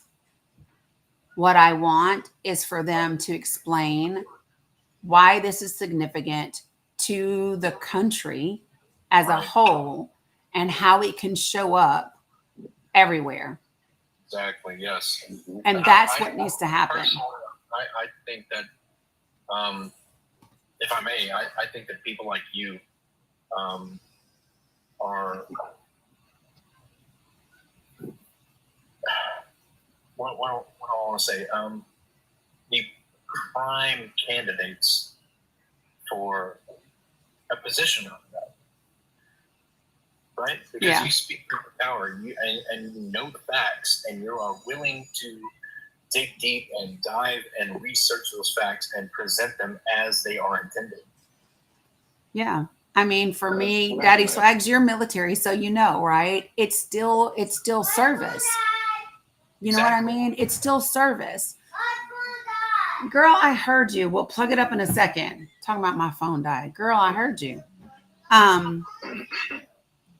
Because here's the thing. So I know y'all always hear my grandbabies around me, but they are a large part of, like, they remind me every day why it's so important for us to do this work. I think about the people that came before us, the sacrifices they made, their willingness to dig in and make it happen. And it reminds me, I don't have an excuse to be tired. Nobody is pouring a water hose on me today, right? Or, all right, sissy, or, throwing dogs on me. Mila, if you scream at me again, you're going to go on timeout. I got you, D. Okay, let me get her. Yes, I got you. Yeah. Yeah, but and that is the work. And I will say this, Swag. I will say that this information is readily available. Yeah. But there's some other elements that weren't in play before that I think this is a good thing. I think that this shows the courts, the federal judges, that maybe they need to be more aggressive and detailed because this exposes the people's character that they're dealing with, right? So now there has to be, like I keep going back to Boasberg. Boasberg did everything that they could do to make sure he gave them plenty of opportunity to do the right thing. He was probably sniffing it out. And now he's going to get, because you got to understand, all of these attorneys are going to be called in. They're going to be subpoenaed. They're going to be questioned. They're going to give statements. All of that still needs to happen legally. Yeah.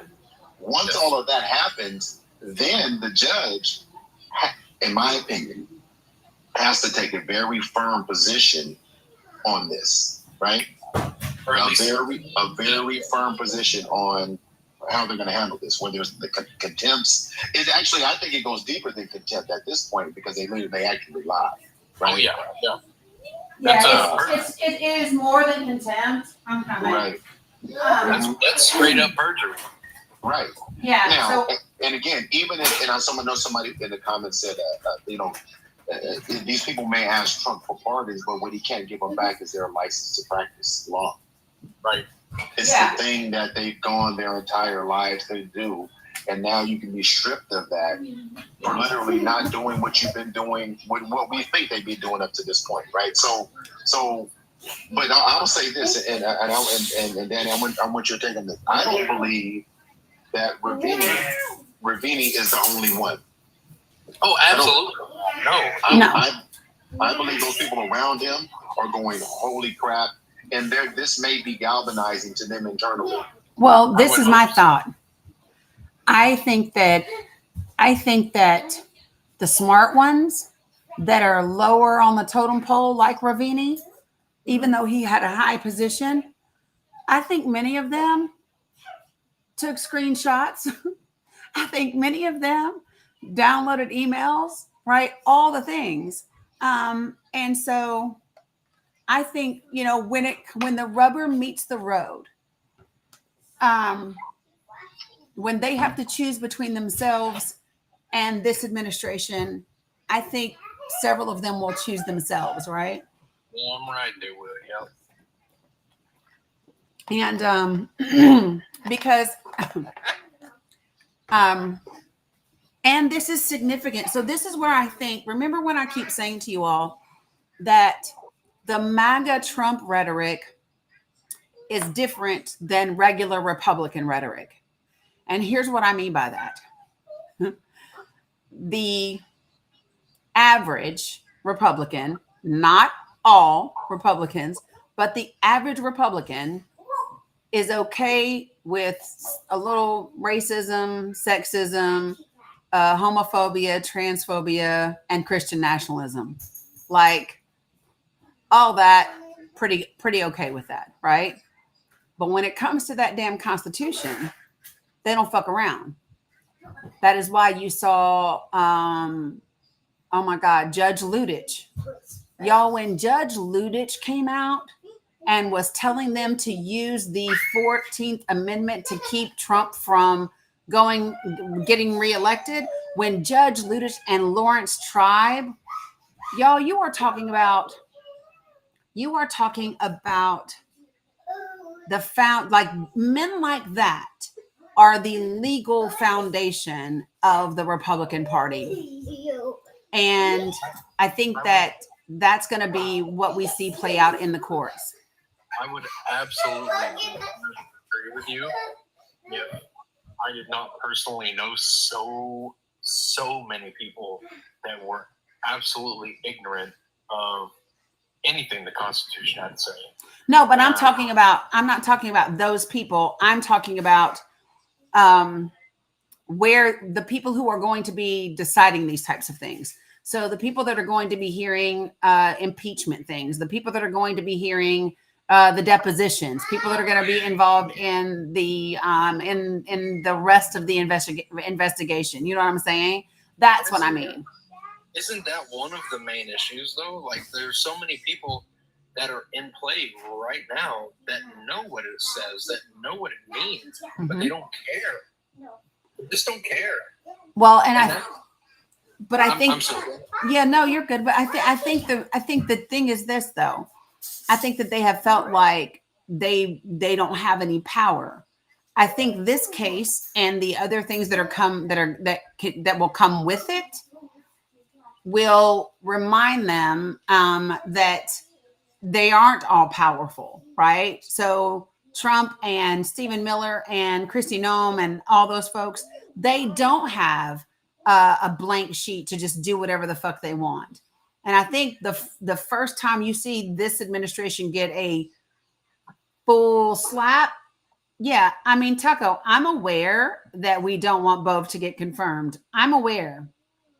I'm perfectly aware of that.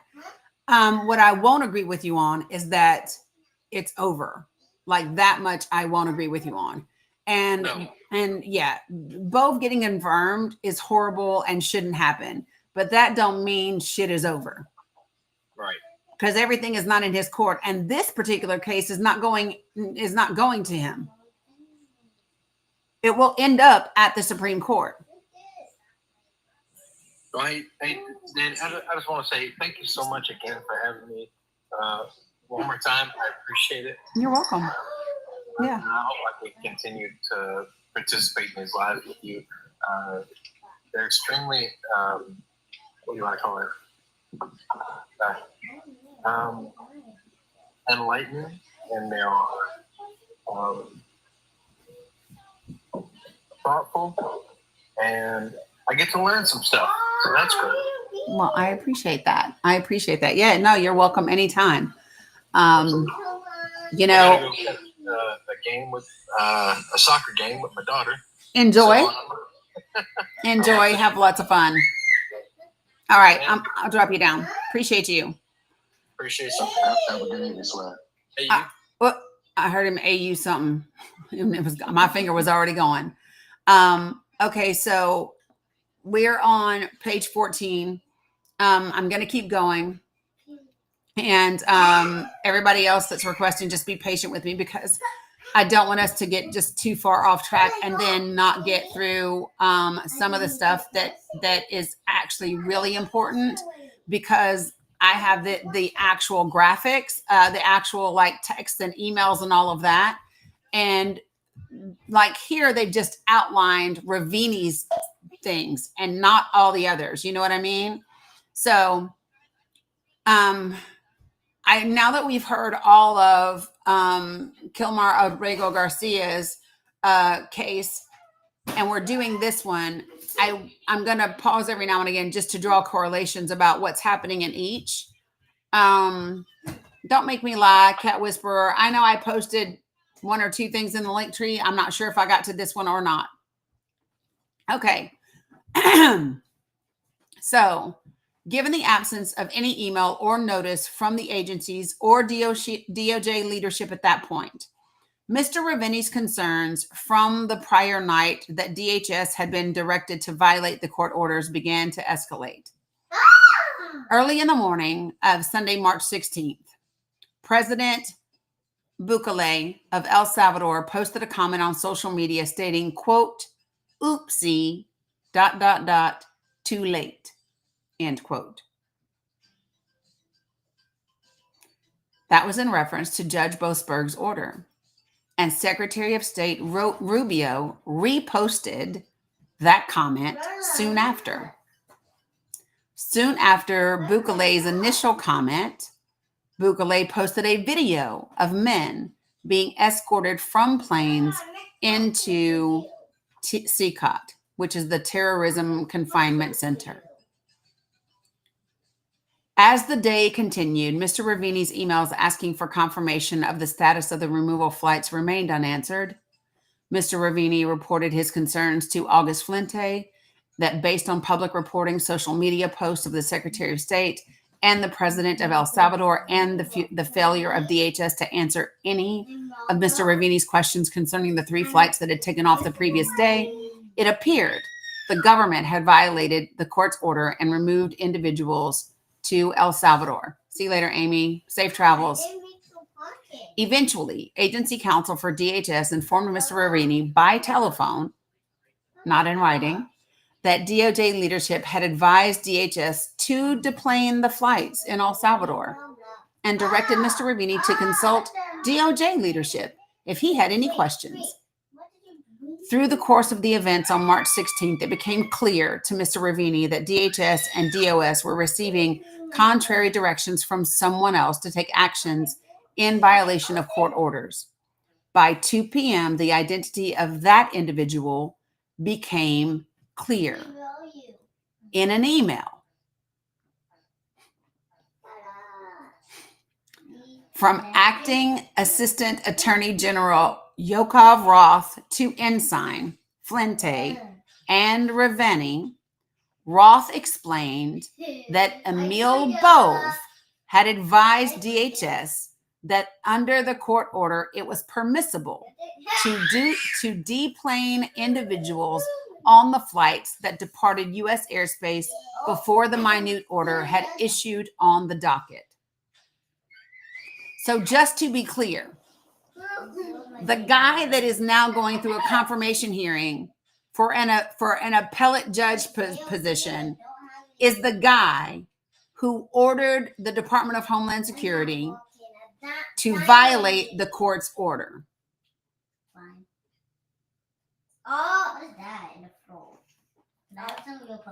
That afternoon, the Justice Department filed a notice indicating that defendants, quote, were promptly notified of the court's temporary restraining order issued in the morning and the 7:26 p.m. Eastern Time minute order that temporarily enjoined any removals pursuant to the president's presidential proclamation, end quote.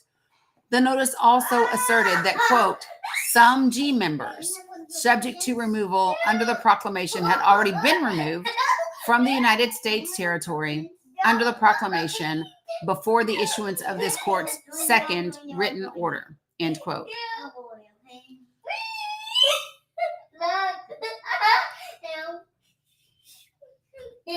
So I want you all to understand something. They did not have Title VIII final orders to be removed. They didn't have Title VIII final orders to be removed because they did not get due process. Hear me? Because they weren't given due process, they didn't even have an opportunity to get Title VIII final orders to be approved for deportation. By day's end, multiple media reports and postings from senior government officials in both the United States and El Salvador on social media, Gio, we don't speak what we don't want to happen, and confirmed that all individuals on 2 of the 3 planes that had taken off March 15 had been detained in the CCOT prison in El Salvador. The next hearing in the case occurred on Monday, March 17th, 2025. At some point prior to the March 17th hearing, Ensign informed Mr. Ravini that Ensign would not be handling the hearing, given concerns that the court would likely interrogate Ensign concerning the March 15th events. He said, nah, bro, I'm not going back in court.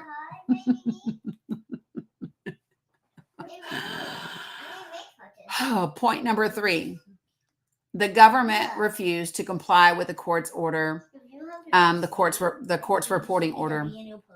On March 17th, the court held a hearing to determine whether the government complied with its order. The court issued a minute order demanding that the government, quote, state whether and in what form it would provide answers to the court's questions regarding the particulars of the flights, end quote. The order further stated that, quote, if the government takes the position that it will not provide that information to the court under any circumstances, it must support such position, including with classified authorities if necessary. See you later, PE. End quote. Following this order, Flente and Ensign told Mr. Ravini that leadership at DOJ were reporting, quote unquote, down the chain, that the government was not going to answer the court's questions about anything that happened before 7:26 p.m. on March 15th, and so not to provide information about when the flights took off.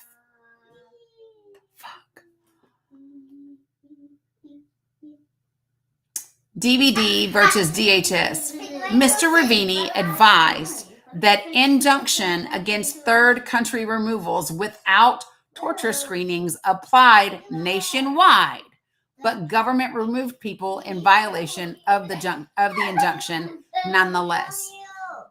So you remember how people were saying to me that Kilmar Abrego Garcia could be deported, just not back to El Salvador?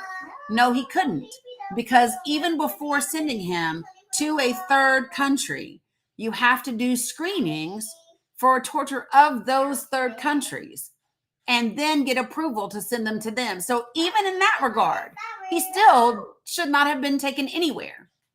Now, that's just the first case. The second case, in which Mr. Ravini exercised his right to make protected disclosures, unfolded over the weekend of March 28th through the 30th, 2025. DVD versus U.S. Department of Homeland Security, 25 CV 10676 in Massachusetts. This case involved allegations that the Department of Homeland Security had begun to remove individuals with final orders of removal to third countries without first ascertaining whether such individuals would be safe in those countries or potentially tortured as required by the CAT Act, which is the Convention Against Torture.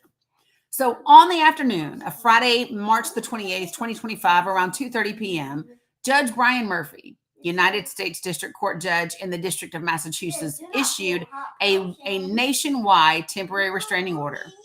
That order enjoined the government from removing the 3 named plaintiffs and, quote, any individual subject to a final order of removal from the United States to a third country, i.e., a country other than the country designated for removal in immigration proceedings, without providing the individual and their counsel, quote, with written notice of the third country to where they may be removed and, quote, a meaningful opportunity for that individual to submit an application for CAT protection to the immigration court.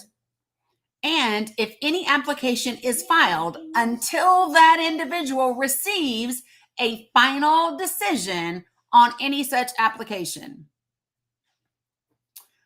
On Friday, March the 28th, senior leadership took the position that the injunction did not have nationwide applicability despite DOJ Oil's instruction.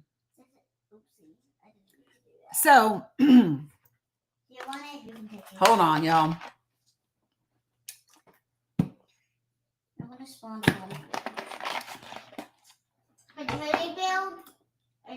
All right. So just so y'all get this. So DOJ leadership determined to seek an immediate appeal and stay of the order. The argument for the emergency stay in the appellate brief was that the TRO, which by its terms applied nationwide, was impermissible under the Immigration and Nationality Act, and in any event had to be limited to the named plaintiffs. Curiously, James McHenry, counselor to the Deputy Attorney General, directed through Ensign that afternoon that it was necessary to include a peculiar footnote with no context stating, quote, the operational effects of the order is ambiguous. Over the course of the afternoon and evening of Friday, March 28th, it became apparent why McHenry had insisted on including his odd footnote. First, Mr. Ravini learned that DHS was directed by someone within the administration unknown to Mr. Ravini. Learned that DHS was directed, that Mr. Ravini not to issue guidance to its officers concerning the fact and terms of the injunction. This was despite the fact that DHS agency counsel had drafted guidance concerning the injunction that noted the nationwide applicability of the TRO, which Mr. Ravini and others at Oil had agreed was appropriate. Mr. Ravini sent multiple emails to DHS counsel requesting updates regarding when the guidance would be disseminated. Multiple line attorneys at DHS alerted Mr. Ravini that the guidance was never distributed. Ensign eventually told Mr. Ravini that the Office of the Deputy Attorney General had directed a hold on dissemination of the guidance as they were reviewing it, an unusual but not unheard of review. On March 28th at 11:28 p.m., Mr. Ravini sent an email to DHS counsel noting that his understanding that the guidance had not been issued as Oil had advised and asking for confirmation whether anyone subject to the injunction was being staged for removal. Mr.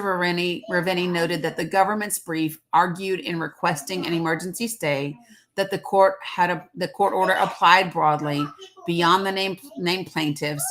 In response, at 12:34 a.m., senior counsel to the Secretary of Homeland Security, James Percival, responded for DHS that, quote, my take on these emails is that DOJ leadership and DOJ litigators don't agree on the strategy. Please keep DHS out of it. So let me tell you what Percival said. He said, listen, the litigators for the Department of Justice, like you, Mr. Ravini, are wanting us to disseminate information. However, Emil Bove and those folks above you are saying, put a hold on it. So it sounds like the Department of Justice isn't on the same page, and y'all need to get your shit together and leave the Department of Homeland Security out of it until y'all figure it out.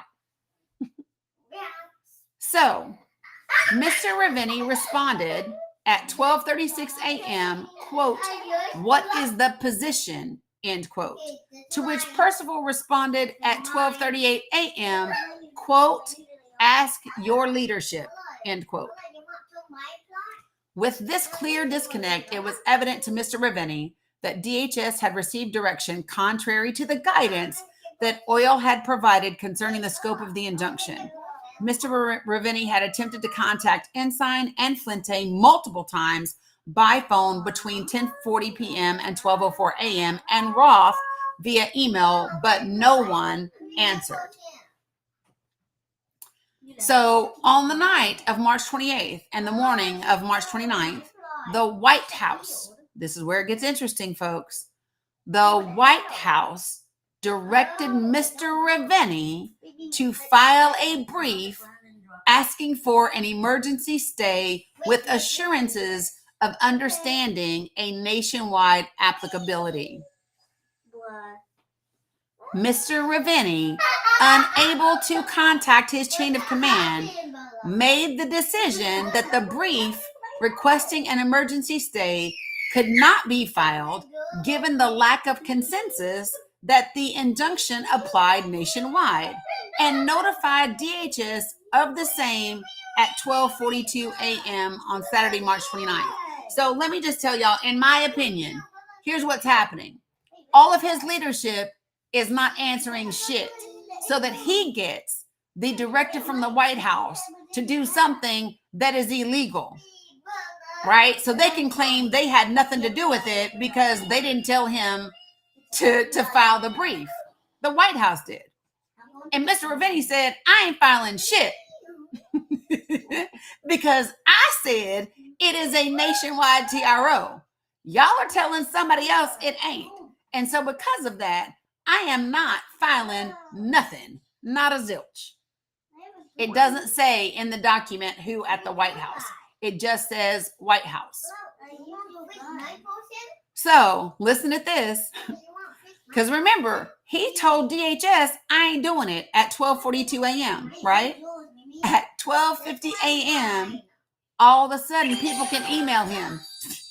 So remember, y'all, he been emailing all these people this whole time and ain't nobody responded.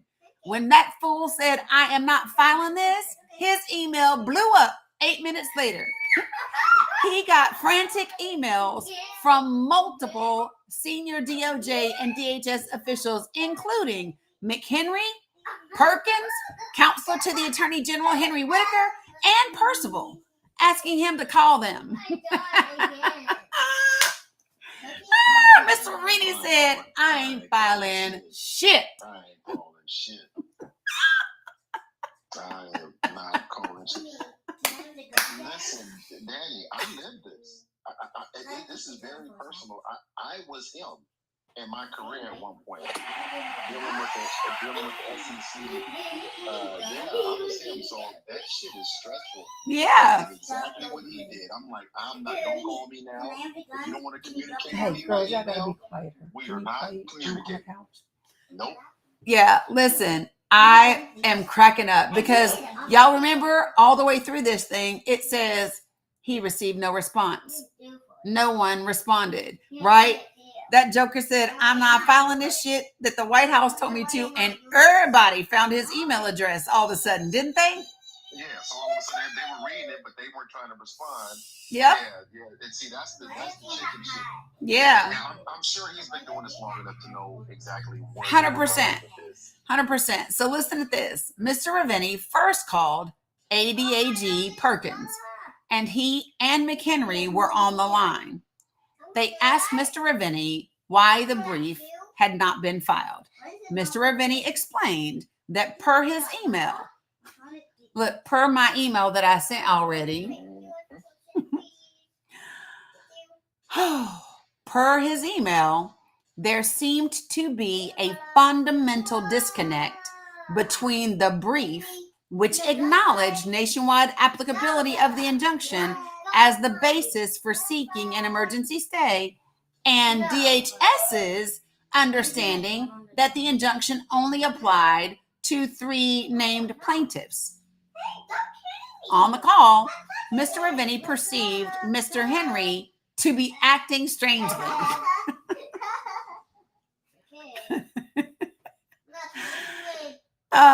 He said that McHenry was answering questions evasively and suggesting additional odd language to add to the brief. Neither Perkins nor McHenry confirmed whether ICE had even received the text of the injunction. The call ended when McHenry said that he and Perkins needed to make a call and would be back in touch. Around 1:18 a.m., Whitaker and Percival emailed Mr. Ravenny asking him to call them. Mr. Ravenny called Whitaker, who immediately patched in Percival. Similar to McHenry and Perkins, Whitaker and Percival asked Mr. Ravenny why the brief had not been filed. They stated that the White House wanted the brief filed by midnight. Mr. Ravenny stated that DHS seemed to be saying that DOJ leadership was giving them guidance contrary to that provided by OIL, which is his department. He explained that the brief acknowledged the injunction applied nationwide, but DHS's position was that it only applied to the 3 named plaintiffs. Mr. Ravenny explained to Whitaker and Percival that if the brief were filed acknowledging nationwide applicability of the injunction, that would be the official position of the United States. If there were also removal flights planned for that weekend, they would have to be consistent with this injunction or risk contempt of court. If removals inconsistent with the injunction were effectuated nonetheless, the government would have to withdraw or modify its brief and notify the court. Mr. Ravenny also shared his understanding that no guidance had been disseminated to DHS regarding the position in the brief. Mr. Ravenny asked Whitaker and Percival if they agreed that the injunction required national applicability. Percival hurriedly responded, "Yeah, sure." And Whitaker said, "Hey, yeah, buddy." Still concerned, but relying on the assurances from Whitaker and Percival that they agreed the injunction applied to more than the 3 named plaintiffs, Mr. Ravenny directed his staff to file the brief. Later that day, Mr. Ravenny learned with certainty that DHS had never disseminated the injunction or guidance about its applicability within the agency. Saturday, March the 29th, gag order instructed Mr. Ravenny to stop asking about injunction compliance guidance. So on the morning of March 29th, Mr. Ravenny learned that individuals were again being staged in Texas by the Department of Homeland Security, possibly for removal. Against that backdrop, Mr. Ravenny heard from DHS that DHS was again working on disseminating guidance to ICE. Girls, not so loud. Relieved, Mr. Ravenny briefly turned to other matters. However, by early afternoon, it again became clear no guidance would be forthcoming. Mr. Ravenny heard from agency counsel that no guidance had been disseminated and instead was stuck somewhere within DHS. That meant no field officer at ICE involved in deportations had yet been told how to conduct their operations consistent with the injunction and how to ensure that persons removed to third countries were given notice of their right to alert the government to claims of torture in those countries. Mr. Ravenny called DHS agency counsel around 3:20 p.m. and confirmed directly that no guidance had been issued. He immediately sent an email to DHS agency counsel, in addition to Percival and the acting general counsel for DHS, Mazzara, again requesting an update on the status of guidance. Separately, stop. It doesn't matter that she left the game, Mila, and you don't have to scream about it. Separately, Mr. Ravenny, do you want me to take it? Hey, look at me. Girl, I'm not impressed. Well, I'm telling you, yell one more time. So separately, Mr. Ravenny contacted Ensign by phone, who informed him that the head of ICE enforcement and removal operations had been given verbal notice of the injunction, but again, no written guidance had been disseminated to the agency. Sometime after this call, during the mid to late afternoon, Ensign informed Mr. Ravenny by phone that it would be advisable to stop sending emails with many recipients, including Percival, concerning the injunction compliance guidance. They said, stop with the paper trail, bruh. Stop putting my name on shit. Sunday, March 20th, Mr. Ravini reported a possible violation of injunction. Right, he said, I'm CCing everybody. So on the morning of Sunday, March 30th, despite Ensign's instruction to stop email correspondence on the matter, Mr. Ravini again emailed DHS to ask if any guidance on the injunction had been disseminated. Mr. Ravini continued to press on the matter pursuant to his job responsibilities to ensure quick dissemination of guidance instructing injunction compliance, his ethical duties, and his role as an officer of the court. Thereafter, Mr. Ravini spoke twice with Ensign on the phone between approximately 11 a.m. and noon, during which time Mr. Ensign told Mr. Ravini that, quote unquote, leadership had concluded and directed that no injunction compliance guidance would be issued. Ensign also again told Mr. Ravini that he should no longer contact DHS asking about guidance. Mr. Ravini informed Ensign that plaintiff's counsel had notified oil attorneys that their class member clients were being or had been prepared for removal, and without further information, this appeared to be a violation of the injunction.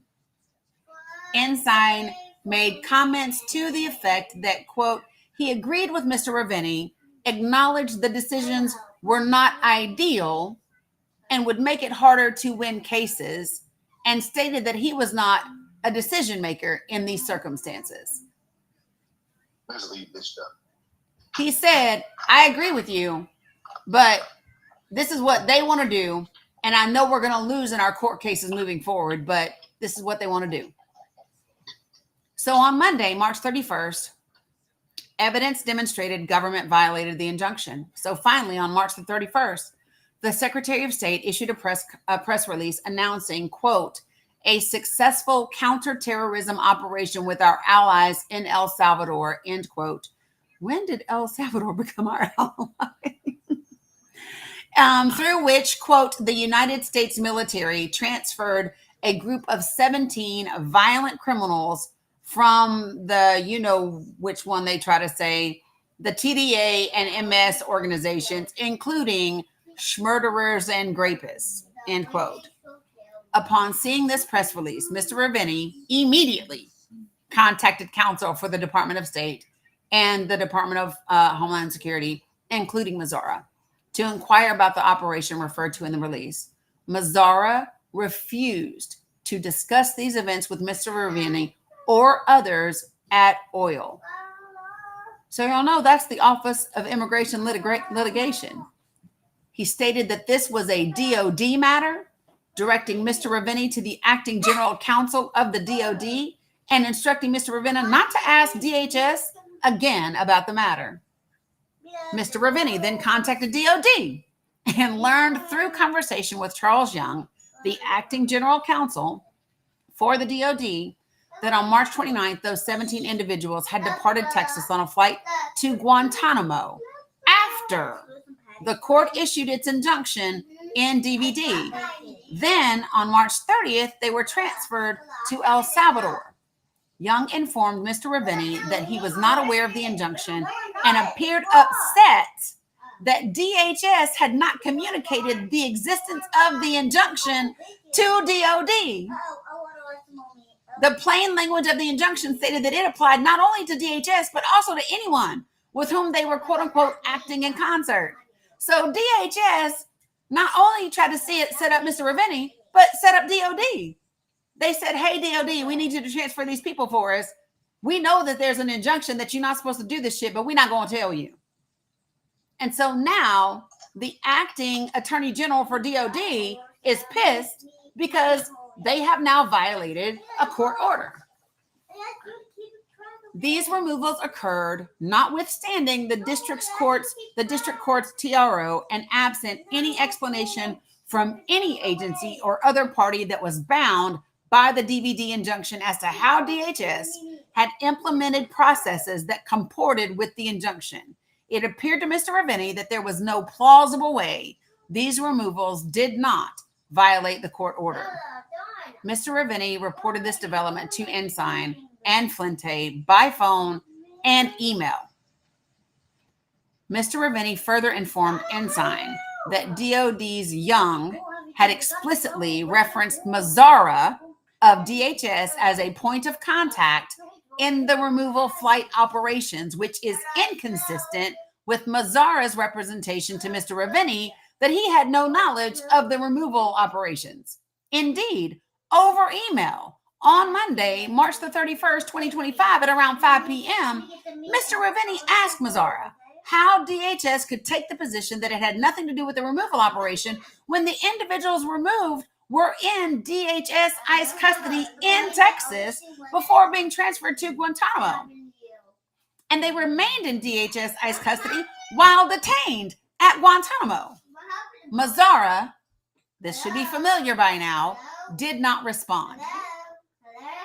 During the same time, Department of State attorneys expressed dismay to Mr. Ravenny at the removal operation as it clearly appeared to violate the DVD injunction. So as with DOD, DOS was bound by the injunction as the plain language of the order stated that it applied to all with whom DHS operated in quote-unquote concert with. And Secretary Rubio's social media post suggested the Department of State had violated that injunction through its participation in the removals. For fuck's sake. We're almost done, y'all. I think. Because I think the rest of it are the exhibits. But listen. So it says, on April 1st, you know this fool wishes this was April Fool's Day, don't you? But on April 1st, Mr. Ravenny was again told to stop asking questions.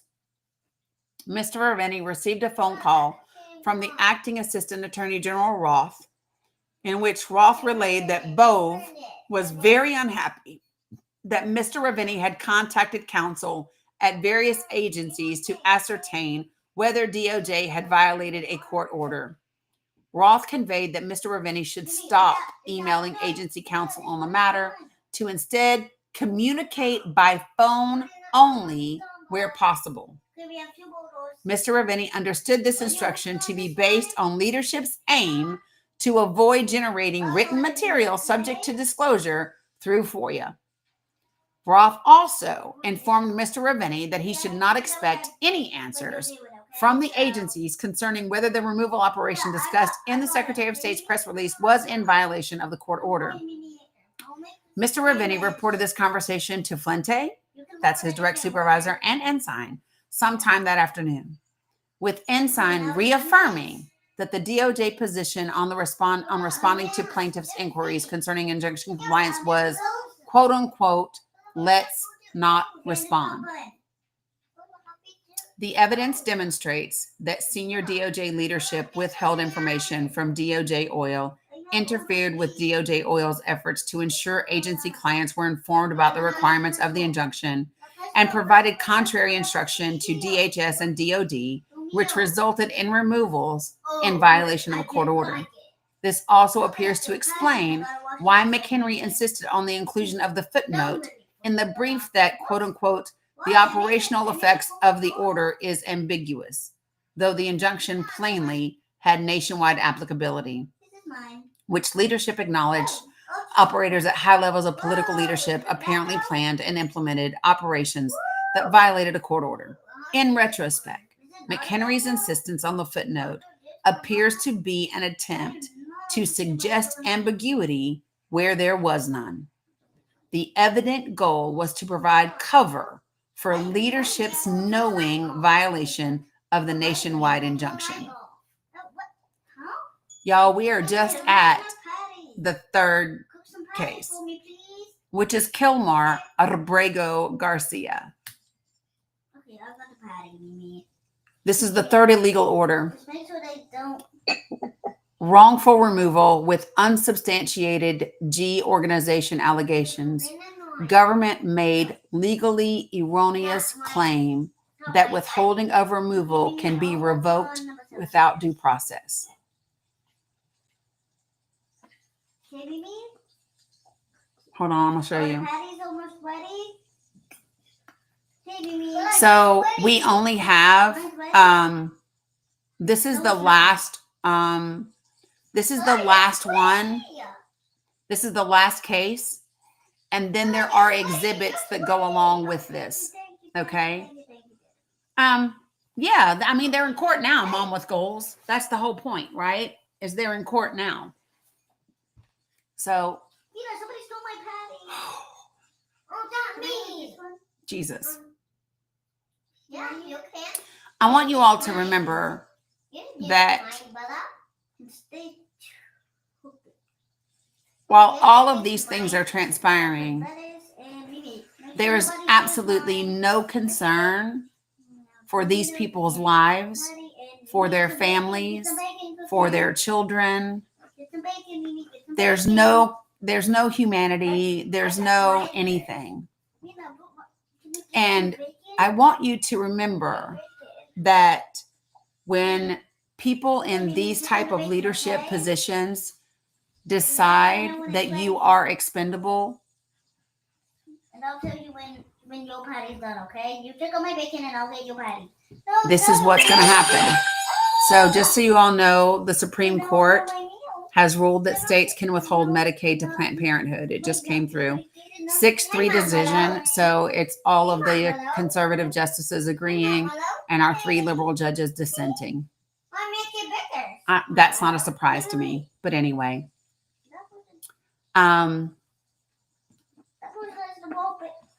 Here we go. The third illegal order arose in connection with Abrego Garcia versus Nome. Not so loud, babies. On March the 15th, 2025, as part of the Alien Enemies Act operation described above, DHS removed a Maryland resident, Mr. Kilmar Abrego Garcia, to the CCOT prison in El Salvador without lawful basis. On March 24th, 2025, Mr. Abrego Garcia's attorneys filed a complaint in the United States District Court for the District of Maryland alleging this removal was in violation of an October 10th.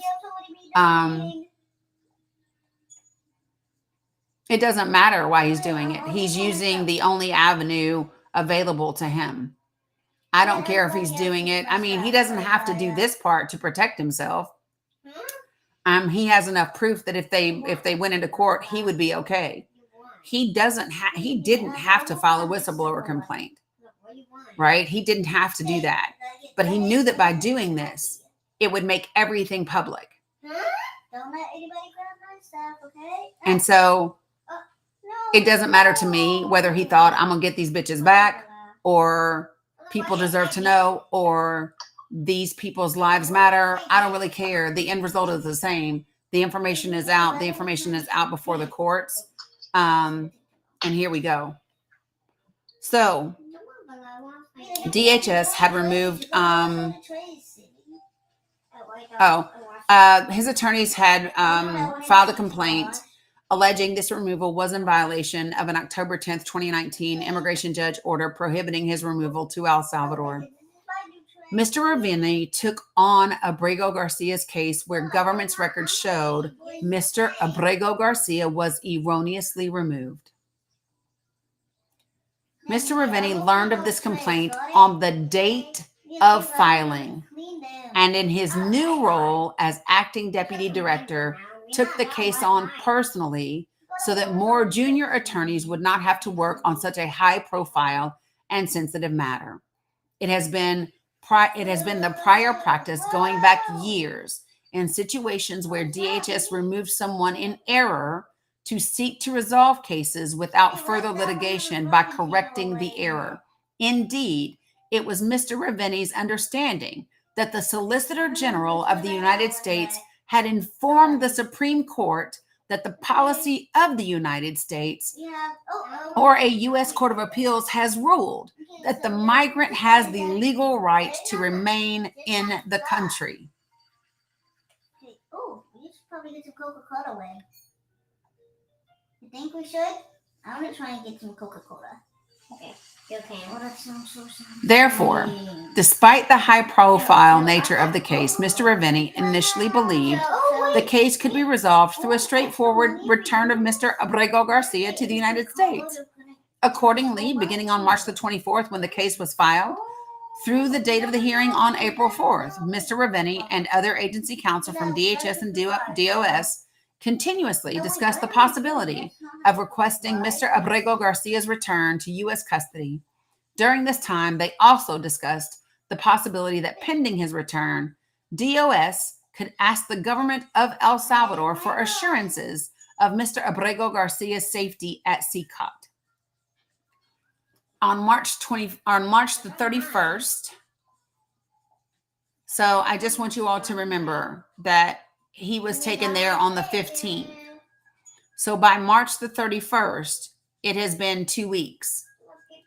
In those 2 weeks, Kilmar Abrego Garcia has lost 31 pounds.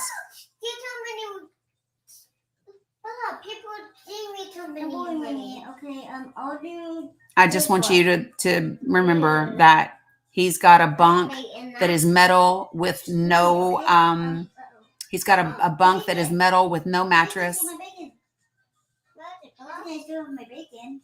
He's in a room where the lights are kept on bright all day and all night. He's in a cell with no windows, no air conditioning, 23 and a half hours a day. The thought of unaliving has to be crossing his mind every second that he's there. Yep, right, Aline, and the others are still there. So, on March the 31st, 2025, senior counsel to the Secretary of Homeland Security, James Percival, asked whether the government could allege that Mr. Abrego Garcia was, quote unquote, a leader of the MS organization without evidence to support the allegation. Okay. Good.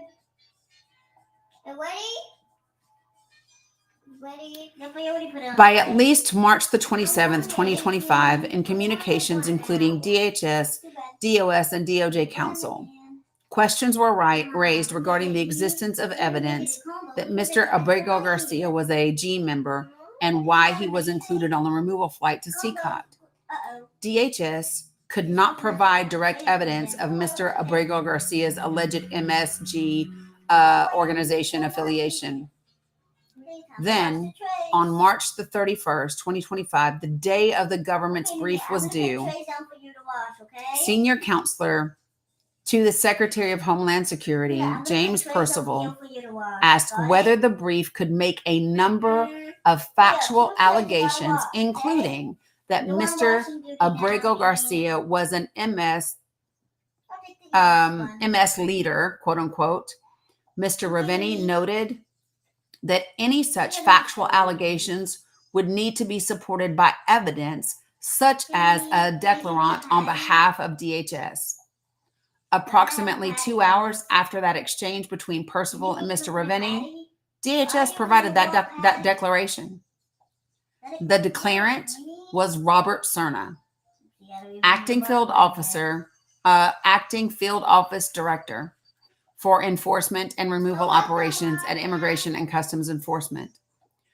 Through Cerna's declaration, DHS conceded that because Mr. Abrego Garcia had obtained, quote unquote, withholding of removal protection, DHS had no legal authority to remove him to his home country of El Salvador. Nevertheless, Mr. Abrego Garcia was, according to Cerna, placed on a plane to El Salvador. Cerna stated that, quote, ICE was aware of this grant of withholding of removal at the time, Abrego Garcia's removal from the United States, and that, quote, reference was made to this status on internal forms. But yet, quote, through administrative error, Abrego Garcia was removed from the United States to El Salvador.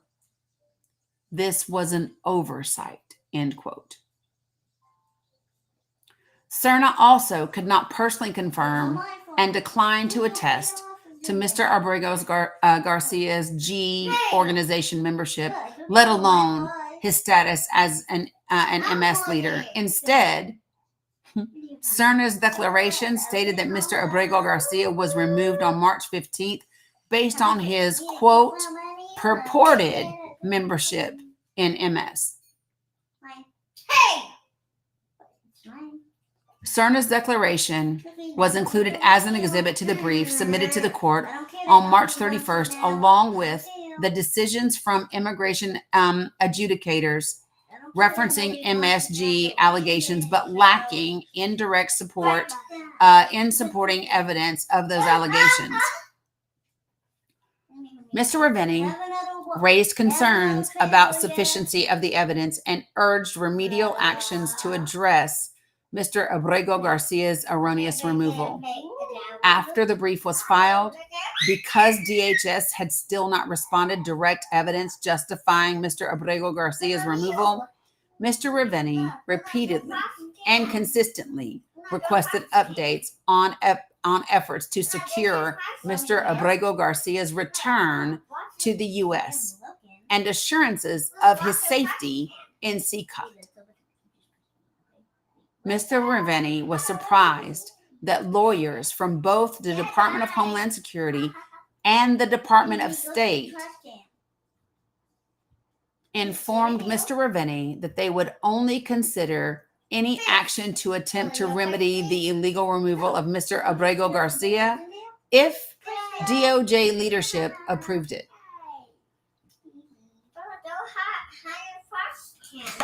DOJ leadership never did. Instead, on several occasions on April 2nd and 3rd, through both phone calls and email, Mr. Ravenni was directed by McHenry through Roth and Ensign to cease making requests of DHS and DOS to stop asking for facts supporting any possible defense of the case, that no quote-unquote asks of El Salvador of any sort should be made, and to rest on threshold jurisdictional arguments at the hearing. Girls, not so loud.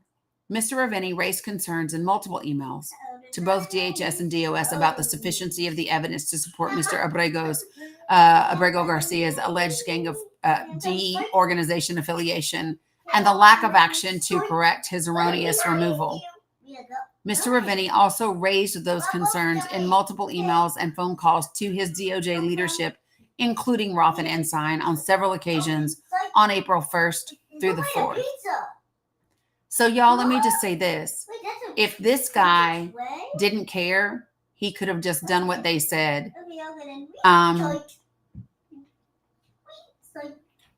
Or he could have just, he could have let somebody else take this case. Or simply stopped asking. After Mr. Ravenni repeated in court, per the record, the government's concession that Mr. Abrego Garcia was erroneously removed, Ensign asked Mr. Ravenni for the first time why he did not argue that Mr. Abrego Garcia was a terrorist. So now they want to know why he didn't argue that Abrego Garcia was a terrorist. That's where they've gone now. Why he didn't lie on top of their lie? Yes. Listen, these people ain't shit. Why didn't you lie? They're angry because he did his job. You know what, Dani? You said something earlier. I don't want to stop you. You're flow. You're in a good flow. But you said as an officer of the court. Yes.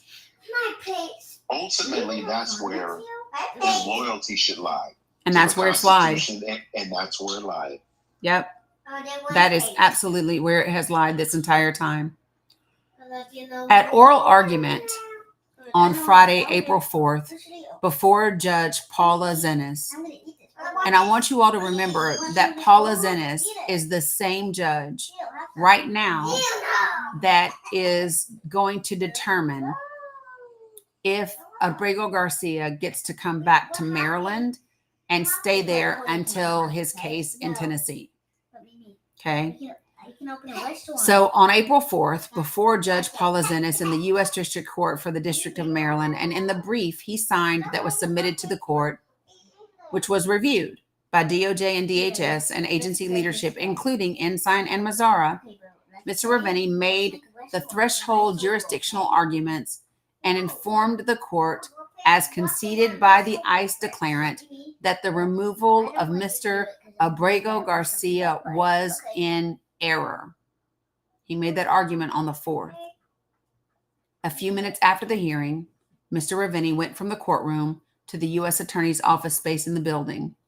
The press had been present at the hearing, and by the time he was leaving the courtroom, Mr. Ravenny had already received multiple text messages sharing news headlines about his statements to the court. Mr. Ravenny had also received an email from Ensign directing Mr. Ravenny to call him, which Mr. Ravenny did. On that call, Mr. Ravenny asked him for the first time why he had not argued that Mr. Abrego Garcia was a terrorist and that therefore his withholding of removal order was invalid. Mr. Ravenny told Ensign words to the effect of, quote, "I understand you've seen the headlines, but read the transcript. I did not say the things the headlines say that I said," end quote. Ensign asked Mr. Ravenny why he did not argue that Mr. Abrego Garcia was a member of a T organization, or that being a member of such organization meant that his protection from removal to El Salvador was nullified. Mr. Ravenny told Ensign he did not make those arguments because, one, those were not arguments in the government's briefs, which Ensign had reviewed, and two, there was no evidence in the record to support the arguments, and three, the laws governing withholding of removal do not support a theory that declaring someone a member of a T organization retroactively nullifies a grant of withholding relief. Ensign had little reaction, but called again a few minutes later, asking similar questions and informing Mr. Ravenny that these inquiries were prompted by the White House. Mr. Ravenny again repeated the same concerns he had on the first call. Indeed, in order to revoke a grant of withholding of removal, binding federal regulations require the government to move to reopen his removal proceedings in the United States and make an affirmative showing that the withholding grant is no longer warranted. Further, the only evidence submitted by DHS at the time of the filing of the government's brief and by the date of the oral arguments, the CERNA declaration, did not support a T designation, given CERNA's equivocation on Mr. Abrego Garcia's alleged G membership in the absence of any other supporting evidence. That same afternoon of Friday, April 4th, Roth circulated an outline of an appeal brief to multiple attorneys, including Mr. Ravenny. Mr. Ravenny understood that his name would appear on this brief. Mr. Ravenny responded to that email, including Roth and others, with the same points he had told Ensign on their phone call. Additionally, he noted that because the government had not argued that Mr. Abrego Garcia was a member of a T organization to the court in the brief DOJ and agency leadership cleared for filing, it could not do so on appeal for the first time. That evening, Mr. Ravini received an email with a draft brief that made the same legal arguments to which Mr. Ravini had consistently objected. Mr. Ravini responded, saying that the draft brief still contained the arguments discussed earlier that were not supported by law or the record. Then later that night, the appeal brief was again circulated. This time, the same arguments Mr. Ravini had objected to were removed to a they were moved, but to a different section of the brief. They literally thought that if they just moved them from the one section where they had been to a different section, his ass wouldn't notice. So early, well, so let me tell you, that's what they did. So listen, it says this time the same arguments Mr. Ravini had objected to were moved to a different section of the brief. Mr. Ravini emailed Flinte and said that he could not sign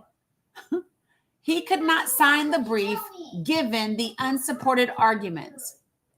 Early the morning of Saturday, April 5th, Flinte emailed Mr. Ravini and asked him to call him. Mr. Ravini and Flinte had a phone call around 1:20 a.m. in which Mr. Ravini again repeated the same objections he had made previously. Flinte told Mr. Ravini that he should sign the brief and that he had signed up for the responsibility to do so when he accepted the deputy position. Mr. Ravini responded, quote unquote, "I didn't sign up to lie."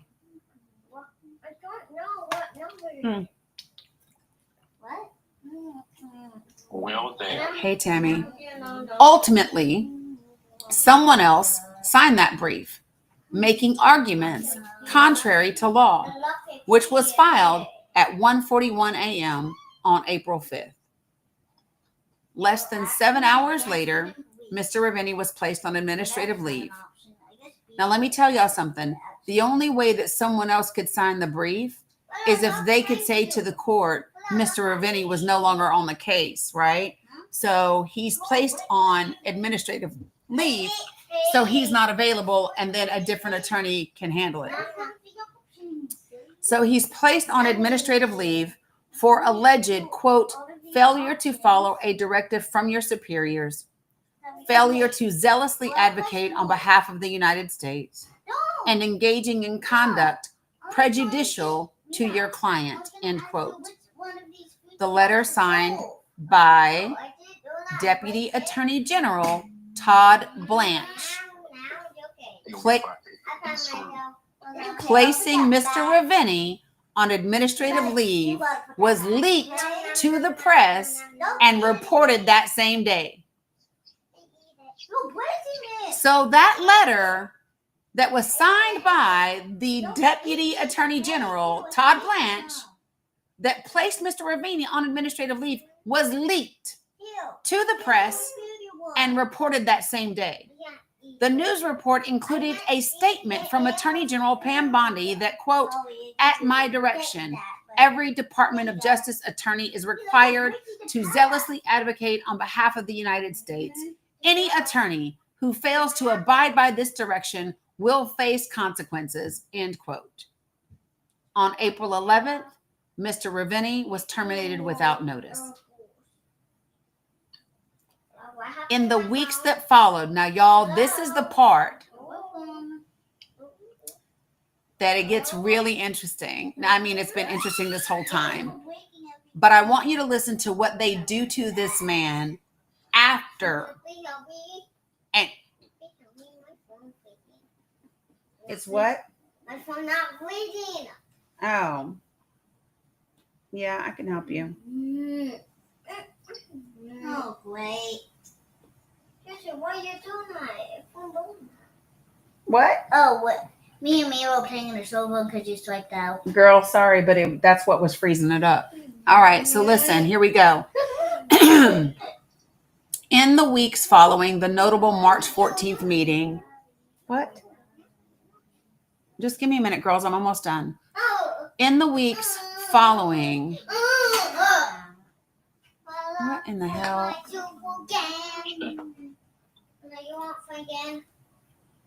Okay, I don't got to answer that right now.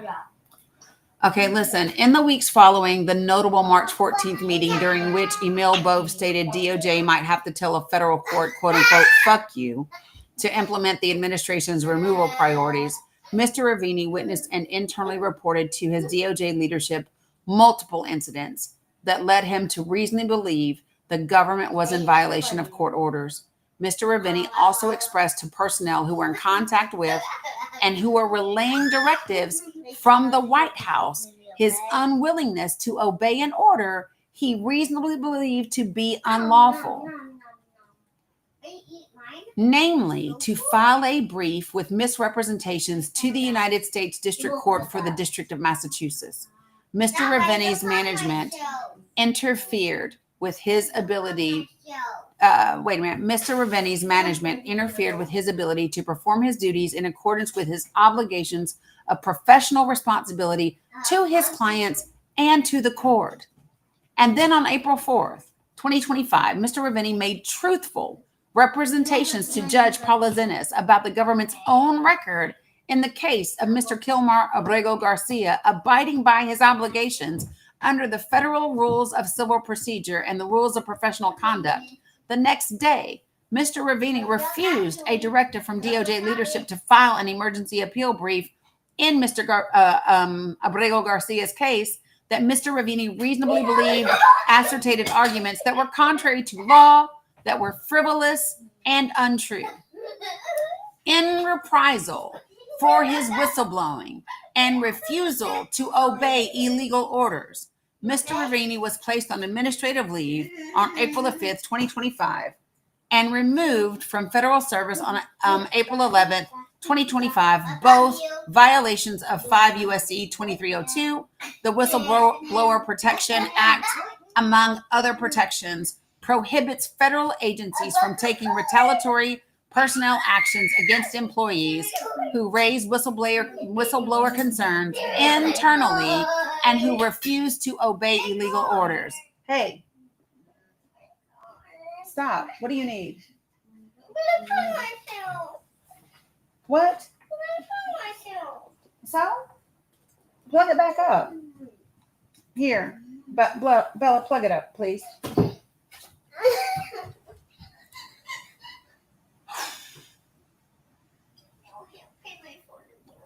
Instead, Mr. Ravini will continue to tell the truth in defense of the rule of law. Mr. Ravini both exercises his rights to make protected whistleblower disclosures and seeks a remedy for DOJ's due process violation in terminating him without notice.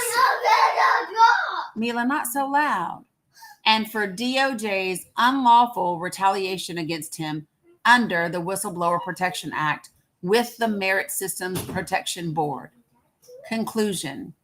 Mr. Ravini refuses to stay silent despite the retaliation he has already faced and the serious risk of additional retaliation for his choice to continue to exercise his rights by disclosing to Congress, the DOJ Inspector General, and the Office of Special Counsel information about senior DOJ and White House leadership's intent and action to defy the rule of law.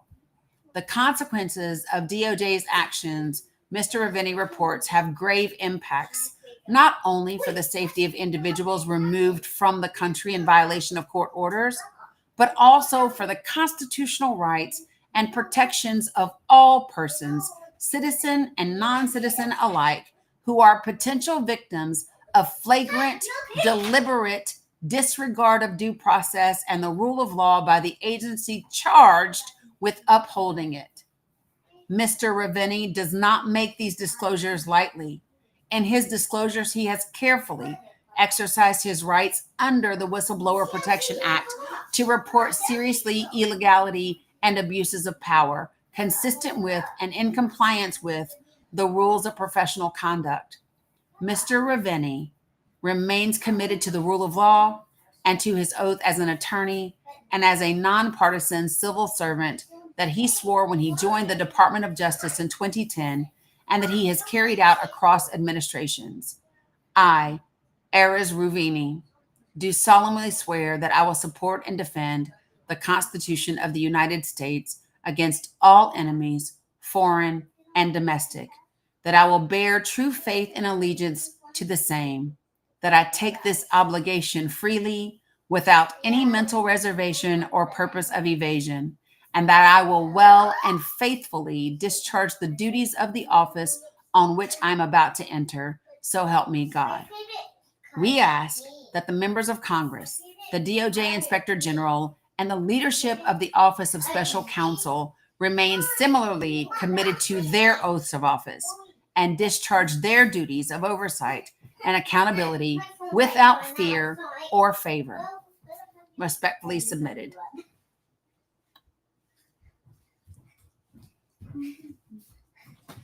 When I'm going to put this in the link tree, all of the exhibits are here.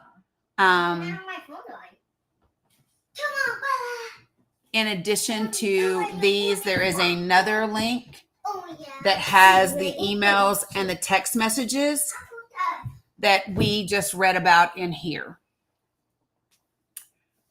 I will tell you all that,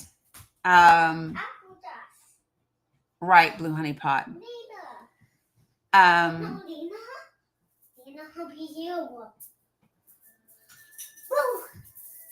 It's been a long time since I've read that oath that I took, as a soldier.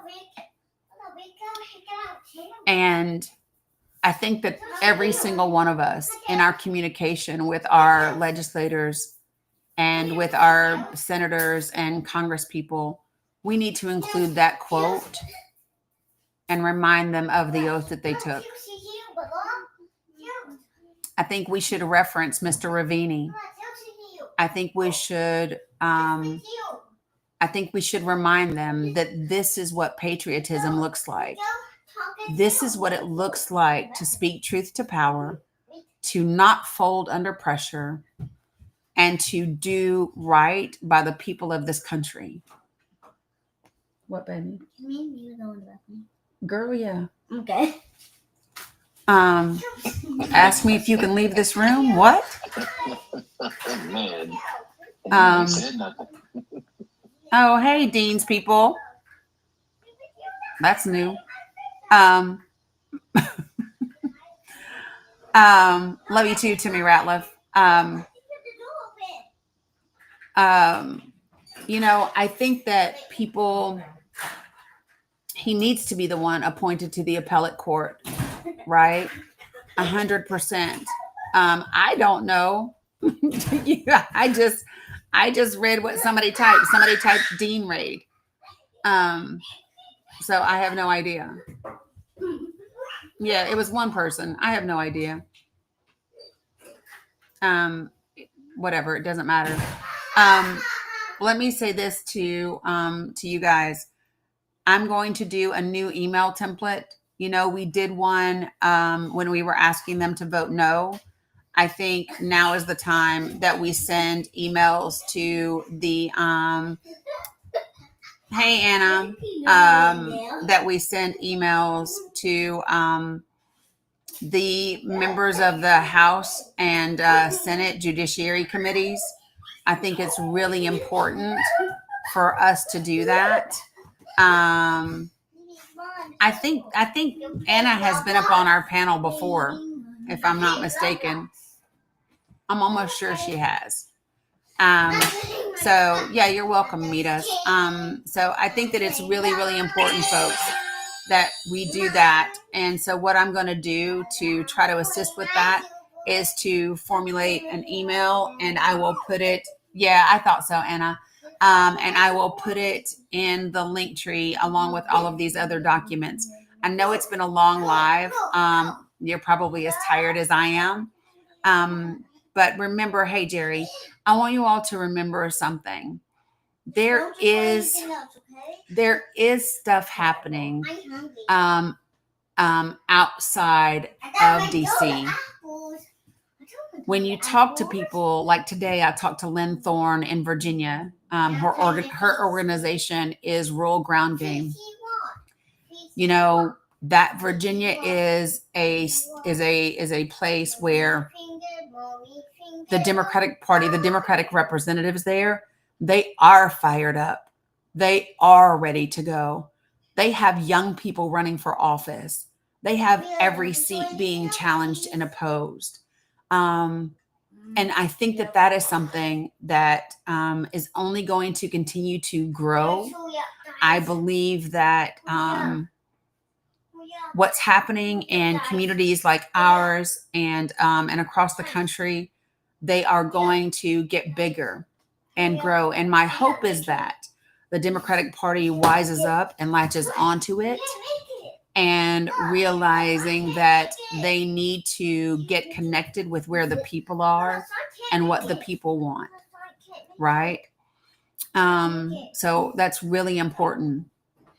So just a reminder for that. A serious reminder. I will do that template email and put it in there for tomorrow.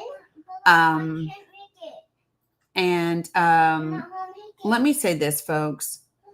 We are not going to lose this country. We're not. It's not happening. What you have to ask yourself is, what are you ready to do? What are you willing to do? How much time are you willing to spend? How many phone calls are you willing to make? Right? How many yard signs? How many protests? How many all of things? Who's willing to run for office? Right? Because that's necessary. That is necessary. And so just letting you know that those are the questions that you have to ask yourself. I mean, I'm so focused right now. I'm like, dear God, if it gets down to it, would I? Of course I know, but I also know that we're not going to lose the country. Oh, what's your name? I'm Sonic. Yeah.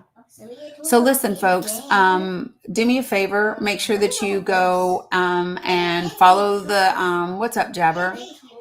Right, National Popular Vote Compact.